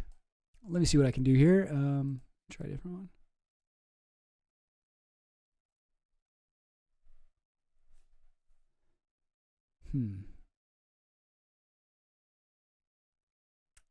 Let me try Internet Archive. I mean, they don't usually have this, but... Oh, server not found? That ain't good.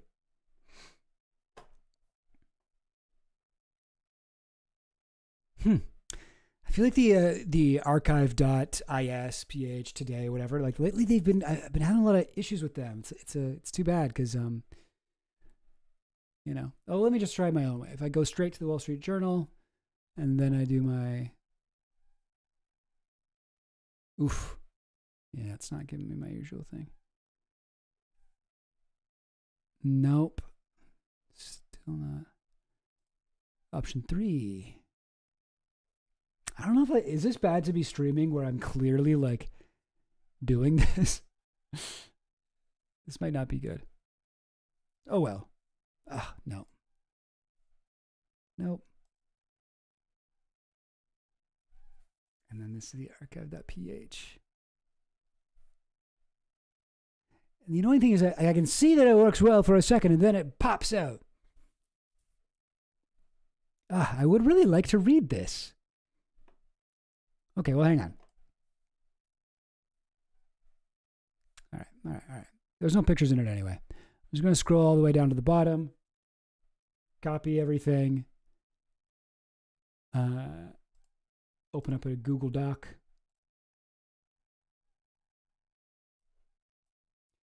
Paste it in. There we go. All right. Here we go. So we're reading this off of a Google Docs page. Nothing illegal about this. Did not steal this from anywhere. Absolutely not. You did not just witness a information heist. Oh, yeah. That's funny to the Finland. That's exactly what I just did. I swear I just saw that. Sorry. I don't know if that's very convincing, but yeah, we're on the same page here. On a weekend in mid-August, hundreds of inmates at a minimum security prison in Bryan, Texas were locked down during their usual time for strolling the grassy campus and visiting with family and friends. All except one, Ghislaine Maxwell, the 63-year-old associate of Jeffrey Epstein, convicted for her role in helping him sexually abuse underage teens, not teams. While her fellow inmates were confined to their dormitories after breakfast, Maxwell met with several visitors in the federal prison camp's chapel, according to people familiar with the matter. Interesting. Gah, who, though? So she's going to get a pardon? I mean, I don't know. I don't want to catastrophize right away. Maybe she just invited over some young Swedish dog walkers or something like that. Less than 3 weeks earlier, the Justice Department had moved Maxwell to federal prison camp Bryan. We know all this. She's moved there. This prison does have, like, the people are allowed to leave. They are allowed to get prison leave. So it's crazy that Maxwell, who's, her conviction doesn't ordinarily qualify for such a position. But I don't know that we know that she's been able to do that there. So maybe not. But yeah, the transfer followed an interview with senior Justice Department official Todd Blanche, during which Maxwell said she had never seen President Trump during his long association with Epstein doing anything inappropriate or illegal. Which, I mean, yeah, we know that that's not to be believed at all. Maxwell's unexpected arrival upset the camp's usually relaxed atmosphere, leading to more frequent lockdowns, the addition of armed guards, and other changes. Current and former inmates said in interviews that Maxwell appeared to receive unusually favorable treatment at times. This is unusually favorable treatment at the fucking unusually favorable minimum security prison. It couldn't be determined who Maxwell met with in the chapel that day. Maybe she just wanted to go to church. Okay, maybe she's a Catholic now. Maybe it was Peter Thiel. Maybe she just wanted to learn about the Antichrist. Back off. David Marcus, Maxwell's lawyer, declined to comment. Nice little photo of her and Epstein. One inmate recalled seeing Maxwell return to the Madison dormitory unit that day with a smile on her face. When that inmate asked Maxwell, this is this photo of them in a cottage. This is actually, does it say? No, it just says an undated photo of Jeffrey Epstein and Ghislaine Maxwell that was an exhibit in her 21 trial. This is actually at the royal, family's, what is it, summer house? Royal family summer house. I'm not sure if that's what it is, but Scottish Daily Express. But here you go. So there's the photo we were just looking at, the two of them, and then here's the fucking queen sitting at her summer house. So sitting right on that same exact bench. You can see that one log in the log cabin that's got the little crack in it. It's right there. One below it has like a little mole. Yeah. Yep. Cool. Anyway, so funny that this case is so fucking crazy that even in this article where they're going through stuff about Ghislaine Maxwell, they don't even mention where this thing was. They're that'll take us down a fucking rabbit hole. Who are we? Chill Goblin streaming? We don't need to talk about that right now. One inmate recalled seeing Maxwell return to the Madison dormitory unit that day with a smile on her face. Great. Good to hear. When that inmate asked Maxwell about the meeting, she said it went really well, but didn't share any other information. Less than a week later, the Justice Department released a transcript of Blanche's July interview. Oh, wait. So this was... I'm a little confused. Was this at the same... Okay, yeah. Okay, so less than 3 weeks earlier, they'd moved her. So this was after... So she was moved to this minimum security prison after the interview with Todd Blanche, right? Yeah. The transfer followed the interview with Todd Blanche. And so this meeting happened while she was at the new prison, the second prison. And then all of that had happened. The interview was in July. And then A week after this meeting in the chapel, the Justice Department released a transcript of Blanche's July interview. Okay, interesting. And then asked after the Supreme Court ruling if he would consider pardoning Maxwell, Trump said, "I'd have to take a look at it. I'd have to take a look at it." Yeah, okay. Yes, very true to Finland. Not the first time Gillen has sat in the same place as the Queen. Yes, that's why I was a little confused. Just interviewed in Tallahassee. The meeting happened before the transcript was released. Cool. Got the timeline now. Some Trump supporters have continued to draw attention to the Epstein affair by spreading conspiracy theories about a potential cover-up of a client list identifying wealthy and famous associates of the disgraced financier who died by suicide in 2019. Just going over stuff we already know. I suppose... Yeah. Maxwell's, this is kind of funny. Maxwell's fellow inmates currently include Elizabeth Holmes, the founder of blood testing company Theranos, who was convicted of defrauding investors, and Real Housewives of Salt Lake City star Jennifer Shaw, who's in prison for defrauding seniors through a telemarketing scheme. I mean, this is a fucking weird mix of people.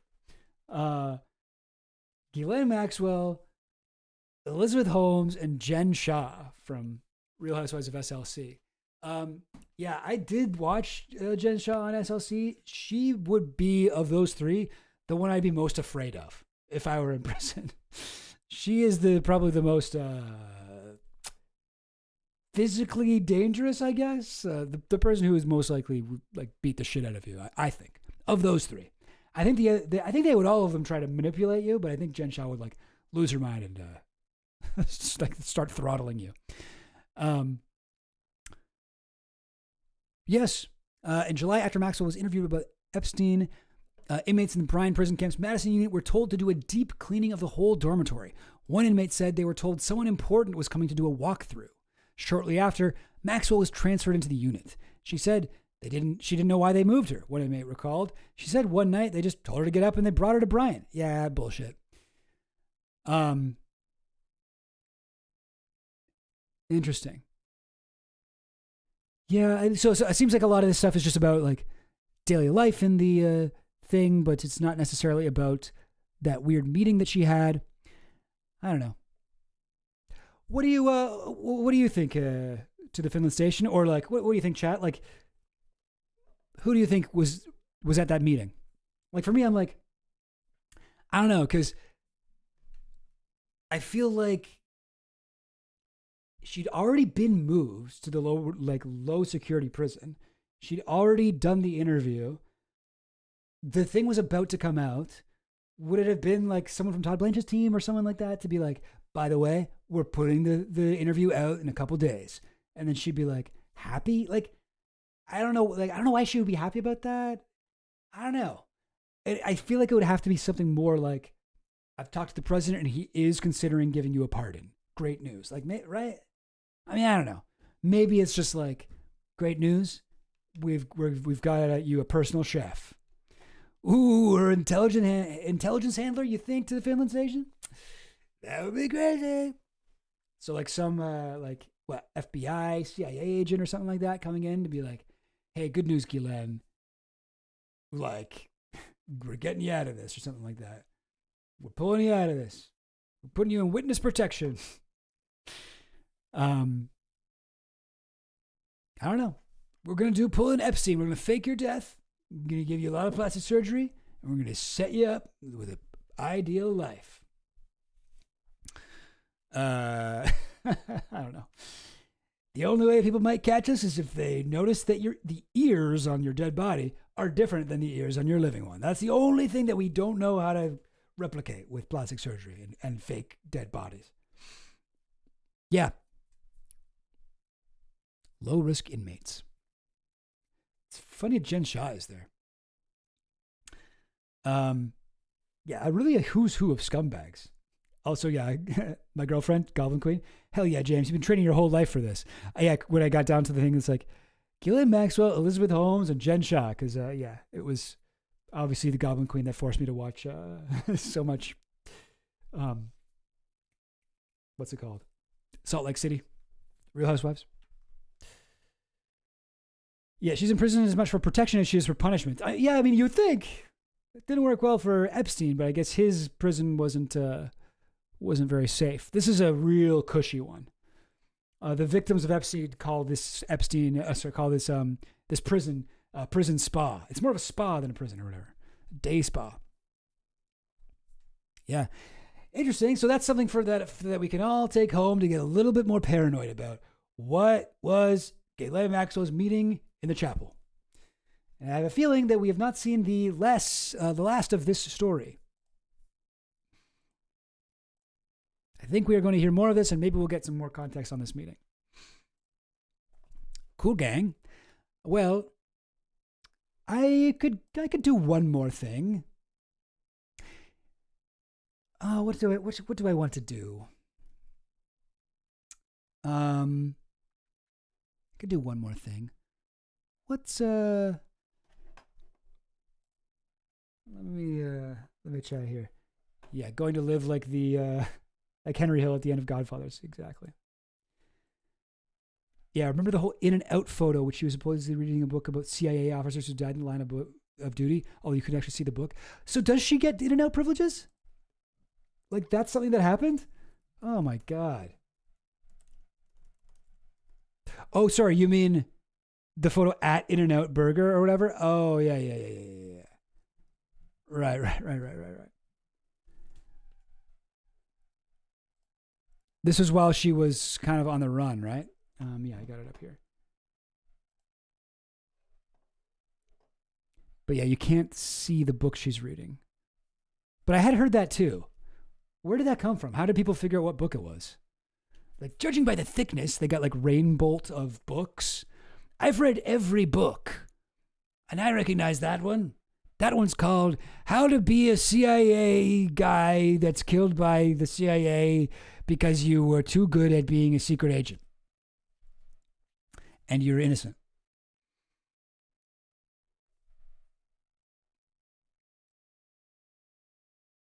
The photo supposedly manipulated.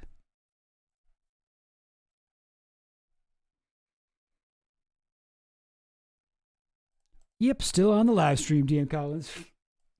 Probably not for too much longer. I'm trying to think of a way to end this. But I mean, sorry, wait. What do you mean the nearest? Oh, you mean it? Like if they give her day pass privileges, like you think she'll go to an In-N-Out again because she likes that restaurant, or what do you mean? Or you're talking about yourself? No, aren't you in like Finland or something? 100 minutes away. She's reading Harry Potter and the Methods of Rationality. True, although that must just be like chapter 1 of that fucking tome. All right. Interesting, gang. Interesting. Well, I don't know. I could do another thing, but I feel like I've done enough stuff. It's 12:32, so I've been streaming for about 4 hours. 4 hours of work is like really hard, guys. That's like a half of a shift. It's like a part-time shift. I think I'm gonna call it. Let's call it a day, guys. Thank you so much for listening, for watching. Oh, Tony Blair stuff? No. What's that? Yes, Finland. Ah, man. By the way, Finland or others. I got a Discord. I should maybe throw the invite in the chat. I feel like if you've watched this late into my like meandering stream about Peter Thiel and everything, and you're not part of the Discord, get in there. Hop in. Hop on.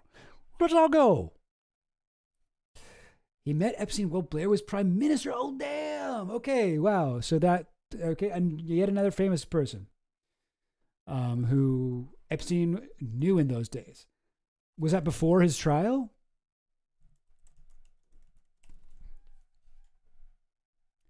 $2002. Yeah. So around the time he met, like, he was hanging out with Clinton and everything. Cool that we just now are finding out about this. in Downing Street. Isn't Downing Street like the Prime Minister's house? It's like the White House of England or whatever. Arranged by Mandelson, of course. Yeah. Cool. Well, all right. Oh, and apparently, emails seen by the BBC News show Lord Mandelson pushed for the meeting, telling Sir Tony's Chief of Staff, Jonathan Powell, that Epstein was a friend of mine who ex-U.S. President Bill Clinton hoped to introduce to the PM. So it was actually a double-pronged maneuver. It was Bill Clinton and Lord Mandelson. Like, Clinton, like, bro, come on now. Like, you know, like the birthday card shit, the whatever shit, like, you're helping him meet Tony Blair, the current British Prime Minister. Bro, you guys are friends. You're not just hanging out with the guy for his plane. You wouldn't introduce a fucking creep to a fucking British Prime Minister if you weren't his friend. You wouldn't do that. Bill Clinton is so full of shit. God, it drives me nuts. Can't trust anything that guy says, literally. Okay, gang. That's it. But if you're around, please join. Yeah, hey, please join the Discord if you want. Also, Discord is a psyop. I believe you, Godels. I'll look into that. Everything on fucking online is a psyop. Every fucking site, every major site everything on the internet, including the internet itself, started out as a U.S. military or a CIA op or whatever. Even fucking Tor, the fucking Jeffrey Snowden browser, is a fucking made by the CIA. It's like fucking, it's all a psyop. It's all a psyop. Any dangways, gangways. What was I going to say? Oh, yes. I'm going to also be streaming this Tuesday with my friend Dan. We're going to do more Flat Earth stuff. And I think we're just going to talk about like conspiracies in general, but it'll be like, I think more of a loose kind of like riffing, jokey sort of stream than my Sunday streams are tended to be. So tune in about that if you want. If you're streaming about Larry Ellison, I'll do that. The internet's a psyop. It really is. Check out Yasha Levine's book, Surveillance Valley, for more on that. Or a video by We're in Hell, which he based on that book. We're in Hell. Internet is a psyop. I think that's what his video is called. Yeah. This one. Really, one of the weirdest things that's happened to me as a... Really good video.